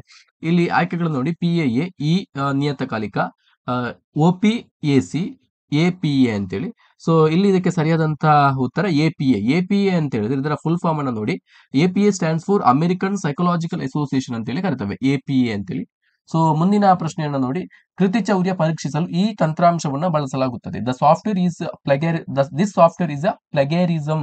So this software is a plagiarism checker. Plagiarism ಒಂದು ಯಾವುದೇ ಒಂದು ಕೃತಿಯಲ್ಲಿ ಪ್ಲಗೇರಿಸಂ ಕೃತಿಚೌರ್ಯವನ್ನ ಪರೀಕ್ಷೆ ಮಾಡೋದಕ್ಕೋಸ್ಕರ ಬಳಸುವಂತ ಸಾಫ್ಟ್ವೇರ್ ಯಾವುದು ಅಂತ ಹೇಳಿದ್ರೆ ಇಲ್ಲಿ ಕೊಟ್ಟಿರ್ತಕ್ಕಂಥ ಆಯ್ಕೆಗಳನ್ನು. ಸೊ ಕೃತಿಚೌರ್ಯವನ್ನ ಪರೀಕ್ಷಿಸುವುದಕ್ಕೋಸ್ಕರ ಟರ್ನಿಟಿನ್ ಅನ್ನುವಂತ ಒಂದು ಸಾಫ್ಟ್ವೇರ್ ಅನ್ನ ಯೂಸ್ ಮಾಡ್ತೇವೆ. ಸೊ ಕೃತಿಚೌರ್ಯಕ್ಕೆ ಸಂಬಂಧಪಟ್ಟ ಹಾಗೆ ಇತರ ಸಾಫ್ಟ್ವೇರ್ಗಳು ಕೂಡ ಇದೆ ಈಗ. ಸೊ ಅದಕ್ಕೆ ನಾವು ಎಕ್ಸಾಂಪಲ್ ಅನ್ನ the other plagiarism checking softwares are Copyleaks, Scribbr, iThenticate. ಇವೆಲ್ಲ ಸಾಫ್ಟ್ವೇರ್ ಗಳನ್ನ ಯೂಸ್ ಮಾಡಿ ಕೂಡ ಪ್ಲಗೇರಿಸಂ ಅನ್ನ ಈಗ ಚೆಕ್ ಮಾಡಬಹುದು. ಮುಂದಿನ ಪ್ರಶ್ನೆಯನ್ನು ನೋಡಿ, ಸಿಗರೇಟು ಸೇವನೆಯಿಂದ ಶ್ವಾಸಕೋಶ ಕ್ಯಾನ್ಸರ್ ಉಂಟಾಗುತ್ತದೆ ಎನ್ನುವ ಪ್ರಕಲ್ಪನೆಯಲ್ಲಿ ಸ್ವತಂತ್ರ ಪರಿವರ್ತಕ ಅಂದ್ರೆ ಇಂಡಿಪೆಂಡೆಂಟ್ ವೇರಿಯಬಲ್ ಮತ್ತು ಅವಲಂಬಿತ ಪರಿವರ್ತಕ ಡಿಪೆಂಡೆಂಟ್ ವೇರಿಯಬಲ್ ಗಳನ್ನ ಗುರುತಿಸಿ. Identify independent variable and dependent variable in the hypothesis. Hypothesis ಏನು? Smoking causes lung cancer. So ಇದು ಕೂಡ ಹಾಗೆ ನಾವು ಪ್ರೀವಿಯಸ್ ಕ್ವಶನ್ ಅಲ್ಲಿ ಯಾವ ರೀತಿ ಡಿಸ್ಕಸ್ ಮಾಡಿದ್ದೇವೆ ಅದೇ ರೀತಿ. ಸೊ ನೋಡಿ, ಸಿಗರೇಟು ಸೇವನೆಯಿಂದ ಶ್ವಾಸಕೋಶದ ಕ್ಯಾನ್ಸರ್ ಬರುವಂತದ್ದು. ಸಿಗರೇಟು ಸೇವನೆಯಿಂದ ಶ್ವಾಸಕೋಶದ ಕ್ಯಾನ್ಸರ್ ಬರುವಂತದ್ದು. ಹಾಗಾಗಿ ಈ ಶ್ವಾಸಕೋಶದ ಕ್ಯಾನ್ಸರ್ ಬರುವಂತದ್ದು ಸಿಗರೇಟು ಸೇವನೆಯ ಮೇಲೆ ಡಿಪೆಂಡ್ ಆಗಿದೆ, ಅವಲಂಬಿತವಾಗಿದೆ. ಹಾಗಾಗಿ ಇಲ್ಲಿ ಶ್ವಾಸಕೋಶದ ಕ್ಯಾನ್ಸರ್ ಅನ್ನುವಂಥದ್ದು ಇದು ಡಿಪೆಂಡೆಂಟ್ ವೇರಿಯಬಲ್. ಯಾವುದರ ಮೇಲೆ ಡಿಪೆಂಡ್ ಆಗಿದೆ? ಸಿಗರೇಟು ಸೇವನೆಯ ಮೇಲೆ ಡಿಪೆಂಡ್ ಆಗಿದೆ. ಸೊ ಹಾಗೆ ಇಲ್ಲಿ ಕ್ಯಾನ್ಸರ್ ಅನ್ನುವಂಥದ್ದು ಡಿಪೆಂಡೆಂಟ್ ವೇರಿಯಬಲ್, ಸಿಗರೇಟ್ ಸೇವನೆ ಅನ್ನುವಂಥದ್ದು ಇಂಡಿಪೆಂಡೆಂಟ್ ವೇರಿಯಬಲ್. ಹಾಗಾಗಿ ಆಪ್ಷನ್ ಸಿ ಸರಿಯಾದಂತ ಉತ್ತರ. ಸೊ ಮುಂದಿನ ಪ್ರಶ್ನೆಯನ್ನು ನೋಡಿ, ಸ್ವತಂತ್ರ ಮತ್ತು ಅವಲಂಬಿತ ಪರಿವರ್ತಕಗಳನ್ನ ಈ ಪ್ರಕಲ್ಪನೆಯಲ್ಲಿ ಗುರುತಿಸಿ. Identify independent and dependent variables in this hypothesis. ಓಟ ಒಬ್ಬ ವ್ಯಕ್ತಿಯ ಹೃದಯ ಬಡಿತವನ್ನ ಹೆಚ್ಚು ಮಾಡುತ್ತದೆ. Running will increase a persons heart rate. ಇಲ್ಲಿ ಆಯ್ಕೆಗಳನ್ನ ನೋಡಿ. ಸೊ ಇದು ಕೂಡ ಪ್ರೀವಿಯಸ್ ಕ್ವಶನ್ ಹಾಗೆ. ಇಲ್ಲಿ ಹೈಪೋಥಿಸಿಸ್ ಏನು ಕೊಟ್ಟಿದ್ದಾರೆ? Running will increase a persons heart rate. ಓಟ ಒಬ್ಬ ವ್ಯಕ್ತಿಯ ಹೃದಯ ಬಡಿತವನ್ನ ಹೆಚ್ಚು ಮಾಡಬಲ್ಲದು. ಸೊ ಒಬ್ಬ ವ್ಯಕ್ತಿ ಓಡಿದ್ರೆ ಮಾತ್ರ ಆತನ ಹೃದಯ ಬಡಿತ ಹೆಚ್ಚಾಗುವಂತದ್ದು. ಹಾಗಾಗಿ ಈ ಹೃದಯ ಬಡಿತ ಏನಿದೆ ಅದು ಯಾವುದರ ಮೇಲೆ ಡಿಪೆಂಡ್ ಆಗಿದೆ? ಆ ವ್ಯಕ್ತಿ ಓಡುವಂತಹ ಓಟದ ಮೇಲೆ ಡಿಪೆಂಡ್ ಆಗಿದೆ. ಹಾಗಾಗಿ ಇಲ್ಲಿ ಹೃದಯ ಬಡಿತ ಅನ್ನುವಂಥದ್ದು dependent variable. So it depends on heart rate, depends on running. So ಹಾಗಾಗಿ ಇಲ್ಲಿ ಹೃದಯ ಬಡಿತ ಅಥವಾ ಹಾರ್ಟ್ ರೇಟ್ ಡಿಪೆಂಡೆಂಟ್ ವೇರಿಯಬಲ್ ಯಾವುದರ ಮೇಲೆ ಡಿಪೆಂಡ್ ಆಗಿದೆ? ಓಟದ ಮೇಲೆ, ರನ್ನಿಂಗ್ ನ ಮೇಲೆ ಡಿಪೆಂಡ್ ಆಗಿದೆ. ಹಾಗಾಗಿ running is independent variable and heart rate is a dependent variable. ಹಾಗಾಗಿ ಇಲ್ಲಿ ಆಪ್ಷನ್ ಡಿ ಸರಿಯಾದಂತ ಉತ್ತರ. ಸೊ ಮುಂದಿನ ಪ್ರಶ್ನೆಯನ್ನು ನೋಡಿ, ಕ್ರಿಕೆಟ್ ಸ್ಕೋರ್ ಯಾವ ರೀತಿಯ ಪರಿವರ್ತಕ? Cricket score is what kind of variable? ಆಯ್ಕೆಗಳನ್ನು ನೋಡಿ, ನಿರಂತರ ಪರಿವರ್ತಕ, ನಿಬಂಧನೆಗೆ ಒಳಪಟ್ಟಂತ ಪರಿವರ್ತಕ, ನಿಬಂಧನೆಗೆ ಒಳಪಟ್ಟ ಮತ್ತು ನಿರಂತರ ಪರಿವರ್ತಕಗಳು, ಏತನ್ಮಧ್ಯೆ ಸಂಭವಿಸುವಂತ ಪರಿವರ್ತಕ. ಇಂಗ್ಲಿಷ್ ನಲ್ಲಿ ನೋಡಿ, continuous variable, discrete variable, both discrete and continuous variable, intervening variable ಅಂತೇಳಿ. ಸ್ಕೋರ್ ಯಾವ ರೀತಿಯ ವೇರಿಯಬಲ್ ಅಥವಾ ಯಾವ ರೀತಿಯ ಪರಿವರ್ತಕ ಅಂತ ಹೇಳಿದ್ರೆ ಇದು ನಿಬಂಧನೆಗೆ ಒಳಪಟ್ಟಂತ ಪರಿವರ್ತಕ, ಡಿಸ್ಕ್ರೀಟ್ ವೇರಿಯಬಲ್ ಅಂತೇಳಿ ಕರ್ತವೆ. Discrete variable is a variable whose values is obtained by counting. So discrete value ಅಥವಾ ನಿಬಂಧನೆಗೆ ಒಳಪಟ್ಟಂತಹ ಪರಿವರ್ತಕ ಅಥವಾ ಚಲಕ ಅಂತ ಹೇಳಿದ್ರೆ, ಸೊ ಯಾವ ಚಲಕದ ಬೆಲೆಯನ್ನ ನಾವು ಎಣಿಕೆ ಮಾಡಿ ಪಡಿತವೋ ಅಂತಹ ಒಂದು ಚಲಕಗಳನ್ನ ನಾವು ಡಿಸ್ಕ್ರೀಟ್ ವೇರಿಯೇಬಲ್ ಅಥವಾ ನಿಬಂಧನೆಗೆ ಒಳಪಟ್ಟಂತಹ ಪರಿವರ್ತಕ ಅಥವಾ ಚಲಕ ಅಂತೇಳಿ ಕರಿತೇವೆ. ಇಲ್ಲಿ ಕ್ರಿಕೆಟ್ ಸ್ಕೋರ್ ಅನ್ನುವಂಥದ್ದು ಯಾವಾಗಲೂ ಪೂರ್ಣ ಸಂಖ್ಯೆ ಆಗಿರೋದ್ರಿಂದ ಇದು ಡಿಸ್ಕ್ರಿಪ್ಟ್ ವೇರಿಯೇಬಲ್ ಆಗ್ತದೆ. ಆಪ್ಷನ್ ಬಿ ಸರಿಯಾದಂತ ಉತ್ತರ. ಮುಂದಿನ ಪ್ರಶ್ನೆಯನ್ನು ನೋಡಿ, ಗಣನೀಯ ವೃದ್ಧಿಯು ಯಾವ ರೀತಿಯ ನಮೂನೆ? What type is snowball sampling? ಇಲ್ಲಿ ಆಯ್ಕೆಗಳನ್ನು ನೋಡಿ, ಅಸಂಭವನೀಯ ನಮೂನೆ, ನಾನ್ ಪ್ರೊಬ್ಯಾಬಿಲಿಟಿ ಸ್ಯಾಂಪ್ಲಿಂಗ್, ಸಂಭವನೀಯ ನಮೂನೆ, ಪ್ರೊಬ್ಯಾಬಿಲಿಟಿ ಸ್ಯಾಂಪ್ಲಿಂಗ್, ಬಹು ಹಂತ ನಮೂನೆ, ಮಲ್ಟಿ ಸ್ಟೇಜ್ ಸ್ಯಾಂಪ್ಲಿಂಗ್, ಯಾದೃಚ್ಛಿಕ ನಮೂನೆ, ರ್ಯಾಂಡಮ್ ಸ್ಯಾಂಪ್ಲಿಂಗ್ ಅಂತ ಹೇಳಿ ಕೊಟ್ಟಿದ್ದಾರೆ. ಗಣನೀಯ ವೃದ್ಧಿ ಅಂದ್ರೆ ಸ್ನೋಬಾಲ್ ಸ್ಯಾಂಪ್ಲಿಂಗ್ ಇದು ಅಸಂಭವನೀಯ ನಮೂನೆ, ನಾನ್ ಪ್ರೊಬ್ಯಾಬಿಲಿಟಿ ಸ್ಯಾಂಪ್ಲಿಂಗ್ ಅಂತ ಹೇಳಿ ಕರಿತೇವೆ. ಇಲ್ಲಿ ಆಪ್ಷನ್ ಎ ಸರಿಯಾದಂತ ಉತ್ತರ. So snowball sampling is a non probability sampling method. Doctor UR ಅನಂತಮೂರ್ತಿಯವರ ಬಗ್ಗೆ ಸಂಶೋಧನೆ ಮಾಡುವಾಗ ಅವರನ್ನು ಸಂದರ್ಶಿಸಿದಾಗ ದೊರಕುವ ಮಾಹಿತಿಯು ಯಾವ ರೀತಿಯದು? While researching on doctor UR Ananthamurthy, what kind of data are you collecting on the basis of interview with him? So doctor UR ಅನಂತಮೂರ್ತಿಯವರ ಬಗ್ಗೆ ಸಂಶೋಧನೆಯನ್ನ ಮಾಡುವಂತ ಸಂದರ್ಭದಲ್ಲಿ ಅವರನ್ನ ಸಂದರ್ಶಿಸಿ ಅವರ ಜೀವನದ ಬಗ್ಗೆ ಮಾಹಿತಿಯನ್ನ ಕಲೆ ಹಾಕುವಂಥದ್ದು. ಸೊ ಇದು ಪ್ರಾಥಮಿಕ ಮಾಹಿತಿ ಅಂತೇಳಿ ಅನಿಸ್ಕೊಳ್ತದೆ. ಇದು ಪ್ರಾಥಮಿಕ ಮಾಹಿತಿ. ಯಾಕಂತ ಹೇಳಿದ್ರೆ ನಾವು ಸಂಶೋಧನೆ ಮಾಡ್ತಾ ಇರುವಂತದ್ದು ಡಾಕ್ಟರ್ UR ಅನಂತಮೂರ್ತಿಯವರ ಜೀವನದ ಮೇಲೆ. ಅದೇ ವ್ಯಕ್ತಿಯನ್ನ ಭೇಟಿಯಾಗಿ ಅವರನ್ನೇ ಸಂದರ್ಶನ ಮಾಡಿ ಅವರಿಂದ ನೇರವಾಗಿ ಮಾಹಿತಿಯನ್ನ ಪಡೆದುಕೊಳ್ಳುವಂತದಲ್ವಾ. ಸೊ ಹಾಗಾಗಿ ಈ ರೀತಿ ಮಾಡಿ ಅವರಿಂದ ಪಡೆದುಕೊಂಡಂತಹ ಮಾಹಿತಿ ಪ್ರಾಥಮಿಕ ಮಾಹಿತಿ ಅಂತೇಳಿ ಅನಿಸಿಕೊಳ್ತದೆ. ಹಾಗಾಗಿ it's a primary data. Option B ಸರಿಯಾದಂತ ಉತ್ತರ. ಮುಂದಿನ ಪ್ರಶ್ನೆಯನ್ನು ನೋಡಿ. ಒಬ್ಬ ಸಂಶೋಧಕನು ಸಾಮಾನ್ಯವಾಗಿ ಡ್ಯಾಶ್ ಮಾಡುವುದನ್ನು ನಿರೀಕ್ಷಿಸಲಾಗುತ್ತದೆ. ಆ researcher is generally expected to. ಇಲ್ಲಿ ಆಯ್ಕೆಗಳು ನೋಡಿ. ಒಂದು ಕ್ಷೇತ್ರದಲ್ಲಿ ಅಸ್ತಿತ್ವದಲ್ಲಿರುವಂತಹ ಸಾಹಿತ್ಯದ ಅಧ್ಯಯನವನ್ನು ಮಾಡುವಂಥದ್ದು, ಹೊಸ ತತ್ವಗಳನ್ನು ಸಿದ್ಧಾಂತಗಳನ್ನ ಹುಟ್ಟಿಸುವುದು ಮತ್ತು ಊರ್ಜಿತಗೊಳಿಸುವುದು, generate new principles theories and validate, ಇತರರು ನೀಡಿದಂತಹ ಅಭಿಪ್ರಾಯಗಳನ್ನ ಸಂಶ್ಲೇಷಿಸುವಂಥದ್ದು, synthesise the ideas given by others, ಒಂದು ಅಧ್ಯಯನದ ಫಲಿತಾಂಶದ ಮೌಲ್ಯಮಾಪನ ಮಾಡುವಂಥದ್ದು, evaluate the findings of a research ಅಂತೇಳಿ. ಸೊ ಈ ಎಲ್ಲ ಆಯ್ಕೆಗಳನ್ನ ಗಮನಿಸಿದಾಗ ಈ ಪ್ರಶ್ನೆಗೆ ಅತ್ಯಂತ ಸಮರ್ಪಕವಾಗಿರುವಂತಹ ಉತ್ತರ ಯಾವ್ದಂತ ಹೇಳಿದ್ರೆ, ಒಬ್ಬ ಸಂಶೋಧಕ ಸಾಮಾನ್ಯವಾಗಿ ಒಂದು ಕ್ಷೇತ್ರದಲ್ಲಿ ಅಸ್ತಿತ್ವದಲ್ಲಿರುವಂತಹ ಸಾಹಿತ್ಯದ ಅಧ್ಯಯನವನ್ನ ಮಾಡ್ತಾರೆ. So study the existing literature in a field. So ಇದು ಸಂಶೋಧನೆಯ ಪ್ರಮುಖವಾಗಿರುವಂತಹ ಹಂತ. ಸೊ ಯಾವುದೇ ಒಂದು ಸಂಶೋಧನೆಯನ್ನ ಕೈಗೊಳ್ಳಬೇಕಿದ್ರೆ ಮೊದಲು ಏನ್ ಮಾಡಬೇಕು? ಸಂಶೋಧನಾ ಪ್ರಶ್ನೆಯನ್ನ ರೂಪಿಸಬೇಕು, ಸಂಶೋಧನೆಯ ವಿಷಯವನ್ನ ರೂಪಿಸಬೇಕು. ಅದಾದ ನಂತರ ಆ ಸಂಶೋಧನೆಯ ವಿಷಯಕ್ಕೆ ಸಂಬಂಧಪಟ್ಟಾಗೆ ಈ ಹಿಂದೆ ಯಾರೊಬ್ಬರು ವ್ಯಕ್ತಿಗಳು ಮಾಡಿದಂತ, ಸಂಶೋಧಕರು ಮಾಡಿದಂತ ಬೇರೆ ಏನಾದ್ರೂ ಆಕಾರ ಗ್ರಂಥಗಳನ್ನ, ಅವರ ಸಂಶೋಧನಾ ವರದಿಗಳನ್ನ ನಾವು ರಿವ್ಯೂ ಮಾಡುವಂತದ್ದು, ಪರಾಮರ್ಶೆ ಮಾಡುವಂಥದ್ದು, ಇದು ತುಂಬಾನೇ ಇಂಪಾರ್ಟೆಂಟ್ ಆಗ್ತದೆ. ಹಾಗಾಗಿ ಇಲ್ಲಿ ಆಪ್ಷನ್ ಎ ಸರಿಯಾದಂತ ಉತ್ತರ. ಸೊ ಮುಂದಿನ ಪ್ರಶ್ನೆಯನ್ನು ನೋಡಿ. ಪಟ್ಟಿ 2ರೊಂದಿಗೆ ಪಟ್ಟಿ 1ಅನ್ನ ಹೊಂದಿಸಿ ಮತ್ತು ಕೆಳಗೆ ಕೊಟ್ಟಿರುವಂತಹ ಸಂಕೇತಗಳಿಂದ ಸರಿಯಾದಂತಹ ಉತ್ತರಗಳನ್ನ ಆಯ್ಕೆ ಮಾಡಿ ಅಂತೇಳಿ ಹೇಳಿದ್ದಾರೆ.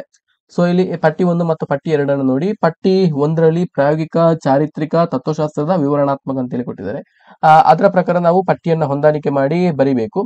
ಇಲ್ಲಿ ನಾವು ಪಟ್ಟಿ 1 ಮತ್ತು ಪಟ್ಟಿ 2ಅನ್ನ ನೋಡ್ತಾ ಹೋದಾಗ ಪ್ರಾಯೋಗಿಕ ಅಥವಾ ಎಕ್ಸ್ಪೆರಿಮೆಂಟಲ್, ಇದು ಪಟ್ಟಿ 2ರಲ್ಲಿ ಇರುವಂತಹ ಯಾವ ವಿಚಾರಕ್ಕೆ ಮ್ಯಾಚ್ ಆಗ್ತದೆ ಅಂತ ಹೇಳಿದ್ರೆ, ಪ್ರಾಯೋಗಿಕ ಅಂದ್ರೆ ಗುಂಪುಗಳನ್ನ ಹೊಂದಿಸುವಂಥದ್ದು. ಪ್ರಾಯೋಗಿಕ ಸಂಶೋಧನೆಯಲ್ಲಿ ನಾವು ಏನ್ ಮಾಡ್ತೇವೆ ಅಂತ ಹೇಳಿದ್ರೆ, ಒಂದಷ್ಟು ಸಂಶೋಧನೆಯ ಗುಂಪುಗಳನ್ನ, ನಮ್ಮ ಸಂಶೋಧನೆಗೆ ಬೇಕಾಗಿರುವಂತಹ ಜನಸಮೂಹವನ್ನ ಹೊಂದಾಣಿಕೆ ಮಾಡ್ತೇವೆ. ಹಾಗಾಗಿ ಪ್ರಾಯೋಗಿಕ ಅನ್ನುವಂಥದ್ದು ಗುಂಪುಗಳನ್ನ ಹೊಂದಾಣಿಕೆ ಮಾಡುವಂಥದ್ದು, ಎಕ್ಸ್ಪೆರಿಮೆಂಟಲ್ ಮ್ಯಾಚಿಂಗ್ ಆಫ್ ಗ್ರೂಪ್ಸ್.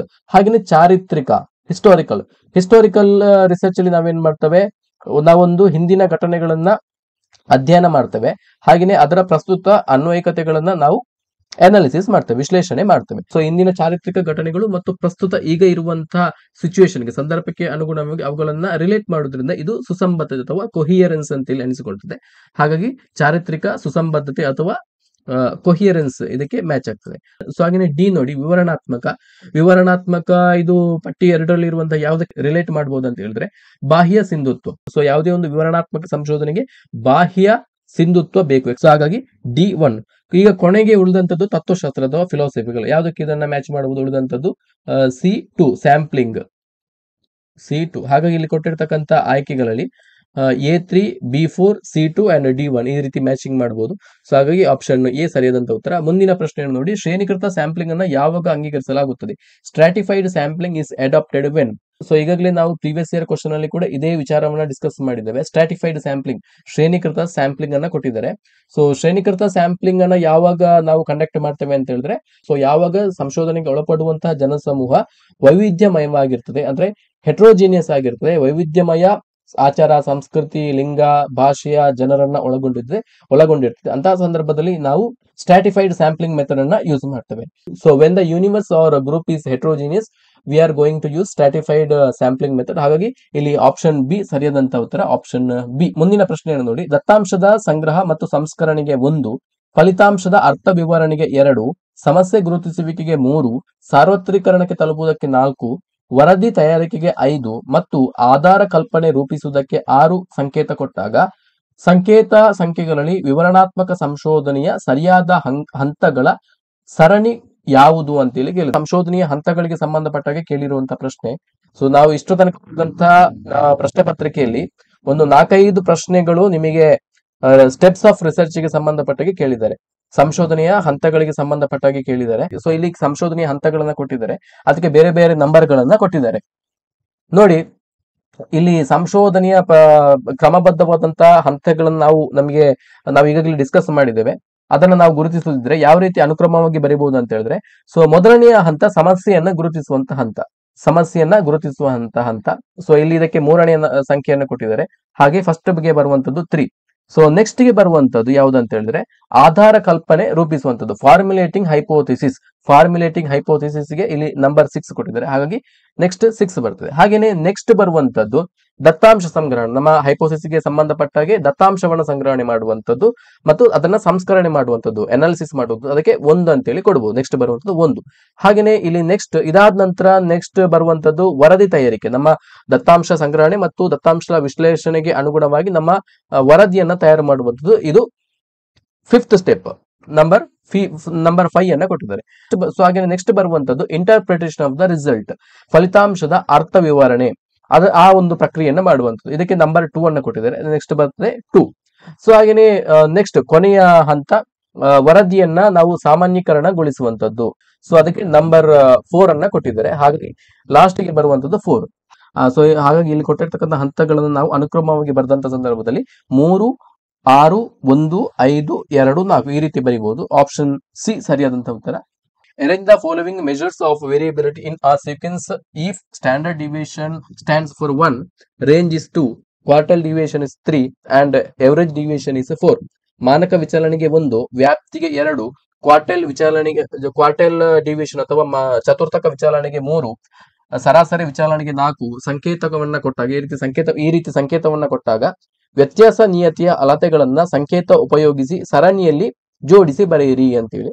ಇಲ್ಲಿ ನಾವು ಏರಿಕೆ ಕ್ರಮದಲ್ಲಿ ಕೂಡ ಬರೀಬಹುದು ಅಥವಾ ಇಳಿಕೆ ಕ್ರಮದಲ್ಲಿ ಕೂಡ ಬರೀಬಹುದು. ಇಲ್ಲಿ standard deviation, quartile deviation, average deviation ಹಾಗೂ ರೇಂಜ್ ಇದರ ವ್ಯಾಲ್ಯೂವನ್ನ ಗಮನಿಸಿ. ಅಲ್ಲಿ ಕೊಟ್ಟಿದ್ದಾರೆ ನೋಡಿ, standard deviation 1 and quartile deviation 3, average deviation 4, range 2 ಅಂತೇಳಿ. ಸೊ ನಾವು ಇಳಿಕೆ ಕ್ರಮದಲ್ಲಿ ಬರೆಯುವುದಾದ್ರೆ ಸೊ ಎವರೇಜ್ ಡಿವಿಯೇಷನ್ ಅದು ಹೈಯೆಸ್ಟ್ ವ್ಯಾಲ್ಯೂಷನ್, ಸೊ ಅದು ಹೈಯೆಸ್ಟ್ ವ್ಯಾಲ್ಯೂವನ್ನ ಹೊಂದಿರ್ತದೆ, ಸರಾಸರಿ ವಿಚಲನೆ ಅಂತೇಳಿ ಕರಿತೇವೆ, ಹೈಯೆಸ್ಟ್ ನಂಬರ್ 4. ಸೊ ನೆಕ್ಸ್ಟ್ ಬರುವಂತದ್ದು ಕ್ವಾರ್ಟೈಲ್ ಡಿವಿಯೇಷನ್, ಚತುರ್ಥಕ ವಿಚಲನೆ, ಅದು ನಂಬರ್ 3 ಅಂತ ಕೊಟ್ಟಿದ್ದಾರೆ, ಅದರ ವ್ಯಾಲ್ಯೂ ನಂಬರ್ 3 ನೆಕ್ಸ್ಟ್ ಬರುವಂತದ್ದು. ಹಾಗೇನೆ ನೆಕ್ಸ್ಟ್ ಬರುವಂತದ್ದು ರೇಂಜ್, ವ್ಯಾಪ್ತಿ, ಇದು ನಂಬರ್ 2 ಅಂತೇಳಿ ಕೊಟ್ಟಿದ್ದಾರೆ, ಅದರ ವ್ಯಾಲ್ಯೂ 2 ಅಂತೇಳಿ ಕೊಟ್ಟಿದ್ದಾರೆ. ನೆಕ್ಸ್ಟ್ ಆ ತರ ಬರ್ತದೆ. ನನಗೆ ಬರುವಂತದ್ದು ಲೀಸ್ಟ್ ಸ್ಟ್ಯಾಂಡರ್ಡ್ ಡಿವಿಯೇಷನ್, ಇದರ ವ್ಯಾಲ್ಯೂ ಯಾವಾಗಲೂ ಕಡಿಮೆ ಆಗಿರ್ತದೆ. ಸೊ ನೀವು ಇಲ್ಲಿ ಕೊಟ್ಟಿರ್ತಕ್ಕಂಥ ಎಲ್ಲ ಪರಿಕಲ್ಪನೆಗಳನ್ನ ಗಮನಿಸಿದಾಗ, ಸೊ ನೀವು ಬೇರೆ ಯಾವುದೇ ಒಂದು ಡಾಟಾಗೆ ಇದನ್ನ ಅಪ್ಲೈ ಮಾಡಿದಾಗ ಇದೇ ರೀತಿ ಬರ್ತದೆ. ಸೊ ಹಾಗಾಗಿ ಇಲ್ಲಿ ಕೊಟ್ಟಿರ್ತಕ್ಕಂಥ ಆಯ್ಕೆಯಲ್ಲಿ ಇದನ್ನ ನಾವು ಇಳಿಕೆ ಕ್ರಮದಲ್ಲಿ ಬರೆದಂತದ್ದು ಆಪ್ಷನ್ ಸಿ 4, 3, 2, 1. ಆಪ್ಷನ್ ಸಿ ಸರಿಯಾದಂತ ಉತ್ತರ. ಮುಂದಿನ ಪ್ರಶ್ನೆಯನ್ನು ನೋಡಿ, ಸಂಶೋಧಕನು ಮೂಲ ವಿಷಯದ ಅಧಿಕೃತತೆ ಮತ್ತು ಸಾಚಾತನದ ಬಗ್ಗೆ ತನಿಖೆ ನಡೆಸಿದಾಗ ಅದನ್ನು ಡ್ಯಾಶ್ ಎಂದು ಕರೆಯುತ್ತಾರೆ.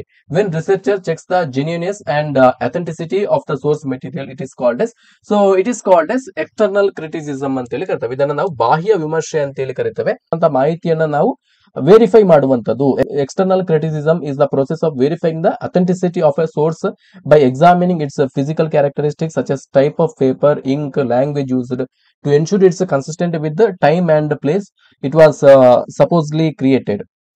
ಸೊ ನಾವು ಪಡ್ಕೊಂಡಂತ ಮಾಹಿತಿ ಎಷ್ಟರ ಮಟ್ಟಿಗೆ ನೈಜವಾಗಿದೆ ಅಂತೇಳಿ ನಾವು ಪರೀಕ್ಷೆಯನ್ನು ಮಾಡುವಂತದನ್ನು ನಾವು ಬಾಹ್ಯ ವಿಮರ್ಶೆ ಅಂತೇಳಿ ಕರಿತೇವೆ ಅಥವಾ ಎಕ್ಸ್ಟರ್ನಲ್ ಕ್ರಿಟಿಸಿಸಮ್ ಅಂತೇಳಿ ಇಂಗ್ಲಿಷ್ ನಲ್ಲಿ ಕರಿತೇವೆ. ಸೊ ಸ್ನೇಹಿತರೆ, ಇವಿಷ್ಟು 2013ರಿಂದ 2024ರವರೆಗೆ ನಡೆದಂತ 10 ಬಾರಿ ನಡೆದಂತಹ ಕೆಸೆಟ್ ಪರೀಕ್ಷೆಯ ಸಾಮಾನ್ಯ ಪತ್ರಿಕೆಯಲ್ಲಿ ಸಂಶೋಧನಾ ಸಾಮರ್ಥ್ಯ ಅಥವಾ ಸಂಶೋಧನಾ ಅಭಿಕ್ಷಮತೆಗೆ ಸಂಬಂಧಪಟ್ಟ ಹಾಗೆ ಕೇಳಿರುವಂತಹ ಪ್ರಶ್ನೆಗಳು. ಸುಮಾರು 50ಕ್ಕೂ ಹೆಚ್ಚು ಪ್ರಶ್ನೆಗಳನ್ನ ನಾನಿಲ್ಲಿ ಕವರ್ ಮಾಡಿದ್ದೇನೆ.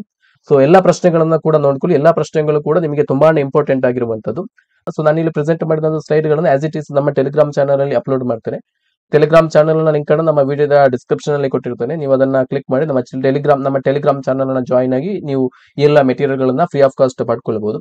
ಸೊ ಇದ್ರ ಬಗ್ಗೆ ನಿಮ್ಗೆ ಏನೇ ಡೌಟ್ಸ್ ಗಳಿದ್ರು ಕೂಡ, ನಿಮ್ಮ ಅಭಿಪ್ರಾಯಗಳು ಏನೇ ಇದ್ರು ಕೂಡ ನಮ್ಮ ವಿಡಿಯೋದ ಕಮೆಂಟ್ ಸೆಕ್ಷನ್ ಅಲ್ಲಿ ನಿಮ್ಮ ಅಭಿಪ್ರಾಯಗಳನ್ನ ವ್ಯಕ್ತಪಡಿಸಬಹುದು. Thank you. ನಮಸ್ತೆ.